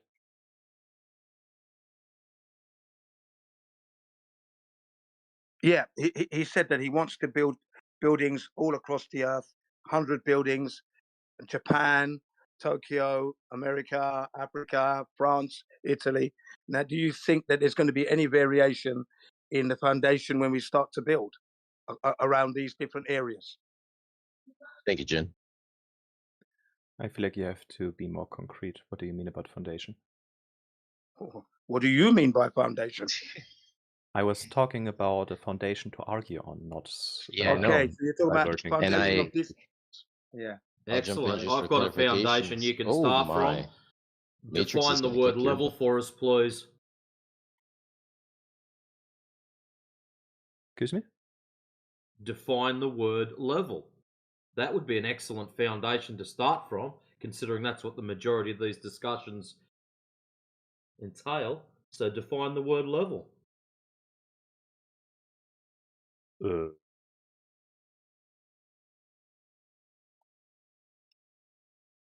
Surely it can't be that hard. I'm not native to English, so give me a few seconds to think about it. Perhaps we can go Can I- to the tool called the level. Well, how Can about that? Do you know what a Can tool I- called the level is? Oh, Shin's back. Oh yeah, no. I would just wanted to say that by level, as much as I understand it, I just think that it's a flat surface from where we are going to start, is what he's saying. Emperor is saying. I'm assuming that's the level. No, that's not what I'm saying. Our good friend Felix was asking for a foundation to build upon. Now, what I've noticed with the majority of these arguments is when we say something's level, No, we mean I no was point higher talking. than another. When another people say level, they mean equidistant from the center of a sphere, which they've yet to prove in the first place. So that's why I'm asking for the definition of level, so we can continue from there. Oh, actually, no. I think there was a misunderstanding because I think Felix Yeah, I was was saying that the just basic trying to clear that yeah. up. I was asking about what is the foundation of the different parties to argue on. So if we, for example, want to argue, The foundation is the definition of the word level. This is what it comes down to. okay, so this is your answer to my question. Thank This you is- very much. Well, the point is that you, in your initial approach to Jin, mentioned the word foundation. And since the conversation kind of came to an impasse where you literally said you could not agree, I then presented the opportunity to explore how foundations are installed, poured onto this earth in order for us to push forward on the principles of construction, observing level and plumb and these types of things, in order maybe for you to understand these principles better. That's the point. The initial, my initial, let me find the right words. My initial reason to ask for where is the level, the foundation for this argument to agree on, to continue this discussion is, well, if I tell you that my reasoning to believe that the world is not flat is, well, look at the live streams from space, look at the images, look at the needed technology to instigate the photos of the first moon landing, etc., etc., etc. All of those things would be disproven by you due to, well, we are being tricked if they try to lie to us, or that doesn't make sense, or it doesn't work, whatever. That's just poisoning the well. None of your so-called Let me technologies please necessitate a sphere. continue my please let me continue speaking before you interrupt me, as I try to do the same with you. All of those points I could make would be disproven by you because we aren't arguing on the same foundation where we can agree on something, because we have to agree on something to start a discussion from. And that's my baseline question I tried to ask you when I joined is, where's the baseline foundation where both parties in this discussion agree on? Yes, I understood that, Felix, and I addressed it perfectly for you. And there we are. So I understood where you were coming from, 100%. You were trying to establish a standard by which we could agree to have a discourse. That's what you were trying to establish. Yeah. That's what you meant by your foundation. I understood. That's why I was a bit confused. Yes, yeah, and I carried on. I understood what you said, and I carried on. Didn't skip a beat, and I laid down exactly what the situation was, and you answered it, and you said categorically that you haven't measured the surface of the earth. So that would be the end of the conversation right there, because you would need to go and measure that first and then bring back your findings, and then we discuss that. You see what I mean? Because we've already measured. We know that the earth is a cosmic sphere. If that's the foundation you'd like that to is the establish. foundation. That And is by the the way, I foundation. hear myself twice. Could Sorry, yeah. Don't worry. I get where you're coming from, but right now you're trying to establish a foundation to argue on, but I won't do that because I could say, well, someone else did it already, or I don't think that this is a valid argument to start this discussion and take other points. So I feel like my question is a bit too broad to Well, not really, because if we said we've measured it, and we're waiting, and you haven't measured it yet, so clearly you're the one that's in deficit. You would need to go and measure. Hold on, you're interrupting me now. I'll let you finish. You're in deficit because you cannot say you know the earth is a globe. You can't be using third party, because that's still not knowing. You're still not confirming what they say. So in order to do that, you would need to go out, measure the curvature of the earth. You then know it's curving, and you bring that here. And now we're on the same foundation here. We're level pegging because you're bringing your findings. You haven't done that yet. So you're in deficit. So you would need to go and measure and come back. That's what you have to do. That is the integrity of the situation currently. To disprove the point you are making in that field of arguing. Yeah, that's true. So I'd say, okay, I can't disprove that, so I will bring something to the table and ask you to disprove it by, for example, telling me how the pictures of the moon landing could have been faked with the technique available to us. Why do we have to prove that the moon landing is fake in order to adjudicate whether there's curvature on the Earth? Well, because Jin just the told moon. us, I don't want to be rude, brother, but the moon. The moon has absolutely nothing to do with the ground beneath our feet. So us pointing at the moon would be more akin to a mental disorder as opposed to a sensible argument. I am asking because Jin just said a few minutes ago that we can't go to space. So I'm taking that point of his argument and trying to ask it's a violation of the second law of thermodynamics, but anyways, please continue with your dreams of space. And I'm taking his statement he just made a few minutes ago and asking him, well, if that was faked the moon landing, then tell me, please, in that field of discussion, how the pictures, for example, are made by that are faked. Well, basically, since you've conceded, ladies and gentlemen, that he hasn't measured the surface of the Earth to know whether it's curving, so he clearly does not know that he's living on a globe. That's fine. He wants to go to space now. And as my colleague Matrix just said, when you're looking up, you're no longer looking at the surface of the Earth. So with that all being said, we'll have a little 2-minute explanation as to how we know the Earth, the moon landings were over. Jin, Yeah, he go ahead. doesn't want anything to do with Earth. He just wants to attack your argument of the moon landing is fake. So Yeah. because he's realised he's got no measurements of the ground, he just wants Correct. to sidestep to that. So if anyone else has got no problem entertaining it. But Yeah. if anyone else has got any Earth-related questions, we are going to step back to that, just so you know. Yes, yeah, absolutely. Yeah, cool. Take Go for it, bro. Yeah, no problem. Yeah, so that's what I was about to do. Actually, is that if nobody objects here,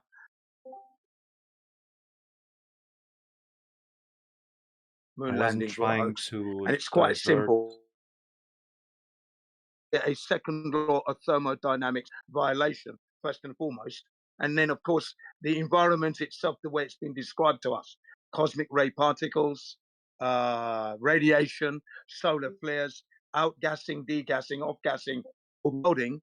These are obstacles that are unsurmountable, and NASA never had the required thickness, shielding, or the technology to do that. Not possible.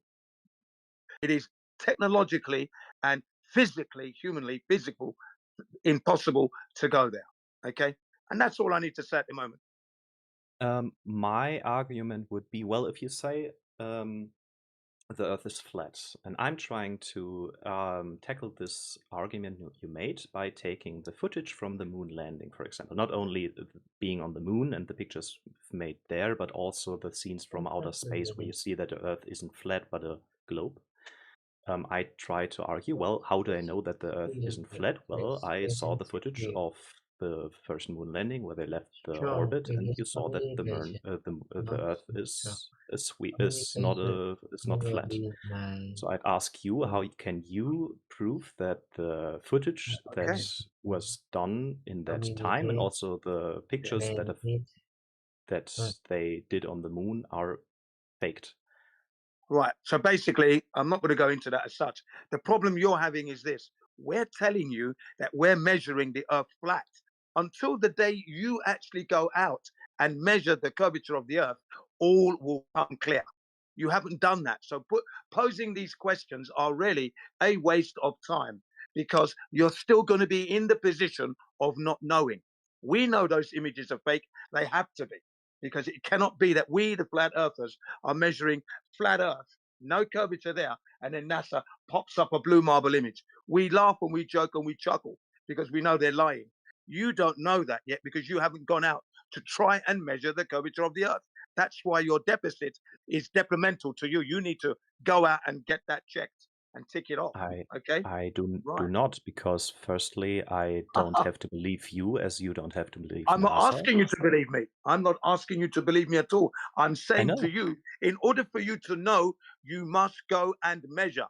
You must do this, because if you fail to do this, you can never make the claim, I know the Earth is a globe. In fact, no human being can make that claim, because no human being to date has ever measured curvature of the Earth. And until you make that attempt to try and measure the curvature, you don't know you're on a globe. It's as simple as that. That is the integrity of your situation. May I ask, how did you measure it?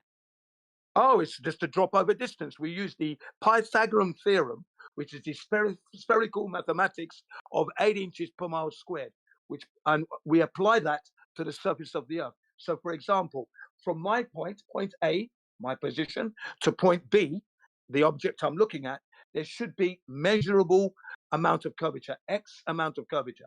So let's take the distance of 10 miles, a 10-mile observation over a lake.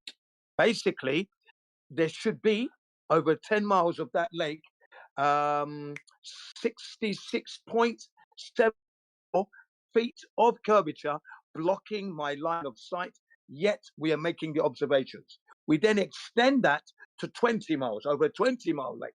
There should be 6.47 feet of curvature blocking line of sight, but that observation is being made. And then we extend it to 30 miles, and there should be 600 feet of curvature blocking line of sight, but observations are being made. And the record currently by a camera is 275 miles with a camera over the French mountains. Okay? Would you Record. mind giving me more information in text form about this tests and the results you've gathered? Yeah, we got loads of it. You can give you a laser beam test and stuff. Yeah, no problem there. Give me a couple of minutes. I can get this material for you if you care to just wait, okay? Yeah, don't worry. Thank you very much. So you are welcome, Felix. But remember, the integrity of your position is you do not know you're on a globe because you haven't actually measured the curvature of the Earth to know. So you're in the weakest position here. You've conceded that everybody heard you. You haven't measured it. So basically, currently, you do not have a case to argue at the moment because you haven't actually gone out and put your boots on the ground to confirm either way. And that is the problem. Okay? Do you know the coordinates you are right now on Earth? I know where I am in Japan, vaguely, yeah. Again,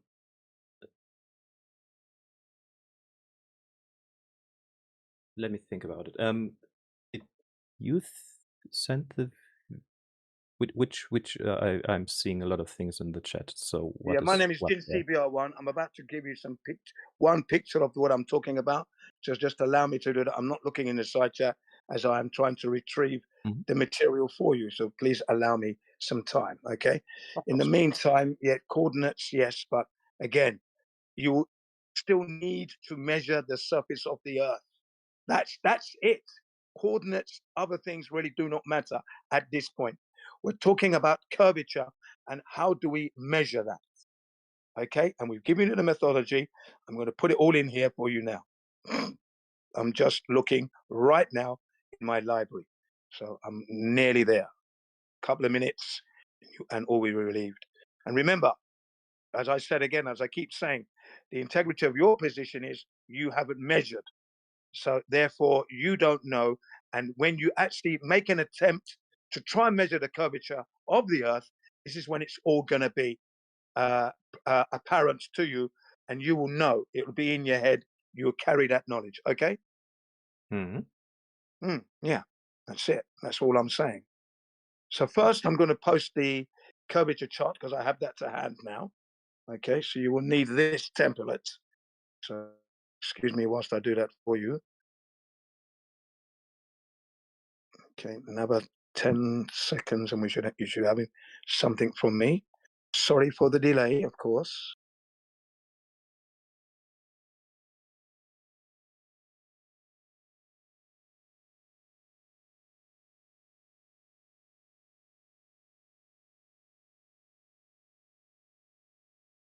Yeah, good. Second one is coming now, the actual.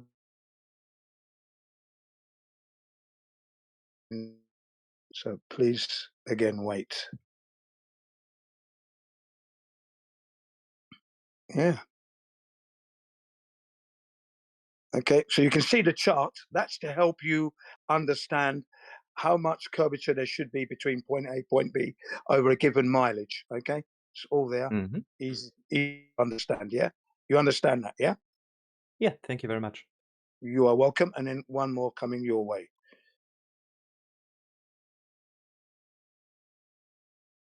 Hang on a minute. I haven't got the image up yet. I'm just scrolling down for it now. Sorry about that.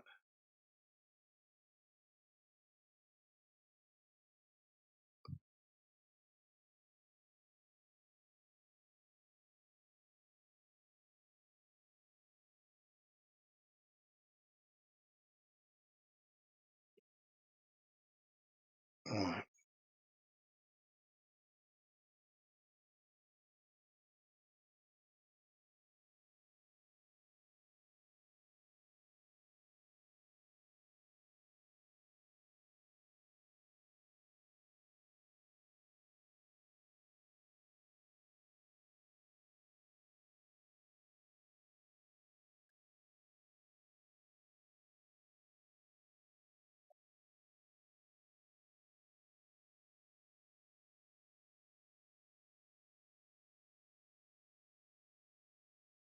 Yep.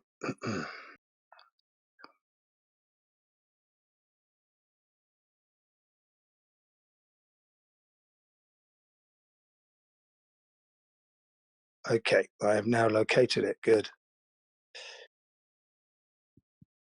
Okay, so the image shuffling itself into another row. Okay, here it comes.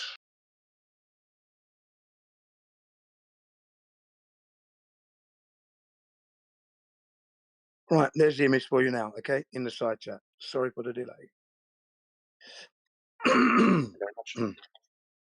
Okay, so there's two bits of information that supports our findings. And now we're waiting for you to one day, obviously, one day soon, to go out and actually measure the surface of the Earth to try and prove the curvature to be there.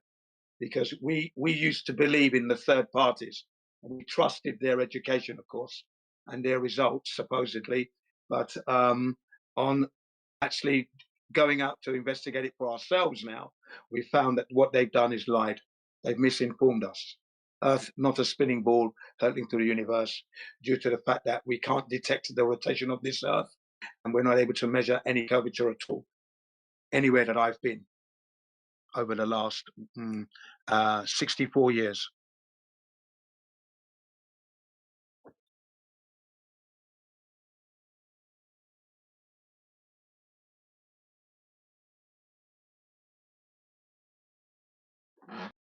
Are you okay, Felix? I am. I'm just reading into it. Okay. Okay, thank you very much. Brilliant.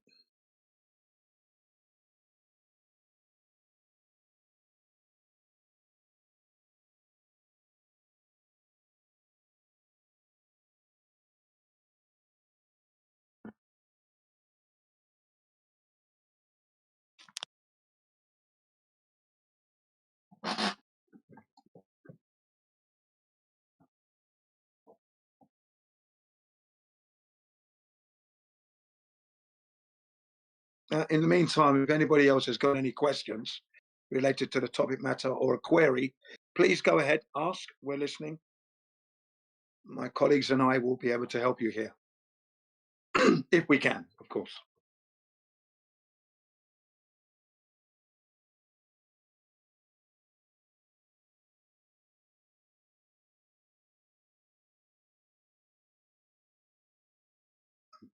Whilst we're waiting, I can't stress the importance of actually knowing over believing and listening to a third party, depending on the topic matter and the issue. And in this case, shape of Earth.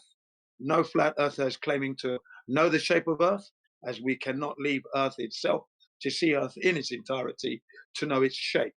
We've been given the oblate spheroid. We've tried to confirm that by measuring curvature. Not able to measure it. It's horizontal everywhere. Earth, not a ball. Simple as that. Okay. And as for the rotation, the Earth is stationary.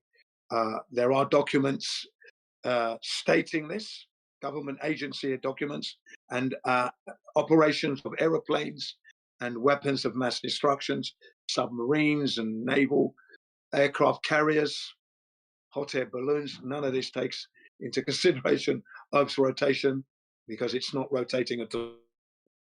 All right, simple as that. And of course, if you feel that you have proof of that, then you're welcome to discuss it here at the 24/7 Flat Earth Discord, on the English Hub, politics, or at the home ground.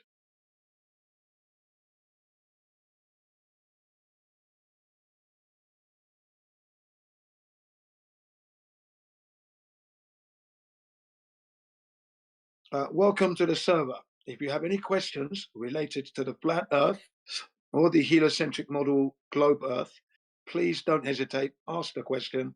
My colleagues and I are here to answer your questions. And once again, welcome.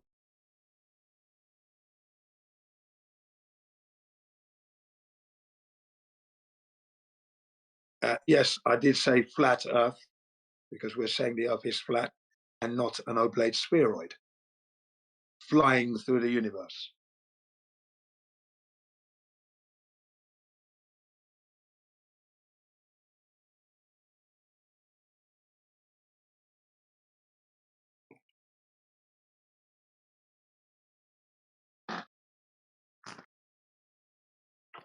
Oh yes, I'll tell you what I'll do as well for Felix. I will put in the 28-mile laser beam test because that's a really useful one as well. Lots of integrity there. Let me get that one up as well whilst I'm here.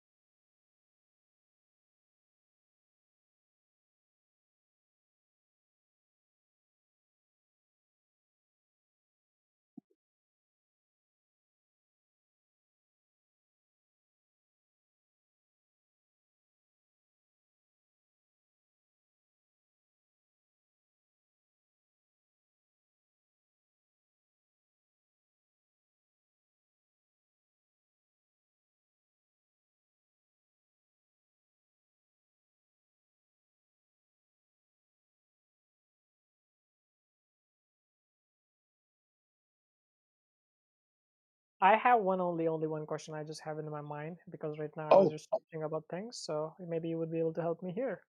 yes, you go ahead. Yeah. Maybe I can. Please go Okay. ahead. How do you think lunar eclipse works if it is a flat Earth? Okay, well, the lunar eclipse, as we see them, are operating as they've been doing for the longest of time. But remember this, ladies and gentlemen, looking up at the lunar eclipse, once again, doesn't prove the shape of the Earth, because the gold standard, of course, is to measure the surface. So eclipses do not prove the shape of anything. Okay? It's an interesting phenomenon. Well, not everybody knows exactly how it works. Nobody knows that. That's my answer for you, sir. Oh, but okay. So no, but previously when you and I were having a discussion, you said to me that uh like the sun and the moon are like rotating like going above the flat Earth. You agree? Above our heads, absolutely. They're on their predicted course. They're never late, always correct. Yeah, but then for the lunar eclipse to happen, the sun needs to Yeah. be on the opposite angle and the moon needs to be on the opposite angle for the shadow to fall down. Ladies and gentlemen, these angles we're talking about are not proving the shape of the Earth, which is what we're discussing. Sun and moon do not prove the shape. Eclipse doesn't prove the shape of the Earth. Please prove me wrong. Please prove the shape of the Earth by looking up at two balls above your head, which is going to be the most accurate. Measuring the surface of the Earth to look for the curvature with the numbers they gave us, or are we going to start looking at the balls above our head? These balls that we do not know the distance to or their size. So we're into inaccuracy, failed, useless methodology. Sorry. No, but if sun Yes, doesn't, no, because if the sun and the moon were to align together for that to happen on flat Earth, according to your own logic, don't you think then they should move it's at the not same proving the time? shape of the Earth. It is not proving the shape of the Earth, ladies and gentlemen, which is what I say. I will say it again. Looking up at the stars and an eclipse is not going to prove the shape of the Earth. And it doesn't. Thank you. Jin, may It I have doesn't. can I ask a short question? Yes, you may. Can you take a look in the chat and just tell me if the picture you've sent about mile radius Earth and the PDF file with the laser level experiments, those two belong together? The one I sent you a 28.6 mile laser beam test. That's what I sent. Yeah. That's the 121 pages PDF file, the fake orbital That'd be a cage level separate thing. experiment. That'd be a second experiment, second observation test, not But experiment. based Observation on the test. same No. Separate calculations? locations. Different locations based on the same standard. Yes, different locations. There is only one standard, ladies and gentlemen, that we operate on. Either the Earth is curving at 8 inches per mile squared, or it's not. That's the standard. We don't We don't operate 3 different standards. No. And the standard is the picture you've sent with the Earth and the But calculation. that's a separate location, not related to the PDF that you were posted. That's a different. That's the FE core, different location. That's what we call a preponderance of evidence. So we've given you 3 pieces of proof, by the way, slam dunk proof. These are not theories. Okay. I'm just asking if the calculations on the picture I've sent, I replied on 2 different messages in chat. If Yeah, those 2 the belong together, standards, or the if standards they are the are. standards. The standards are all the same. Jen, he's talking about the Decimal Z video. The FE core experiment, the PDF Right. that you're referring to, Felix, belongs to the video that's just directly above that. Decimal Z, greatest laser experiment in history. There you go. So they're separate. And Felix, you might be interested to know that in a court of law, Zen Garcia, an American, challenged anyone to prove the Earth to be a globe and to be rotating more than 50 miles per hour. And the person who proves it would receive $15,000. Okay, it wasn't proved. The woman judge found in favor of the flat earthers because it was never proven. The thing to note, though, was this: they said there was no one from NASA, there were no scientists, no professors, no one out there from the field of geology, topography. No one was out there that had the degrees and the PhDs. They were not there because you would have thought that they would be able to prove it like this. But their absence in that court case rang a very loud bell. Okay, that's What is all the I'm going name? to say. What is the name of the guy you said, Jim? Zen Garcia. Zen Garcia. Spell Yeah. the chat. Yeah. I will post the video in the side chat for you. Okay. Okay, thank you. You are welcome. There are 2 of these videos. There's one, and there was one done in Britain as well.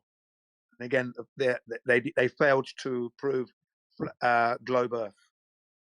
So it's quite amazing turn of events over the years.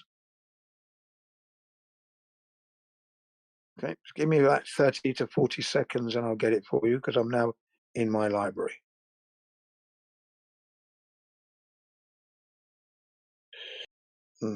I particularly like the court venues because, you know, everything has to be proven. To bring your mustard and prove it. And they failed twice. Isn't that amazing? Yeah, that's amazing. Yeah.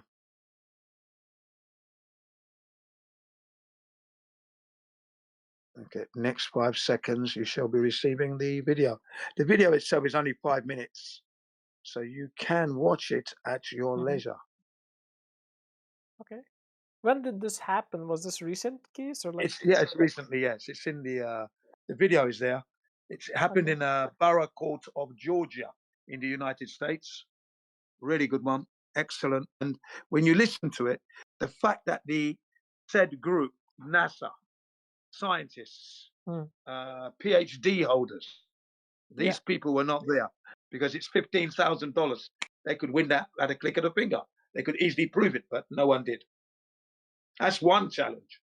Another challenge that was put out in 2019, I think it was, Flat Earth Sherman, a weapons expert, military weapons expert, put out a challenge to any sniper, any rifleman, any riflewoman to prove the Coriolis effect, prove the rotation of the Earth through the Coriolis effect, and you would win $20,000. What he does stipulate, though, is this: bring your legal representative, your attorney, with your $20. He'll bring his attorney and his $20, and a safe, of course. Sign the documents, lock up the money, and then bring your weapon of choice and start to prove the Coriolis effect, as he would give you the targets to hit. That challenge is still there today. So wait, if I go against that guy, you're saying I'm gonna win money? Yeah, you would win $20,000. Yeah. If you went, yeah, of course you would. If you can prove that the Earth is rotating, so he's going to give you the targets, You're going to then do the mathematics required to account for your position and rotation speed at target, everything else, and then predict where the target's going to be, and then hit that target. 5 bullseyes, by the way. 5 bullseyes gets you the money once you hit the targets that he sets forth. All What's in the the public distance? domain. Go ahead. What's the distance, Jen? Say that again. What's the distance? He didn't mention the distance at the time. The challenge is there, but obviously he's going to choose the distance, and then you would have to then work it all out for yourself. You know, what kind of maths you're going to do. Obviously, the distance would have to be within the range of the weapon you're going to use, of course, because otherwise that would be silly, wouldn't it? Yeah. I'm guessing that they're putting it at 1,000 yards, which is the pretty common claim for where you have to start calculating for Coriolis, but nobody does that. Nobody does that. Anybody that tries to take that challenge is going to lose their money. Yeah. Well, the challenge is still there. You see, that's the thing. So there have been some good, you know, challenge of integrity, and no one's been able to win the money. I wonder why, ladies and gentlemen. Why do you think that is? Could it be because the Earth is flat and, of course, non-rotating? Could it be? Or could it be that the guy, they just think that there's no point in proving this guy because this guy is not going to accept that the Earth is globe? That can Ladies also and, ladies and gentlemen, look, whether the guy accepts if it's a globe or not, if I can prove the Earth is rotating, I'm taking $20,000 without a doubt. That is true. Especially if I'm a weapons expert. Mm. and then if I'm a PhD, then I would have taken up Zen Garcia's challenge. If I worked for NASA, I'd take it up because I'd be able to prove it. But the judge found in favor of Zen Garcia, who slam dunked it with his evidence, his proof. It's all in the video. It's all there. Well, it's only $20,000. I needed 2 million. Yeah, please be careful of the voice coming through when you're speaking. It would be advisable that when you do come on Discord to shut off all background noise, because we do not want to get a copyright strike either. So if you're blurting out something off the TV and it's a live one, we could get shut down for that. So please shut down all radios, TVs, music, all that stuff. And then just your voice is all we want to hear. If there are children in the back, fine. Kiddies are allowed because they're children. Okay, but anything else, yeah. Is this being recorded? Of course, this is a live stream, ladies and gentlemen. Oh, wow. I just, what is the YouTube channel? Oh no, this is live. This is live. That's why we're very strict and we don't want to give you theories. That's why we have such a high standard here. Okay. You know, all thanks to the people who have set it up, by the way. Yeah, thank you guys, whoever have set it up. Yep.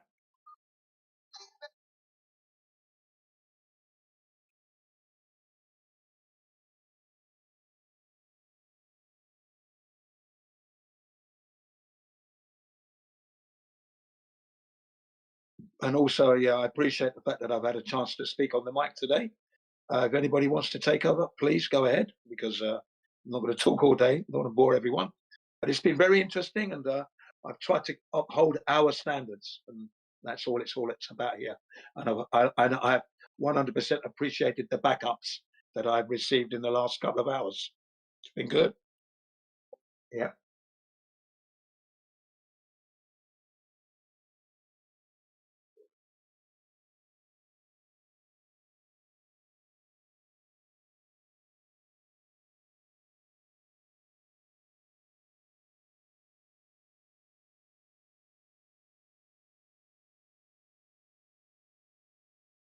Hi, hello.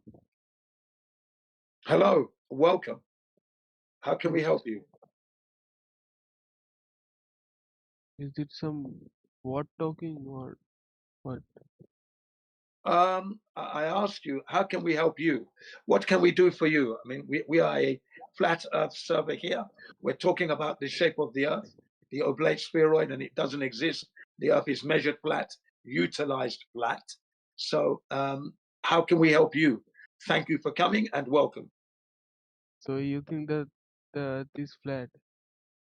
Yeah, we know it's flat. It's not that we think it's flat, that we actually know it is flat because we've tried to measure for the curvature. Yes. Do you think the Earth is a good? You have measured the curvature of Earth. No, we haven't been able to measure it. We tried to. We tried to measure the curvature, and we're finding the flat Earth. How did you measure it? Just by looking at the horizon or something? Well, yeah, horizon's a good one, yeah, of course. But then, of course, just measuring drop over distance. Okay, I mean, I'll ask you, what is your best proof that the Earth is a globe? What's your best proof? How do you know the Earth is a globe? It's totally obvious. No? Yeah, yeah, yeah. We're getting some background noise from your mic. I'll ask you again, what is your best proof that you know the Earth is a globe? How do you know this? What is your best proof? So if you get some height on the sky, you can see that the Earth is not totally flat, is have some curvature. That's the only basic thing. Where did you see this? What do you mean? What, in an aeroplane, climbing a mountain? What do you mean? You can just fly a drone in the sky and see that. Sorry? Fly a drone? Yes, yes. Well, no, that's not that easy. Ladies and gentlemen, when you have a drone, You have done that. I've flown helicopters, not drones. But ladies and gentlemen, the camera lens on the drones at times can cause curvature. So that's not going to be good. Okay? That's totally bullshit. No, it's not. It's not. The lenses on a drone camera can facilitate curvature. Definitely. So that wouldn't be a good methodology to use. We never use a drone. You can't use their lenses. What you should do is, have you got any other proof? That's not good. Do you have any other proof? Drones are not the proof. Sorry. Yes, yes, you're totally right. I think Earth is flat. Okay. So you think it's Yes. flat. Yeah, Why do you think it's flat? I don't think, I know. Because Well, you have okay. given How do you know? have given me the proof. How do you know? You have said so. If you're saying I've given you the proof, that's still not enough. You can't claim to know until you prove it to yourself. Take that proof and copy what we did, then you can say you know. You see Okay, that? so tell me, what is your point on the Earth is flat? Okay. Basically, if you are standing at where you are, Yes. and you're looking across 10 miles, you understand? 10 miles? Yes? Yeah? Yes, yes. Okay. And I'm at a lake. You're at one end. I'm at the other side of the lake, 10 miles away, and I'm waving at you. Here I am. And you can see me.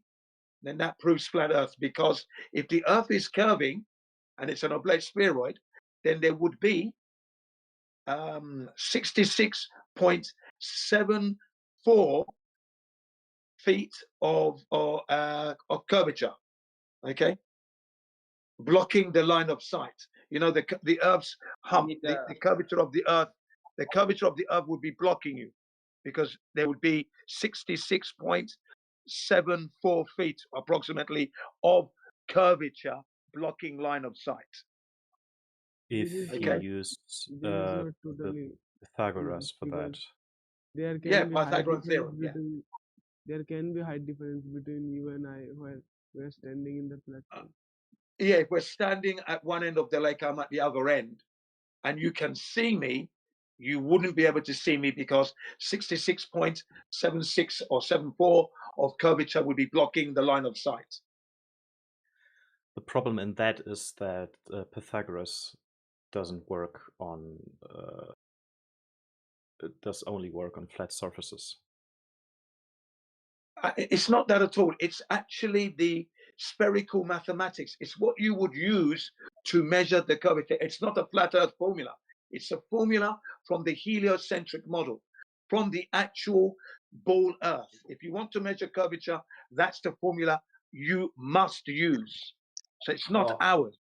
Okay, Felix, go ahead. next time someone gives you a heap of data, don't just feed it into AI and accept the bullshit answers you get given, mate.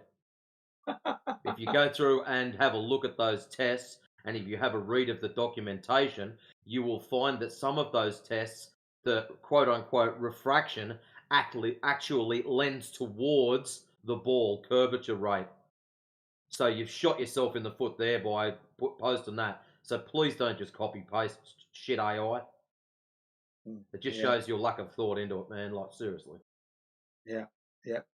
And your unwillingness to actually go out and measure the surface of the Earth, which is the gold standard, because you're doing it for yourself. You are acquiring that knowledge through your endeavor. That's the integrity of all that. Then you look at AI and spit in its face because it's lying. Hopefully, it'll have a short circuit.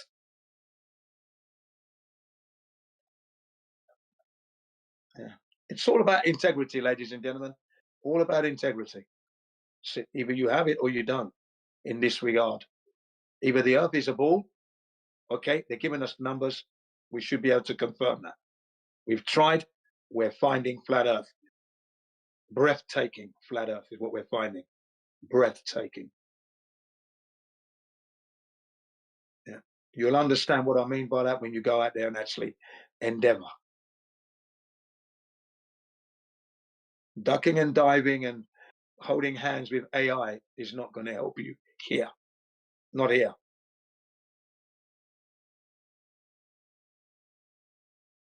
Ducking and diving, bobbing and a weaving, and skipping with AI will not get you that result that you're looking for, that truth. No.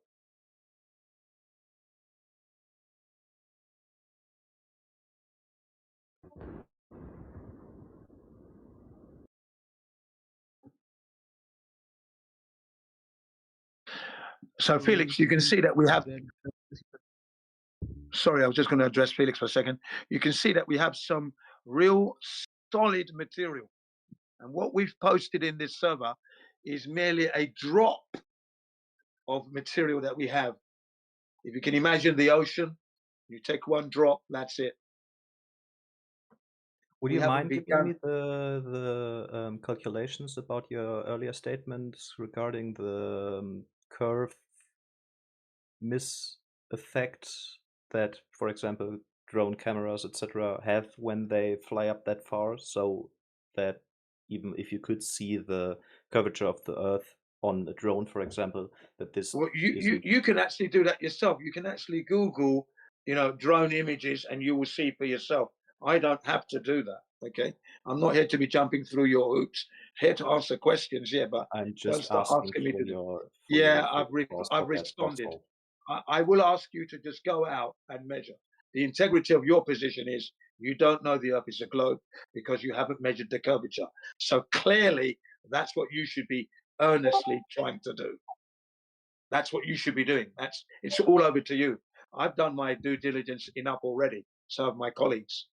We've been very, very forthcoming with all the material, templates, everything you will need to go and prove. It's all up to you now, and you conceded it here live on the English Hub 24/7 Flat Earth Discord. You've admitted it yourself that you haven't measured it yourself, and that's the key here. Can't stress that enough. Until the day you actually measure it, that's when you're going to know either way. Okay, so tell me one thing. Yeah. Do you believe that you have lungs in your body? That's not a belief system, ladies and gentlemen, as I'm speaking to you now.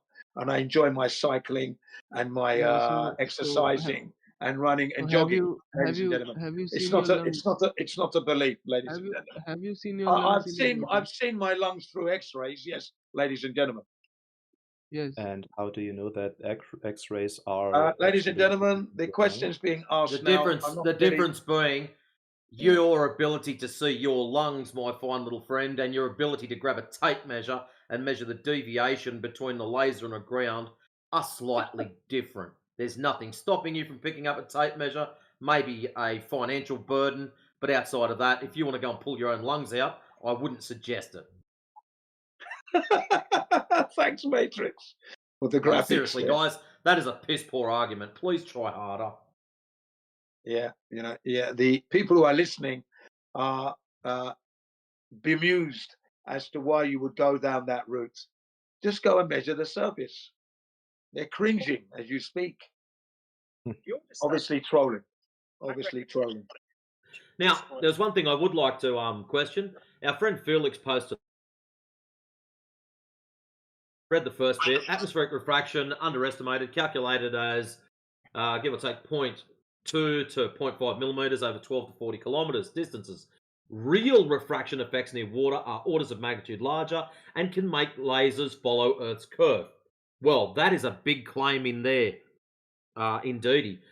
Can you show us video footage or photographic evidence of lasers bending downwards following Earth's curvature or alleged curvature rate? Please, thank you, and everything else, cherries, sugar, the whole lot on top. Because I would love to see that. Because all we've got is videos of lasers bending upwards, and the gentleman that went and did that went out for very specific conditions to make that happen. But yet, every single time someone comes in here and claims lasers follow the Earth's curvature, we never seem to get that. No one ever seems to be able to produce lasers bending downwards outside in the open air. Whenever we question or press them to present such a claim, they'll show us a fish tank full of sugar water. So, if you're going to make a claim of lasers bending downwards, please back it up.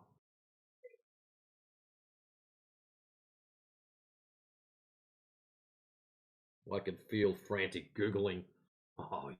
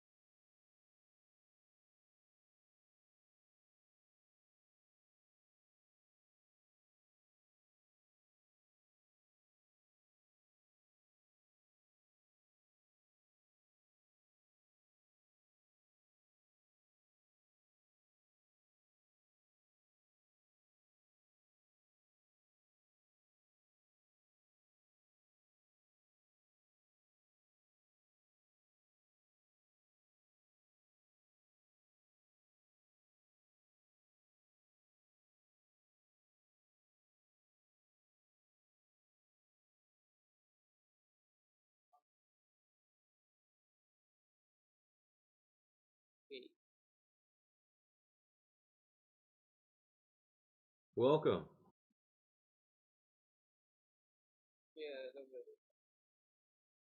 Max, can you please turn up your microphone? You sound like you're sitting on the opposite side of the room.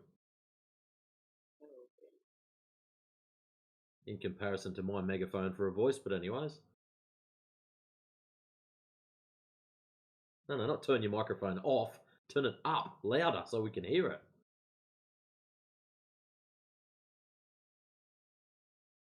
We want to be able to hear you talking, my friend.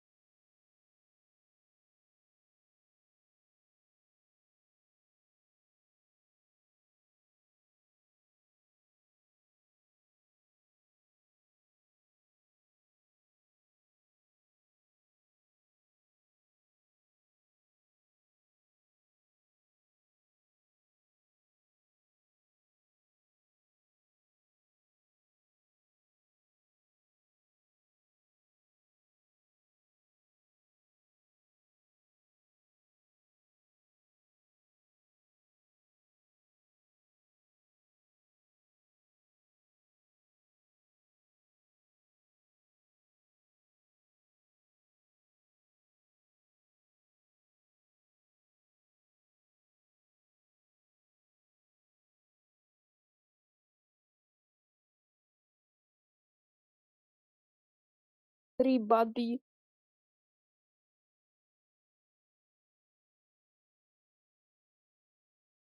Welcome.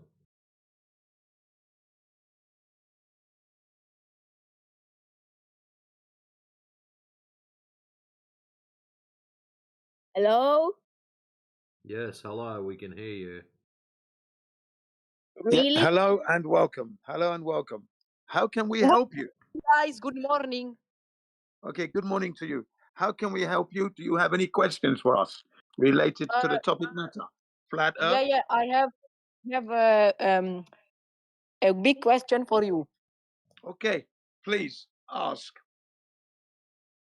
Is here somebody gay in this call? Come on now, let's be sensible. Ask a proper question. Come on. Yeah, this is a part of the question. You need to answer, then comes the next question, you know. Come on, man. You ask if somebody is gay? I'm very happy. Yes. Don't take the bait. No, I'm Hey, just kid, kidding with him. this is how it's Yeah. going to work. If you're not going to ask sensible questions, you're likely to get yeeted. So, I'm going to give you one why? chance and one chance only to step But up to why the are plate you? and be sensible. Yeah, be sensible. Come on. But what did I do that you want to mute No, me? you're not being. Look, are you going to ask your question? Come on. Everybody's listening to you at the moment. Okay, so can you ask your question, please? Yeah, this is a part of the question what I asked. If you don't answer, I can ask you next question because you don't understand. Just ask the question and behave yourself. You're going to get muted in a minute. Then you won't be able to ask any question. So come on.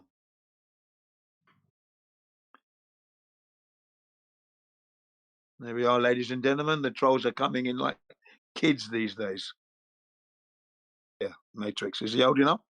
Who knows? Oh, Don't care. He was given the opportunity to be sensible. He chose not to be. He actually chose the wise decision and left. yeah. Never mind. Believe I disconnected him. Okay. Like I said, he chose wisely and left.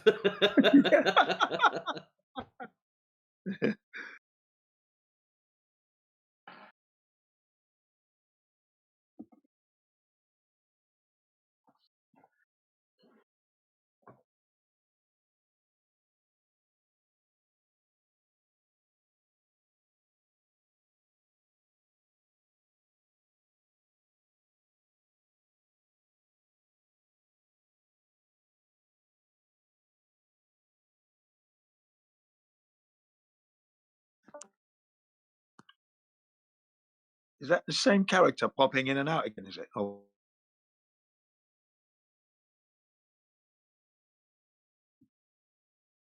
So I've noticed over the last 30 minutes someone popping in and out, popping.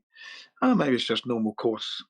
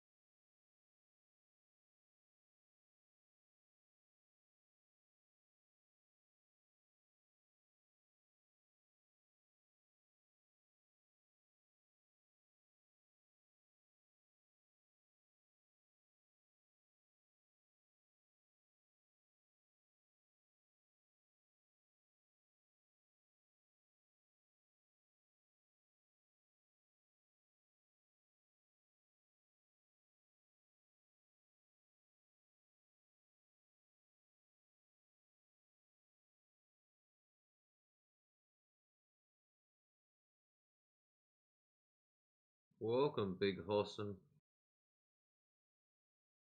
No. Why are you begging for flat earthers? I mean, just so I can talk with them. Hmm. Do you What are believe you the Earth is having trouble with? nothing? I'm just here. I mean, do you believe the Earth is flat? It's not a belief system. It's a measurement. It's a measurement. Yeah, sure. Okay. Let's do it this way. Okay. How tall are you? What? Your height. How tall are you? Oh, I'm like 5'7". You're 5'7". Do you Yeah. believe you're 5'7", or do you know you're 5'7"?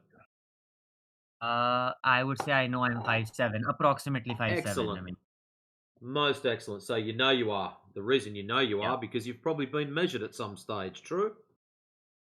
Yeah. Excellent. That's how we know the Earth is flat, because it's been measured. Okay. First of all, okay. The Earth is not something you measure. A physical quantity Yes, is it is. something that you okay, well, Yes, it is. just let You me can okay. measure. You All right, telling just me let it me can't be measured after I've just told you it was measured is okay, sort of let me a just going nowhere let me just argument. all right, just let me talk for 1 minute and then I'll let you talk. All right? Oh, thank you. All right. So the Earth is not something that you measure. What you measure is length. What you measure is a physical quantity. You don't measure something, you don't measure any physical object. You wouldn't measure a bottle. You measure the length of a bottle, the height of a bottle. Just like that, you haven't measured me. When I say I am 5'7" tall, I am 5'7". It is understood that what I mean is my length is 5'7". So you don't measure objects like the earth or a bottle or a table or whatever. You measure physical quantities like length, temperature, time, etc. So what does a Okay, not a surveyor problem. do then? Wait, what? What does a surveyor do? I'm sorry, I don't understand. What does a land surveyor do? Did you hear what he said? What does a No. land surveyor do? Let's see. A land surveyor is a licensed professional. I'm just reading out the definition on Google, okay? It is a licensed professional who measures and maps the terrestrial positions of property Measures. boundaries. Excellent. You said the correct word. That's Right. gotta hurt. So anyways, again, so you this saying is we don't measure things is an instant just shoot yourself in the foot. But anyways, based on your version of measurement, what we are measuring is the deviation from horizontal. So this is how it works. If you're on a ball and we set up a laser horizontally, so let's say the laser is 1 foot from the ground, it's set up horizontal, okay? Then what we do, All right. from where it's set up, we then go 10 miles. We should expect to see between the laser and the ground, or over a large lake, a 66-foot deviation, a measurement of 66 feet. If we go to 20 miles, it should be 266 feet. 30 miles, 600 feet. That's what we're measuring for. Drop over distance. So now you're up on the game. Welcome to Flat Earth.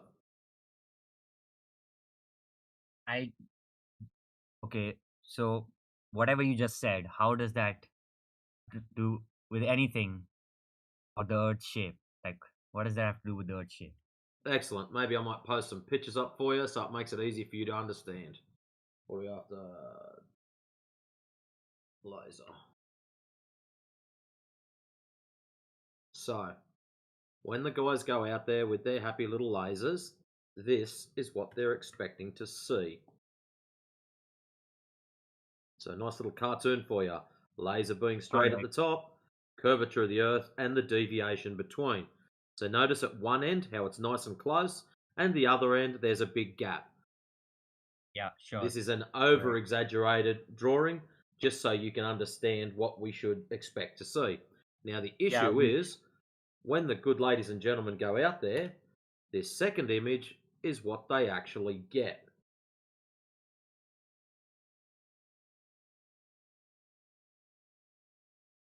Okay. Right. That's the problem. We're supposed to be on a ball, and they keep getting the second one. All right, man. That's just not true.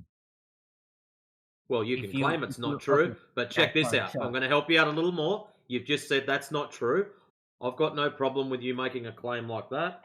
Control All C. right. So you can watch through all these videos, and then you can get back to us and say, oh, wow, I didn't realize that was actually happening. Copy, paste. All right. I mean, you can show me like 10 videos, but I mean, like, But that's what they're doing.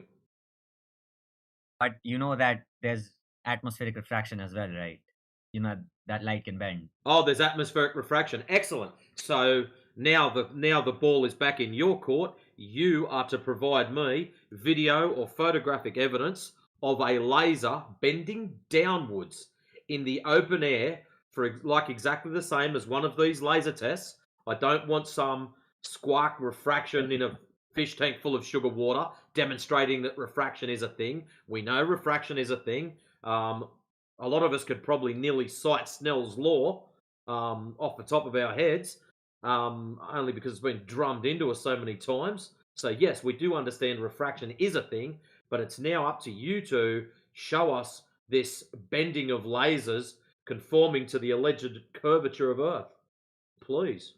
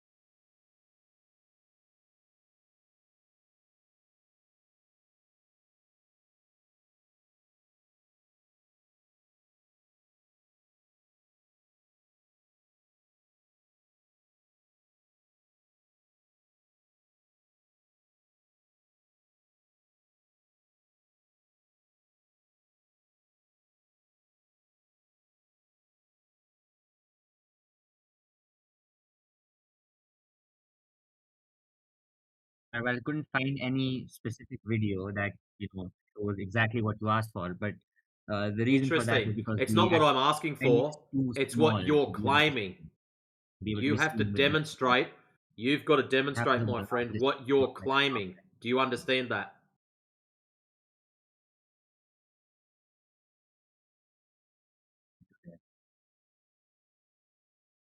You do understand that you've got to demonstrate what you're claiming? Yes, no? It's all well and good to say it's happening. Okay, so show it happening. So if you're claiming these lasers are bending around the curvature, number one, you've got to show us measured curvature, and number two, lasers bending around it. So your claim of atmospheric refraction, just so you know, the formula for that has a radius baked into it. All they do is expand the radius and make it bigger. That's it.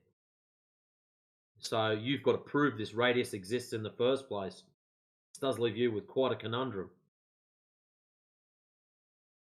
Don't feel bad, bro. We get people in here all the time squawking refraction. Some days it's entertaining, other days it's boring.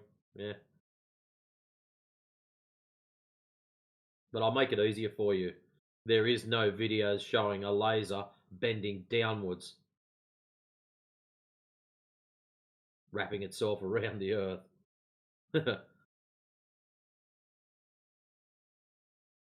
I wish there was, because it'd make it easier for you guys. They could just post it up.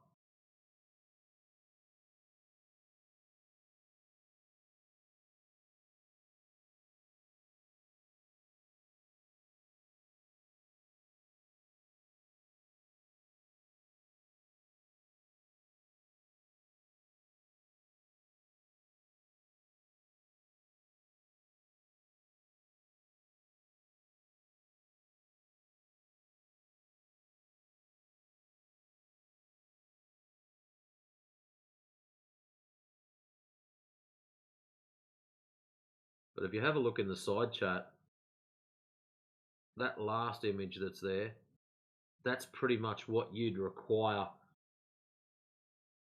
to get your laser to bend.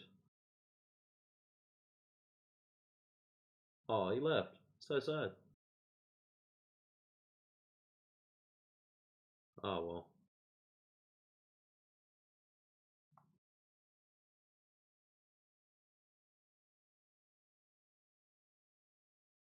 You scared him off, Batman. You gotta stop doing that, mate.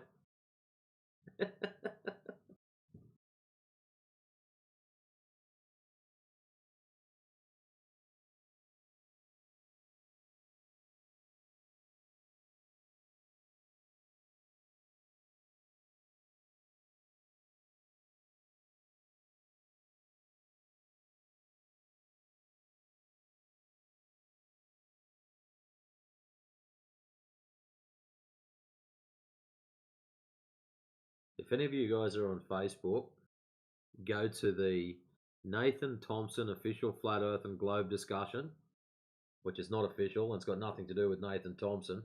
It's just a mad honeypot. And jump in there and feed on the copium that comes off these tards. It's spectacular. Holy. These guys are hurting. Seriously, if I find a way to run my car on this shit.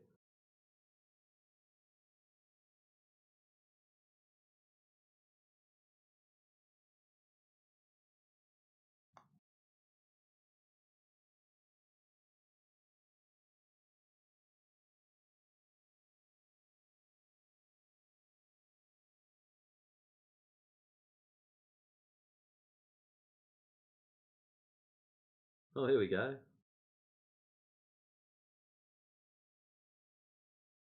The Earth is round. End of discussion. Really? Where's your round measurements?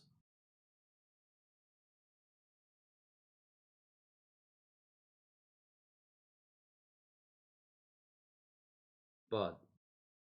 Yeah, click your microphone. You can talk to us. I don't want to be doing this text chat thing.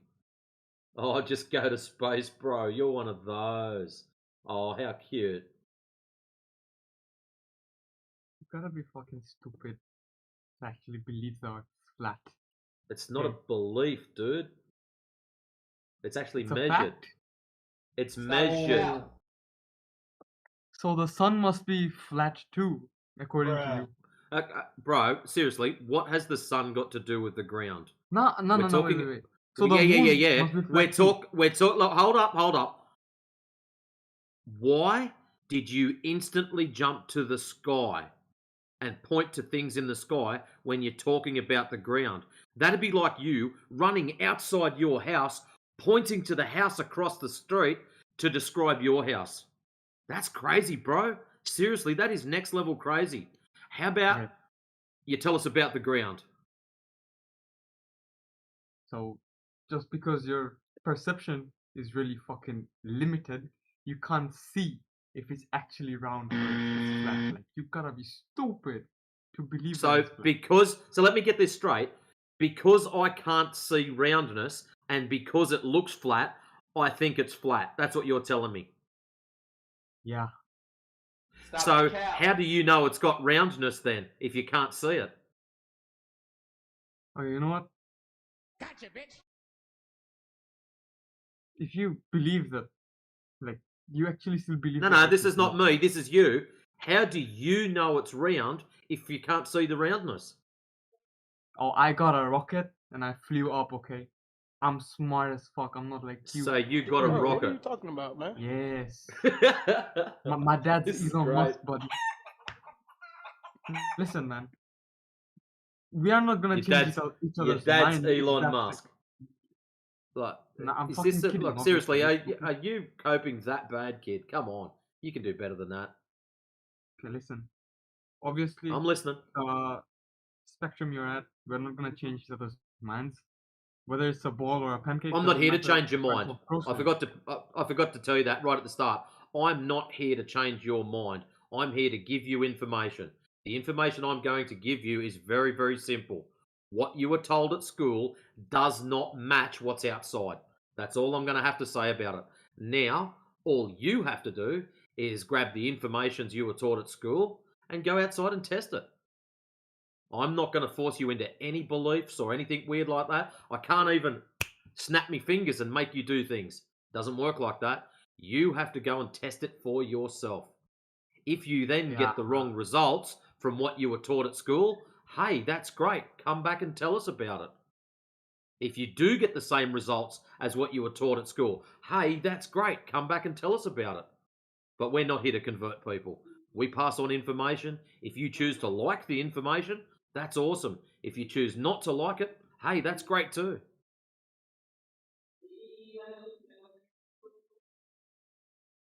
Can you give me information that the Earth is flat? No, I'm giving you information that it's measured without curvature. So when they do laser tests, they don't find any curvature. The laser goes straight, the ground is flat, horizontal underneath that laser. Take of that what you will. Okay. The speed of light is obviously 186 miles, 1,000 miles per second, right? Obviously. According to you, Did you measure that to confirm it? no. According Obvious to you, you're means saying that if I shine no, a I laser, didn't mention anything about the speed of light. That's something you brought up. You said no, obviously, you so that means it can be witnessed. no, you said laser. You mentioned laser. Yep, we use lasers. That's it, a You beam of use light. lasers. Yes. How about I to post show up that a it's video not in the round. side chat so you can understand? Hold on. Because I don't think you understand. According to you, someone on the other side of the world would also be No. able to see the laser, right? No, I didn't say that. No. That's what you said. You No, I measured did not. the I curvature of the ground. mentioned nothing of people on the other side of the world. You set up a laser horizontal. From where it's set up, you measure the height of said laser. So it might be 4 foot high. Okay? Then you travel along the laser. So you do this over a large body of water, a lake, for example. So you go out 10 miles, 20 miles, 30 miles, and you test the height of the laser above the surface of the water. Some of these tests, they set up a target at the other end, an 8 by 8 foot sheet with lines on it, a great big crosshair, and they point the laser towards it and it hits. The only problem with that, my friend, is at 20 miles, the laser, if it's set up horizontal, should be 266 feet in the air. That's the problem, and they are hitting these targets quite comfortably.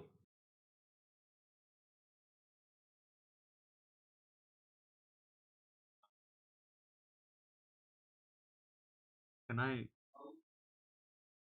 ask you something? Yeah, go for it. Okay, so listen. Okay, so basically, I'm not gonna attack you or anything. You have your own beliefs. I have my own beliefs too. Or you may know the earth is flat and I know the earth is round. Okay, I'm not attacking any of these. I want to ask you a question. How in December does Antarctica get 24 hours of straight sunlight? So Hold what on has before that you got to do with respond, the Matrix. shape of the ground? Oh, sorry, Dave. Before What's you up? respond, Matrix, I want to point out that he didn't respond in any way to your point about the laser and the distance from the water. I know. Go ahead. I know. That's all right. No, I'm I used to literally it. said thank you for your information. I'm not gonna attack you for believing the Earth is flat. I have my own beliefs. He has his own beliefs, and I They're asked not him a simple beliefs. follow-up question. That's the. There's a difference Okay, that's not between fact. believing and knowing. So tell me Okay, something. yes, you know. What has the sun got to do with the ground?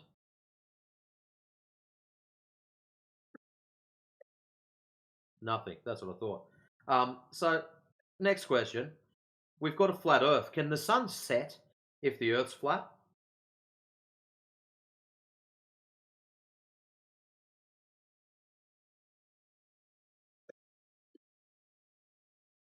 He's breaking up.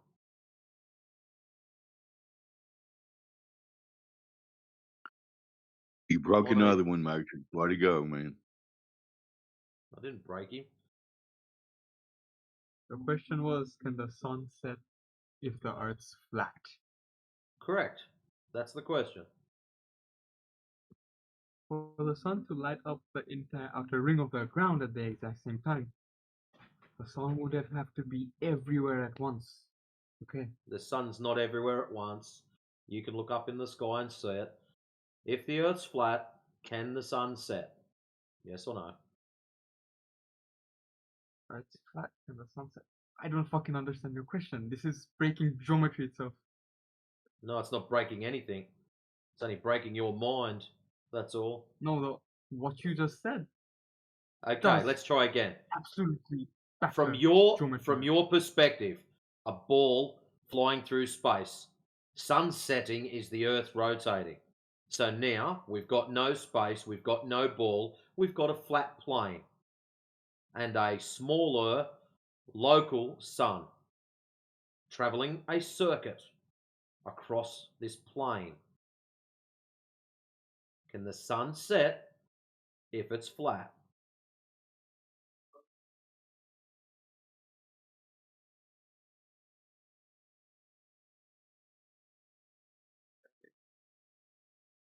No. Right. So you're telling me that the sun doesn't set down in Antarctica, and you've also said that the sun doesn't set if the Earth's flat. I don't want to be rude, but I'm pretty good at putting two and two together, bruv.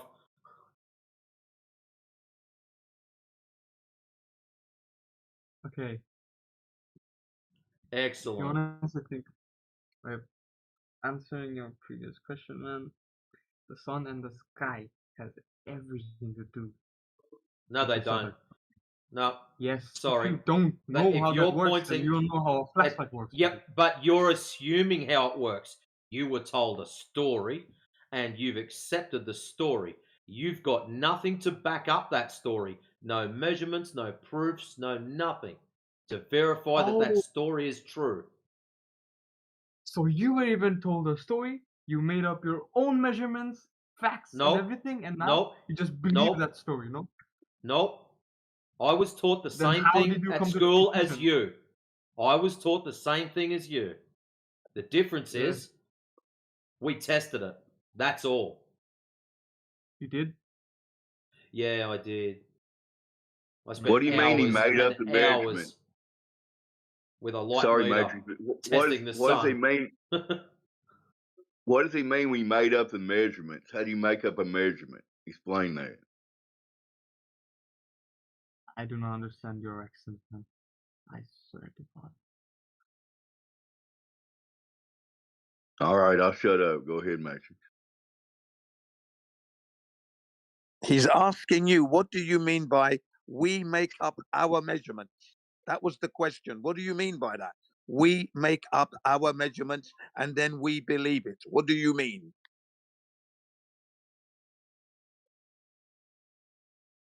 I basically meant what you just said. We Well, believe our that's own not stories. true. That's not true. How did you come to that conclusion? What did he say to you that leads you to think that we make up our own measurements? How can that be? What did we do? How did we say that? You know See, what? you made it Suppose up. the Earth is No, flat. you made up Wait, the wait. measurements that Buddy, you're wait. making up. You're making it up. You're Yes, I'm making misrepresenting up my us. measurements. Okay, I accept. You're Okay, right. buddy, wait. You're right. Suppose Please the Earth is don't flat. hang on. Hold on. Please do not misrepresent us at all. Don't say things that we don't say, and don't say things we do when we don't do those things. Okay? Stop that. You're lying at the moment. Wow. What's going on? Okay. Suppose the Earth is flat. Right. That'd be you Very supposing, because true. we know it's flat. Okay? You're supposing Okay. it's flat. The Go Earth ahead. is flat. The Earth is flat. Right. What are the layers that the Earth has? I That's my don't have. question. I have no idea because I haven't actually examined all the layers to know. And then layers again are not going to make a shape because again we do not know Okay. the shape, ladies and gentlemen. We're saying that the Earth isn't an oblate spheroid because we are not able to measure the curvature. So we know the Earth is not that shape, but we do not know the shape of the Earth. Obviously, Wait a minute, you're obviously cutting me someone off. to... You are cutting me off. We're telling the people Go on. and you, we do not know the shape of the Earth. We know what shape it isn't, and that is an oblate spheroid, curving at 8 inches per mile squared. That is not happening. Thank you. Okay. So because Statement of what of you fact. just said. Yeah. Okay, statement of fact. Nice. Correct. So Yeah. because of what you just said, there must be someone like no, there are tons of other people who know the Earth is flat. Then, Please. right? Yes, millions of people Millions. know the Earth. Let me Out of explain it. So them? hold on, because you're interrupting me. No, So I want no, the you are listeners cutting me off now. No, You're cutting I me was off now. talking and you cut me off. So let me No, explain. you said you were done. That's a statement of Ladies, fact. no, I didn't Now say I was done. Ladies and gentlemen, yeah. You said statement of fact. Millions of I people, assume you're done. millions of people. I'm going to carry on. Millions of people know the Earth is flat, and then there are billions of people, ladies and gentlemen, who have actually recorded a flat Earth in their brain through their experiences, but they are unaware. Okay, that's what's actually going on. They're being told they're living on a global Earth, but their experiences are all on a flat Earth, and they don't realize that yet. So there are millions of people who know it's a flat because they've woken up to that. And then there are billions of people, ladies and gentlemen, living on this Earth, thinking they're on a spinning ball hurtling through the universe because they haven't checked whilst recording living on flat Earth. That's been their experience. That's what's actually going on. Thank you. So you must also know that gravity exists, right? Okay, when you have you finished? Because I'm going to explain something again there. Are you ready? No, Right. I'm not done. I Okay, have go ahead. Go other ahead. questions Finish to what ask you got to because say. I want to know. Finish what you got to say. Go ahead. So you obviously know gravity exists, yes or No, no? I don't know that, but carry on. Okay, you do not know gravity exists. Okay, that's What great. is I don't know gravity? Yeah. What the fuck? Yeah. Please No, mind the not language. Okay. not what they. The reason we question it is because there's something like 84 different theories of gravity. So if you're talking about one and I'm talking about another, we're going to be talking past each other, and that is not going to be very productive for a conversation. So if you could just tell us which gravity that you're going to be talking about, that would be awesome. I'm basically talking about the Albert Einstein's theory of general relativity. I think that gravity is a curvature of space-time caused by mass and energy, and it basically just keeps everything together as an invisible pulling force, which basically deforms No, the space. the bending of space-time is not a pulling force. No, it's not. It's not a force. No, you're mixing See, them what up. what you're doing Okay, there is you're confusing Einsteinian and Einstein's. Newtonian. You're getting them tied up together. That's probably not very No, good. listen. No, that's not good. Einstein's definition of gravity is a geometric property of space and time, which tells space-time how to curve, and the curved space-time tells mass how to move. The moving part is gravity according to general relativity, and that's what everyone learns at school. What moving part? So like when I drop something on my desk, things going down is gravity. Exactly. So what's the causational mechanism?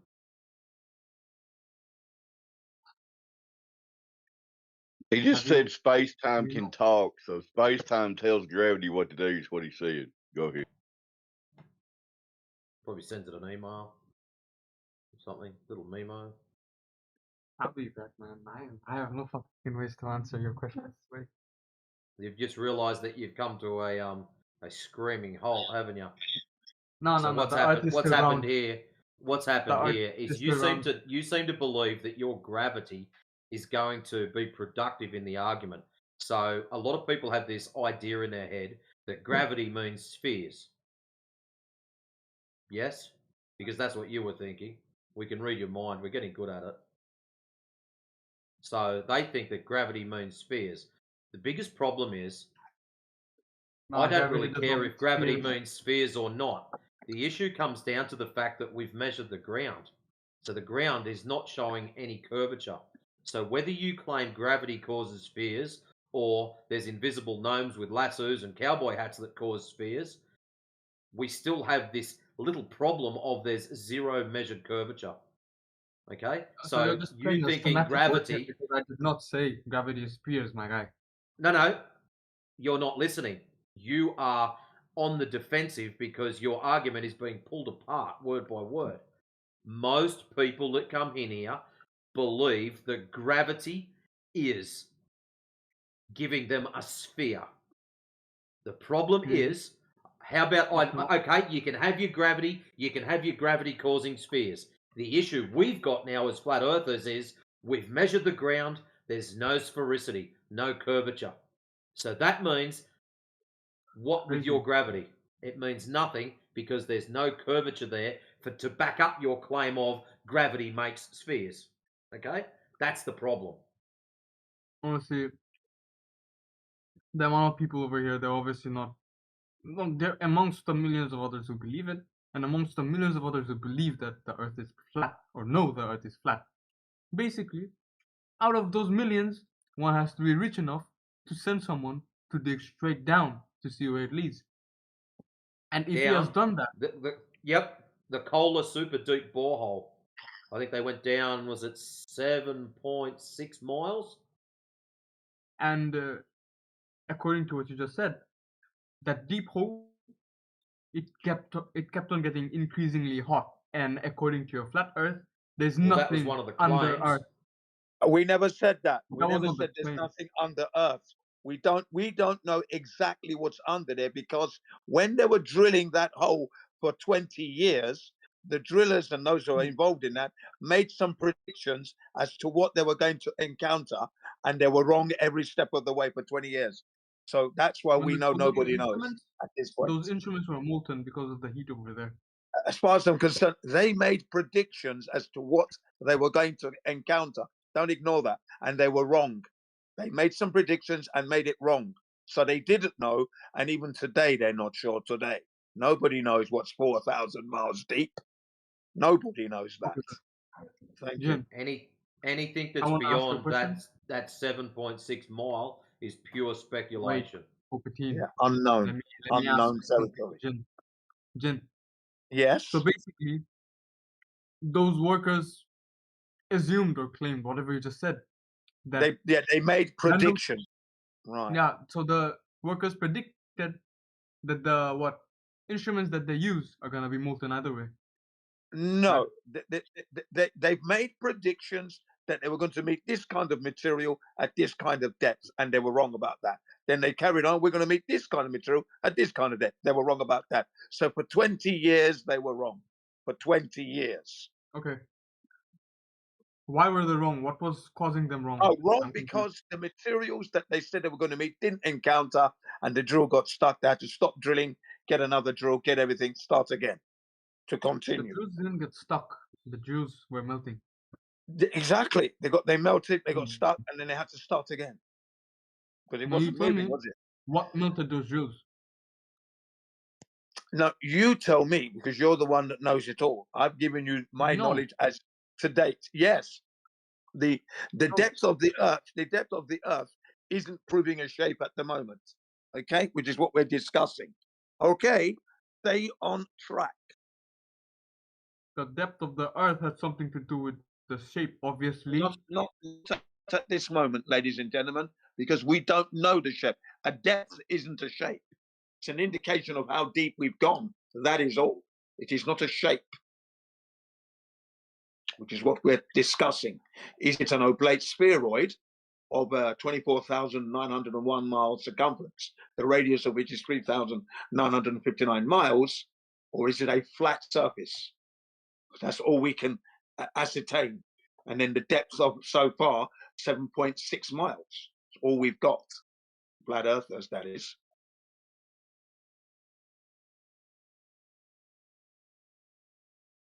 If you don't count in depth, then you just have a thin crust that's just holding everything together. Again, you know, no, you don't know that. You're making an assumption. So don't be saying things you don't know that you haven't proven. That'd be your statement. Don't put that on us. Don't misrepresent us. We've not made that claim. No, I'm not misrepresenting you. I'm just telling you something that you obviously have No, not you are making a statement and then you're attributing it to us. The issue you've got, Mon, is on your ball, the furthest we've ever dug down is 7.6 miles. So you claiming that you have knowledge of anything below that is false. It's pure speculation. The problem is we both live on the same patch of ground. So your belief in a ball that's been dug down 7.6 miles and us knowing it's flat, knowing it's dug down 7.6 miles, we both have the same conclusion. Anything beyond 7.6 miles is speculation. If you're claiming something, this is false. You shouldn't do that. Yeah, because you don't know it and it's never been proven. That's why I say don't put it on us. We don't make that claim to a shape or anything else below 7.6 miles. We don't know it. We do realize everything's getting pressurized into a compact, round No, shape. I don't realize that at all. I don't realize that at all. Sorry. And here's your claim getting broken again. We've measured the surface. There's no curvature. So you can compact it and make all the claims you like, but at the end of the show, we've still done the measurements and we haven't got any curvature. See how this curvature measurement keeps getting just crushed with all the claims you guys put forward? Oi.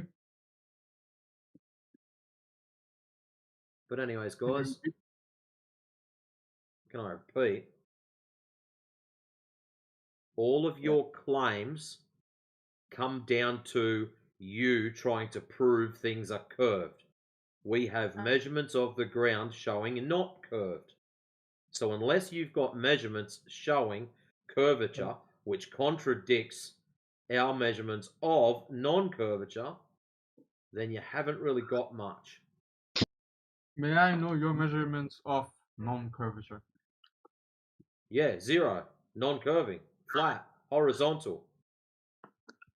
So the dimension or the radius of the Earth, it would basically be what, 20,000, 12,000 kilometers? More than that? Supposedly, claims to it you like.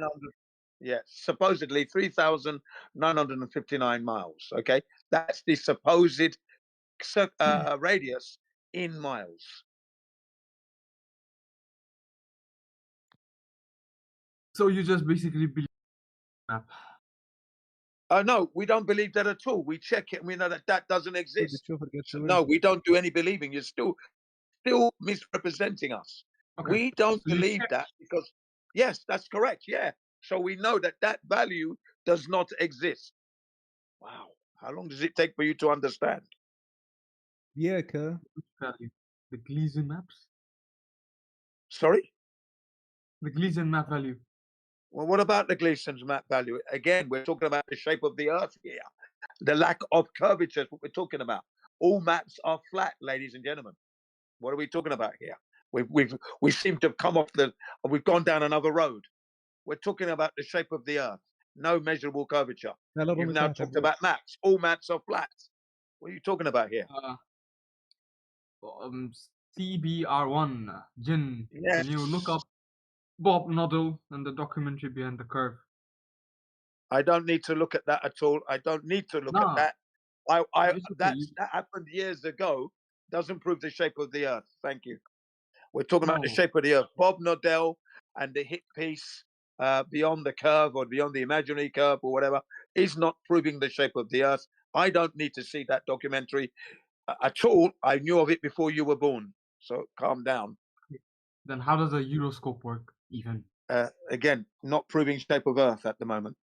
So No, these no, no, no, questions no. you're It asking, has to do these everything questions according are to red degrees. herrings. Okay. They are red herrings and not So related. you have nothing to say against them. That's why you're just Ladies posting and your opinion. gentlemen, whilst we're speaking, ladies and gentlemen, whilst we're speaking, I am posting to him the methodology that he would need to measure the curvature of the Earth, the curvature chart. Okay, right? It's there for him. So I'm actually addressing the actual issue. Let's just rail his gyroscope for a second. So your Whilst gyroscope that you think is going to prove something, how are you going to calibrate a device on a surface that's supposed to be moving and you're going to calibrate it at not moving? How are you going to do that? The Euroscope's main purpose is to pick up the drift of 15 degrees per Yeah, hour. that Earth excellent. gives. Okay, so it's preloaded. I'm asking you again. At some stage, that device needs to be calibrated so it understands what zero is. So when you place it upon a surface that is moving, it will know how fast that surface is moving because it already understands what zero is. So how are they calibrating this device if it's on your bench in the shed? So you've had to calibrate it somewhere, you've taken it out into the shed, you've placed it on the bench, you're adjusting it so it knows it's calibrated. How are you calibrating it off of Earth in order to get it to measure the alleged 15 degrees that it needs to chase? You have a Euroscope with you right now? How are you calibrating this gyroscope at zero whilst it's on an alleged moving surface?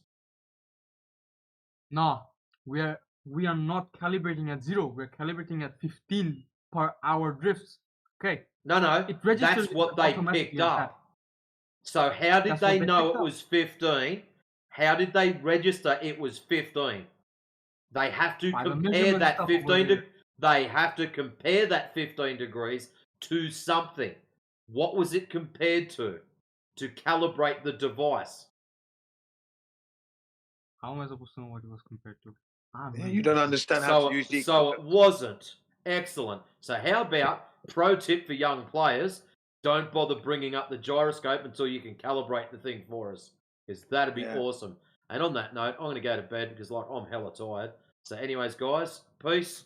I'll catch you all later. Thank you very much, Matrix. Thank you, Matrix. Yeah, we'll carry on from where Don't- you left.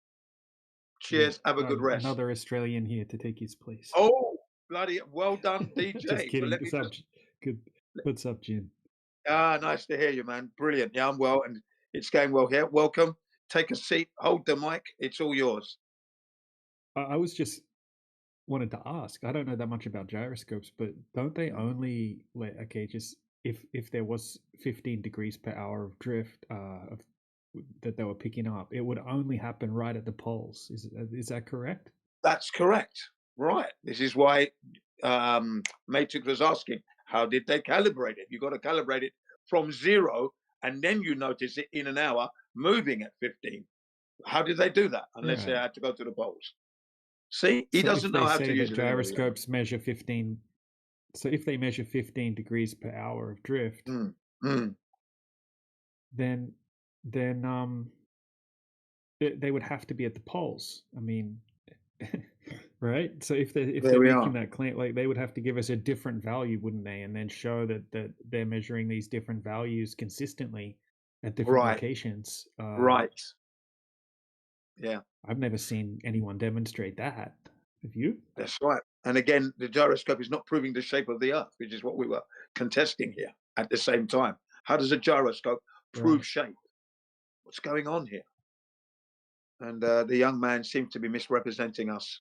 But I've cleared him up on that. Don't say things we don't say, and don't say things we don't do. So just deal with what we're giving you are facts, no theories here. at this point. So hopefully he's going to come back with something else. Hopefully.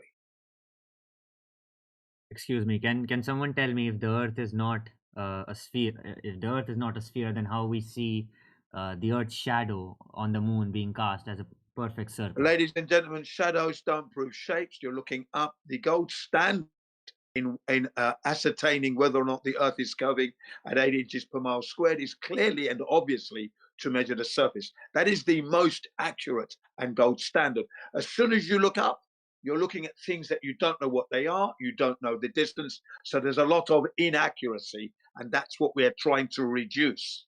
So clearly, the number one standard is to measure the surface of which they gave us the numbers to.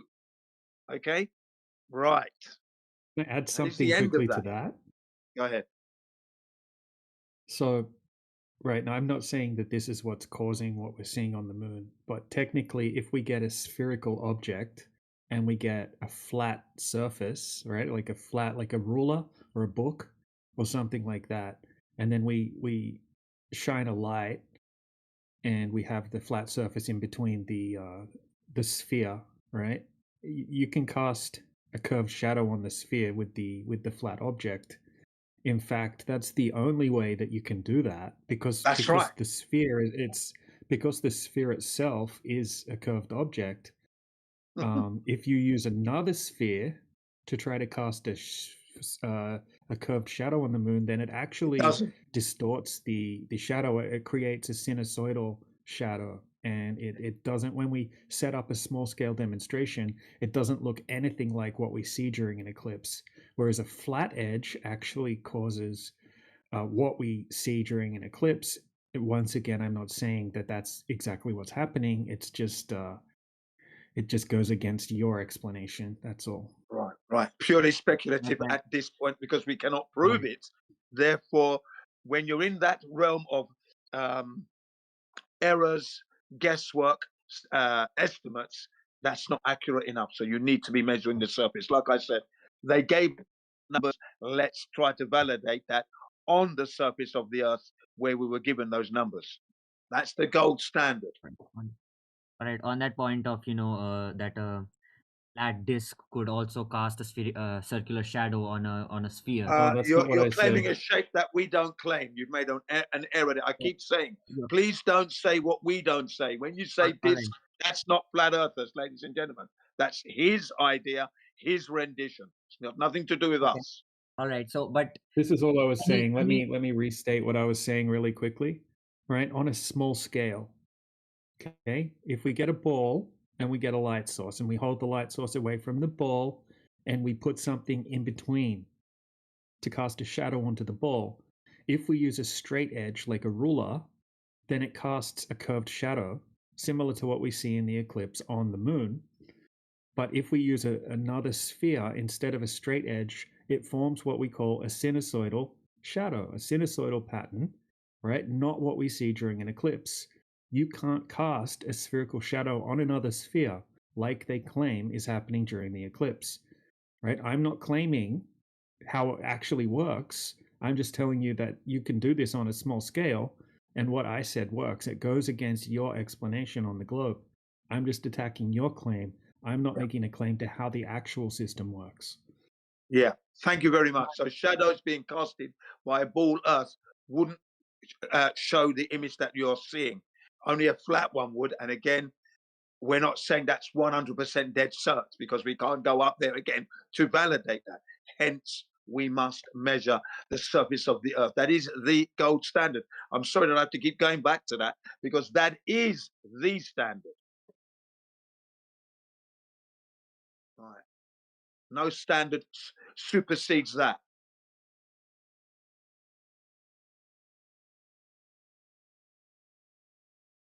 Yeah.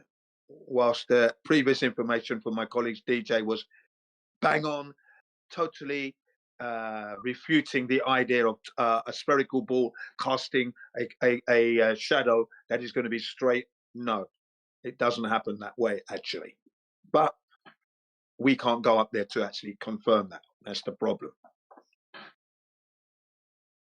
Still an accurate statement though. statement of fact. But we just need to go up to space, and we can't go up there.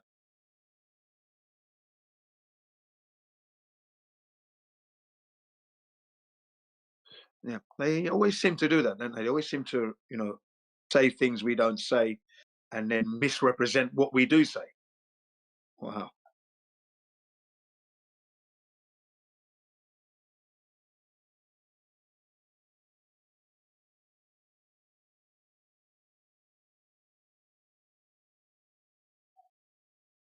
Still, any more questions or queries, of course, welcomed. Because that's what we're here for. So if you have any more queries, any questions, something you don't quite understand, don't hesitate to ask, because my colleagues and I are here to help you. So please carry on.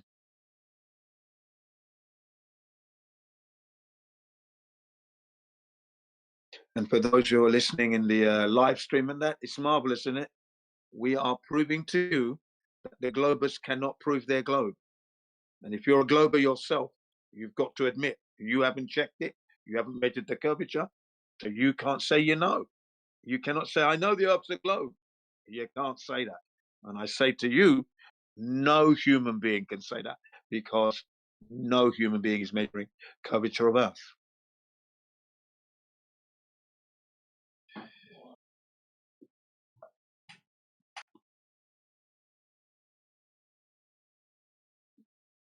And by that statement, I'm hoping they're going to come flooding in here, saying, Jim CBO1, you're wrong. Here's my evidence. Okay. Welcome. If you have any evidence for curvature of the globe and you've got the proof, please don't hesitate to tell us. Go ahead. The mic is yours, and welcome.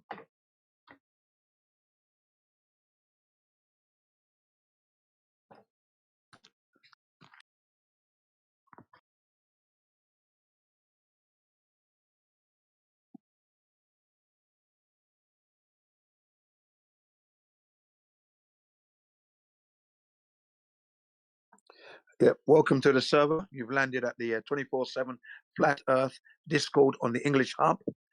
Welcome. If you have any questions related to the heliocentric model ball Earth without any curvature, because it doesn't exist, or the flat Earth, please don't hesitate. Ask your questions. And once again, welcome.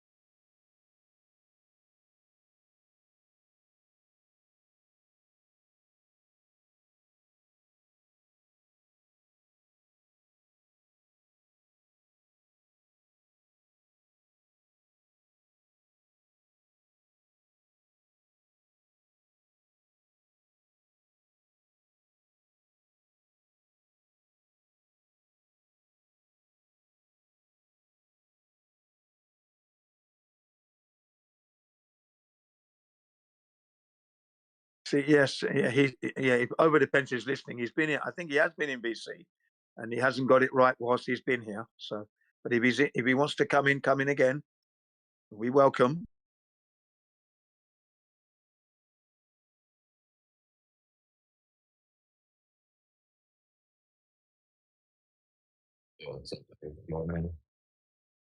Yeah, welcome. Yeah. The guy keeps saying we're believing. No, we've explained to him that when you measure something, it's not a belief. And Matrix took him through his own height. What is your height? So 5'7" or whatever. Okay, so is that something that you believe, or you know that height? Oh, I know that height. So if you know your height, then it's not a belief. So don't keep saying we believe in the flat Earth. That's not what we're doing here. We're telling you the Earth is flat through the endeavor of measuring. That's the method we used. We measured it, so we know it's now. Okay? No more curvature, because it was never there. Oh, honestly. Let me ask just real quick, Jen, is it a language barrier? Sometimes I think that the term belief used by certain people is more of a language barrier than it is alleging that it's a religious belief. Yeah, Mr. Barrington, thank you. Great to hear your voice again. Bloody hell, you've been away for a while there. But yes, what you put forward is a fair summarization. Yes, it is a language barrier, the Well, understanding of the I language. meant in this case here because I didn't actually hear him talking, so that's why I asked. Yeah. I'm not. I'm just trying to extend him a hair of grace to say maybe he Yeah, doesn't yeah. quite get the. Yeah, he has been speaking as well, but yeah, it is that. But in the case of others, it's also the unwillingness to admit that we are right. So they have to say we believe, because that also goes on. Because when you tell them no, we don't believe this, it's something that we know. What should be on their lips coming out of their mouths is, how do you know? And then we explain to them. And when we finished explaining, they should no longer say, oh, the flat earthers believe. They say they know the earth is flat, is what they should always be saying. The flat earthers say they know the earth is flat, not they believe it's flat. No, don't be saying that. Not after we've told you that we don't do any believing. And then all your beliefs, they keep saying, you haven't proven anything, blah, blah, blah. That's what goes on because they don't want to admit the truth that we know. Because that's quite a strong claim, isn't it? Believing is a lot softer. They believe, we don't. We know. We do the knowing stuff, ladies and gentlemen. We don't do the beliefs. I don't care what the philosophers say, talking about how I live my life. When I say to you, I know something, that means I'm not believing it.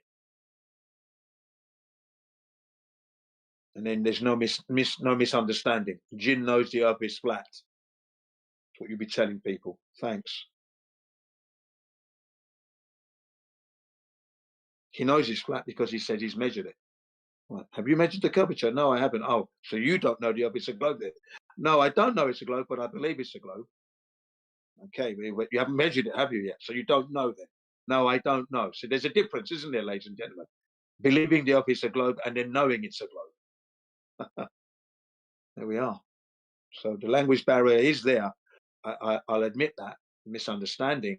But once we've clarified it to them, they should then understand.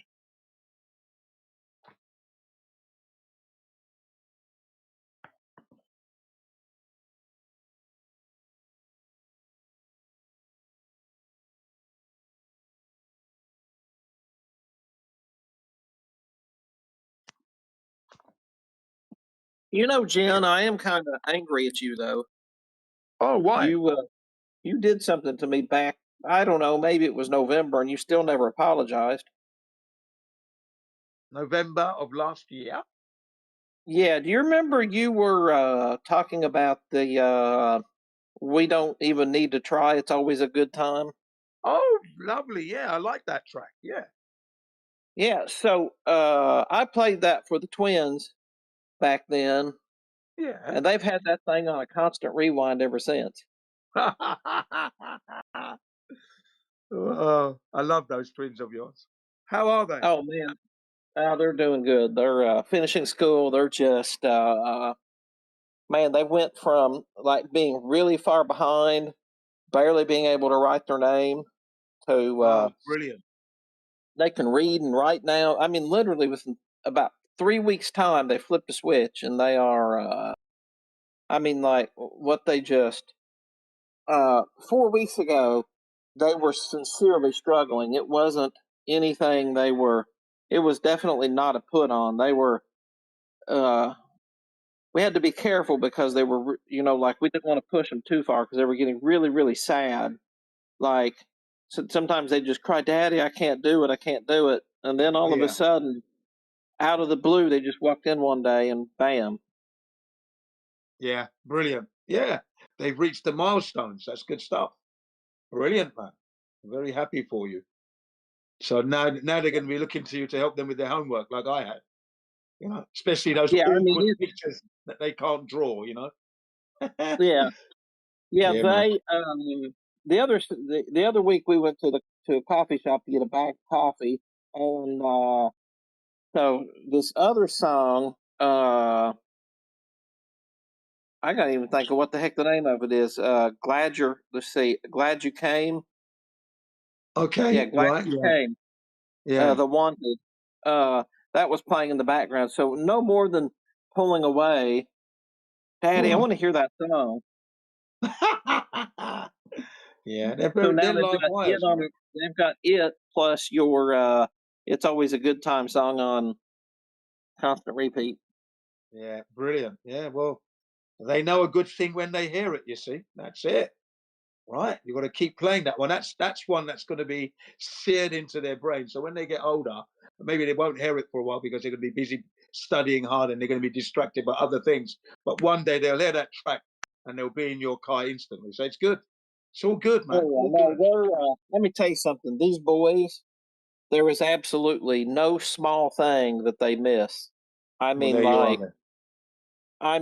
they are observant Yeah. to. They even recognize when their teacher is, at least 50 yards away, doesn't have her lanyard on. I mean, like, she barely gets out of her car and they're going, she don't have her lanyard. She don't have her lanyard. And Wow. then they'll watch her put it on. Amazing. And then Yeah. they'll be like, you didn't have your lanyard on. Yeah. Well, I am happy for you because when you've got children like that, then it's you got to try slow them down. Well, that's good though. Whereas the Oh, reverse, when they're very, very slow, you've got to try and get the energy out of them. So you got the better of the deal, yeah. I would have to say. Yeah. Oh, let me tell you something. At school, they absolutely love these boys. Like, I mean, they are. Every morning most mornings they sit with their head out the window while we're dropping them off there in the line, and they literally, repeatedly, over and over again, just say hi to everybody by name, the kids by name. If there's something different, they ask them about it. I mean, like, it's they don't want to get out of the van always, but with the other kids. But they are they. One of them has more frequently, but like they know everybody's. They know all the teachers' cars. They know the other kids' Brilliant. cars. Yeah, that's really good. Very good indeed. So I'm looking forward to the day that it's more appropriate to talk about cosmology and telling them how at school they teach things that are useful but not always correct, and how even though the teacher tells you something, you still have to meet the bar. You meet whatever the bar is set for all students, and then from there you start your own exploration and learn that certain topics. Well, this is what the teacher knew, and they were making sure that we passed the bar, so to speak. The hurdle, and now we get to learn that what, this idea of heliocentrism just ain't right. Yeah, yeah. That's going to be good for you, and I hope you enjoy those moments like I did with my kids. So yeah, great stuff. Happy days ahead, hopefully. Sorry, I missed your message there. The receipt. Yeah. Sorry, you broke So yeah, Kathos says here. Asked how old the twins are. I said 6, and then he says his daughter's 7, asking all kinds of existential Yeah. questions. It's been enjoyable. Oh, it's the absolute greatest thing in the world. Yeah, I deliberately didn't ask the age because I thought that was a private thing. But then you've done that, so that's fine. That's why I I didn't told you ask. before at some point. Yeah, that's right. Yeah. You've told me before, and I didn't want to. Like I said, I don't particularly like to dox people's children. That's Oh none no, of I my appreciate business. it. But Yeah. these kids, by the way they were born and everything, they've been in the public eye. Let's see here. Yeah. Boring? Are we boring you? Are we boring you, DJ? Sorry, we don't mean to do that. It's Of not course. just me. It's not just me. Yeah. We do apologise for that, ladies and I'm gentlemen. But yeah. joking. I'm joking, by the way. I'm just having a dig. I figured you were. But feel free to cut in if you have something of a topic. I was just No, that's I why don't I was have anything saying back interesting to say myself. You guys carry on. Coming in, mind you. So, and Yeah. then welcome to those who've just come in anyway. And if you do have a question or the flat Earth and why we're saying it's flat, etc., please fire away your questions. Welcome again, and go ahead. I did just start an event called the Globe Lie Exposed. So Ooh, there should nice. be people joining in for you guys to talk to. I see Okay, Tru wonderful. Truong has be right back. joined. Okay, so buckle up, ladies and gentlemen. When we put these events on, they do sometimes get heated, and they're coming in fire hot, hotter than re-entry, if it were possible. But yeah, so we'll wait and see.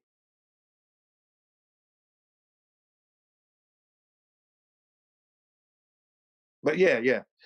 You know, I'm happy for you though. You're enjoying the kids, you know. Yes. He's gone. Yes. He's gone. Oh, is he? I didn't realize. Okay. Well, good anyway.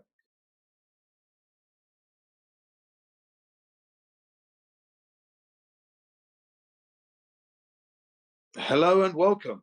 Do you have any questions? How can we help you? My colleagues and I are here to answer your questions. Oh, I think they dropped out again.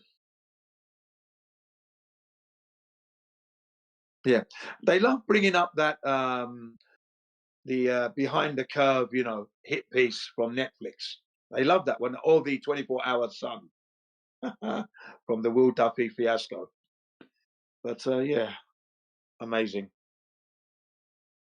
Never addressed the curvature problem that they've got. And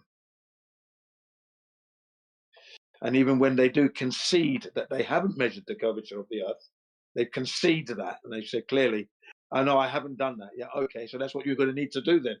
But they will go on to ask like 10 dozen questions, you know, and ask us to provide this, provide that, which we do.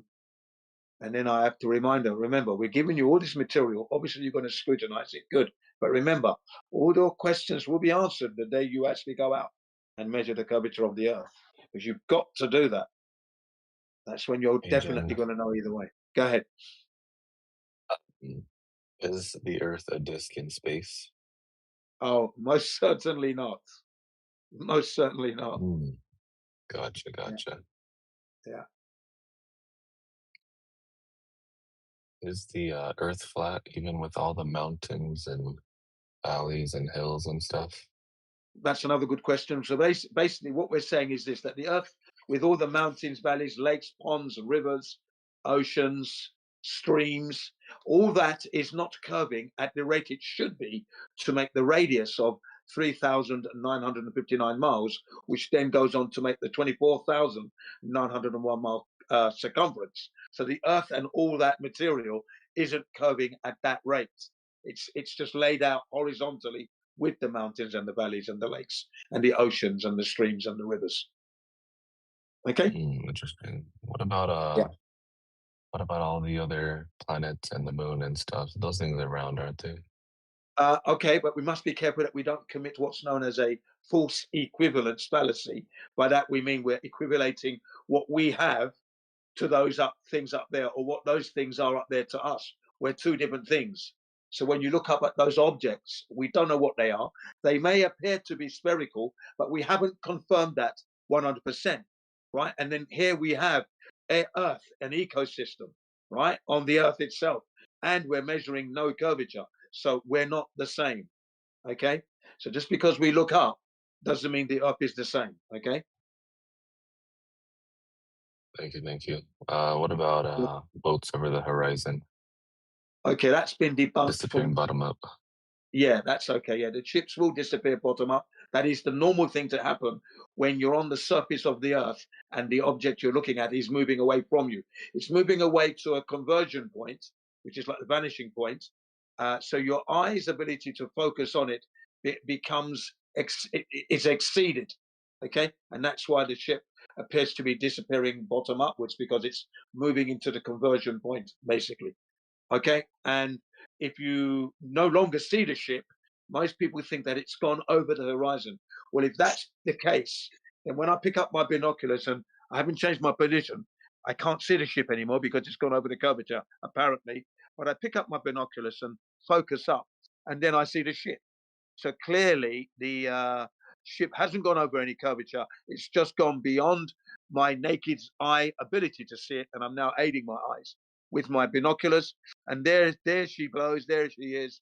And if I keep looking, the ship will exceed the binoculars' ability to focus on it, and then I drop the binoculars down or put them down, pick up the telescope, extend it, focus, oh, and there's that ship still there. So clearly, no curvature happening at this point. Okay. Don't we have satellites orbiting the Earth though? Okay, ladies and gentlemen, this is another begging the question fallacy, because before we can have satellites, we would need to have established the Earth as a globe, because this is important relating to the radius of this, because the radius now gives us a point from which we can then begin to, let's say, deploy satellites if it were possible, because we have to be able to get to a distance. Now, if we haven't proven the Earth is a globe and we shoot to the satellites, that's an impossibility. And none of us here and those who are listening in the live stream can validate satellites existing in space at 22,000 miles from the Earth's surface. We can't do that, you see. So no, we do not have. What we do have, though, are satelloons, helium balloons with electronic equipment attached to them, tethered and floating in the air up there. Yeah, those things exist. We know that because they crash landed from place to place. Okay. Yeah. So we first need to prove Earth is a globe first. Okay. And since that we haven't proven Earth being a globe, whatever's built upon a false premise has to be deemed null and void, because we're building upon something we haven't proven to exist. So whatever you build on that is going to be worth nothing at this point. Wasn't there somebody named Eratosthenes that proved that the Earth was a globe like 2,000 years ago with some sticks and shadows or something?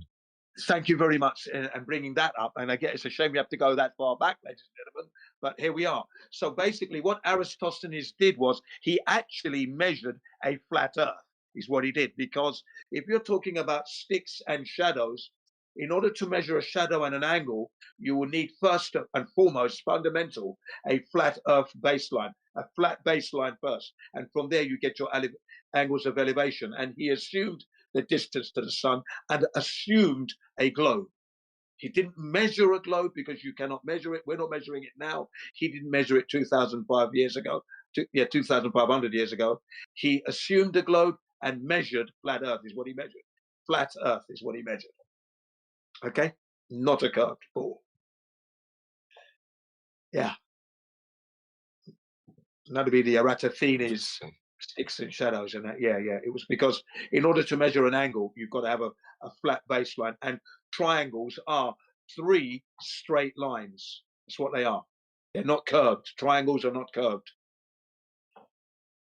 Aren't people measuring today some reciprocal zenith angles? I don't know anyone measuring these angles. And again, if they're going to measure any angle, the first thing is it's coming from a horizontal baseline. That'll be the surface of the Earth. Okay? No matter how they want to disguise it, they're using a flat Earth to do it. It's fundamental. In fact, all our leveling tools came because of the flat Earth, ladies and gentlemen. For those who are listening, yeah, all the leveling tools we have that exist today came because the Earth's flat. First came the flat Earth, then came our tools, because we needed it. We're living on a flat Earth, ladies and gentlemen. Aren't these people also accounting for curvature for like building bridges though, or? No, they're not, ladies and gentlemen. The story goes that they are accounting for curvature when they build bridges. The longest bridge in China, the King Don Dang something or other bridge, which is 102 miles long, didn't take into consideration curvature at all. Then there is one, I think, in America somewhere, where they say the stanchions are set off at an angle to take into account of 1.5, 1 3/4 inch of the curvature. No, because when you look at the actual bridge, the water under that bridge is dead level. Okay, so no, you can't have the bridge being curved and then the water underneath being level. Doesn't match up. This is what I love about this topic matter. That curvature is not there, and water will expose it. Thank you. So no, they're not. I mean, isn't there a way we can like travel in one direction and get back to the same spot? Isn't that only possible on the globe? No, it's possible on a flat surface, much similar to where you live, your neighborhood. You could be living in your neighborhood and you go out to the supermarket, the corner shop, the clothes shop, DIY, car showroom, motorbike shop, yeah, some more supermarkets, the chemist, the pharmacy, and you come back round to where you live, you've gone in a circle. It wasn't spherical. You can take a plane, follow an eastward direction via the compass, and if you can come back on yourself, that's a circle going eastwards or going in a circle westwards. That's all happened horizontally. You're not flying in a curved trajectory, which is not happening in flight anywhere. When they do circumnavigate the world, they go from port to port. They don't just.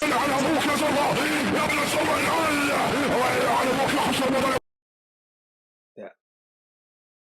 Sorry for that sudden outburst, ladies and gentlemen, but that's what people do when they're trying to cope with the truth that they can't prove the globe. Okay, we do apologize for that, but it's out of our control.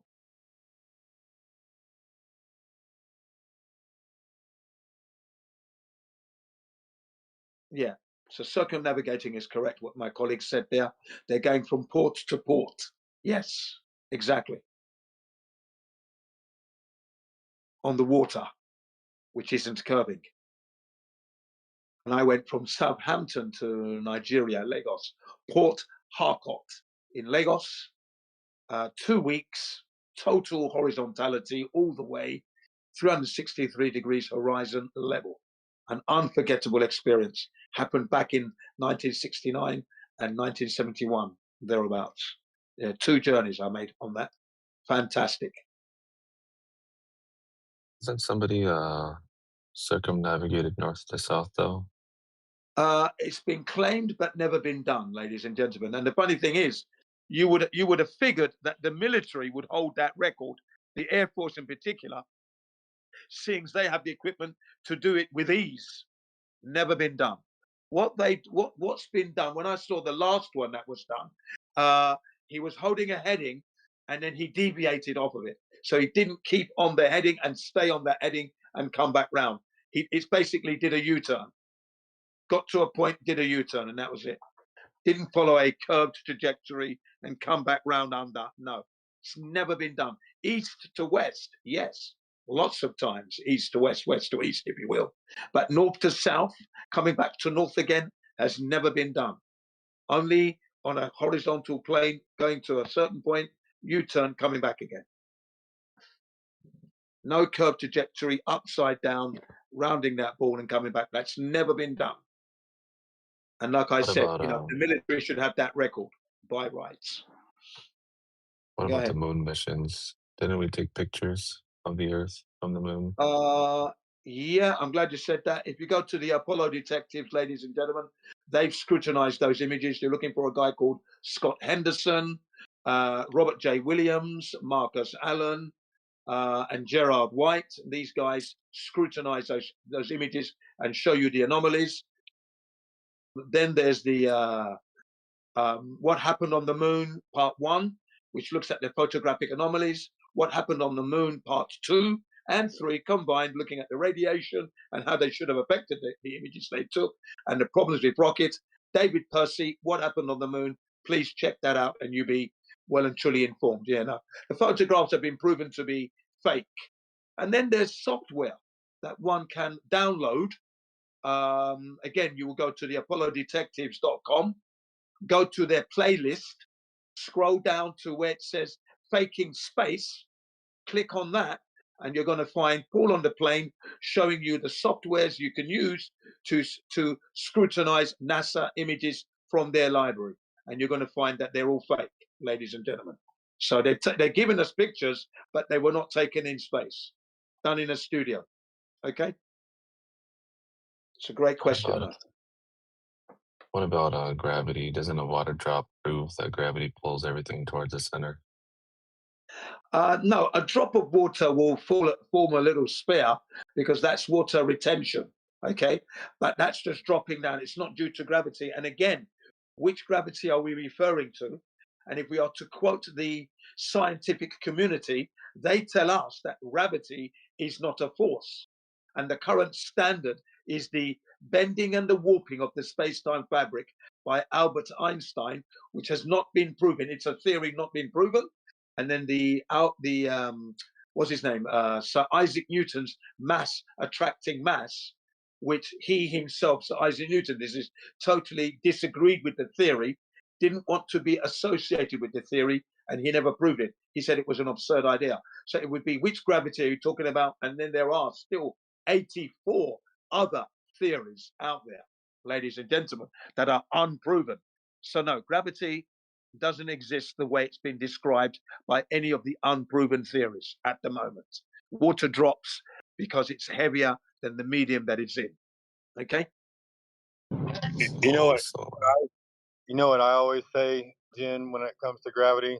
Go ahead. I'll say, does gravity pull everything down on Earth? And obviously, most people, if not all people, are going to say yes, right? And then, not all, some people, like, they stick to their space time and whatever.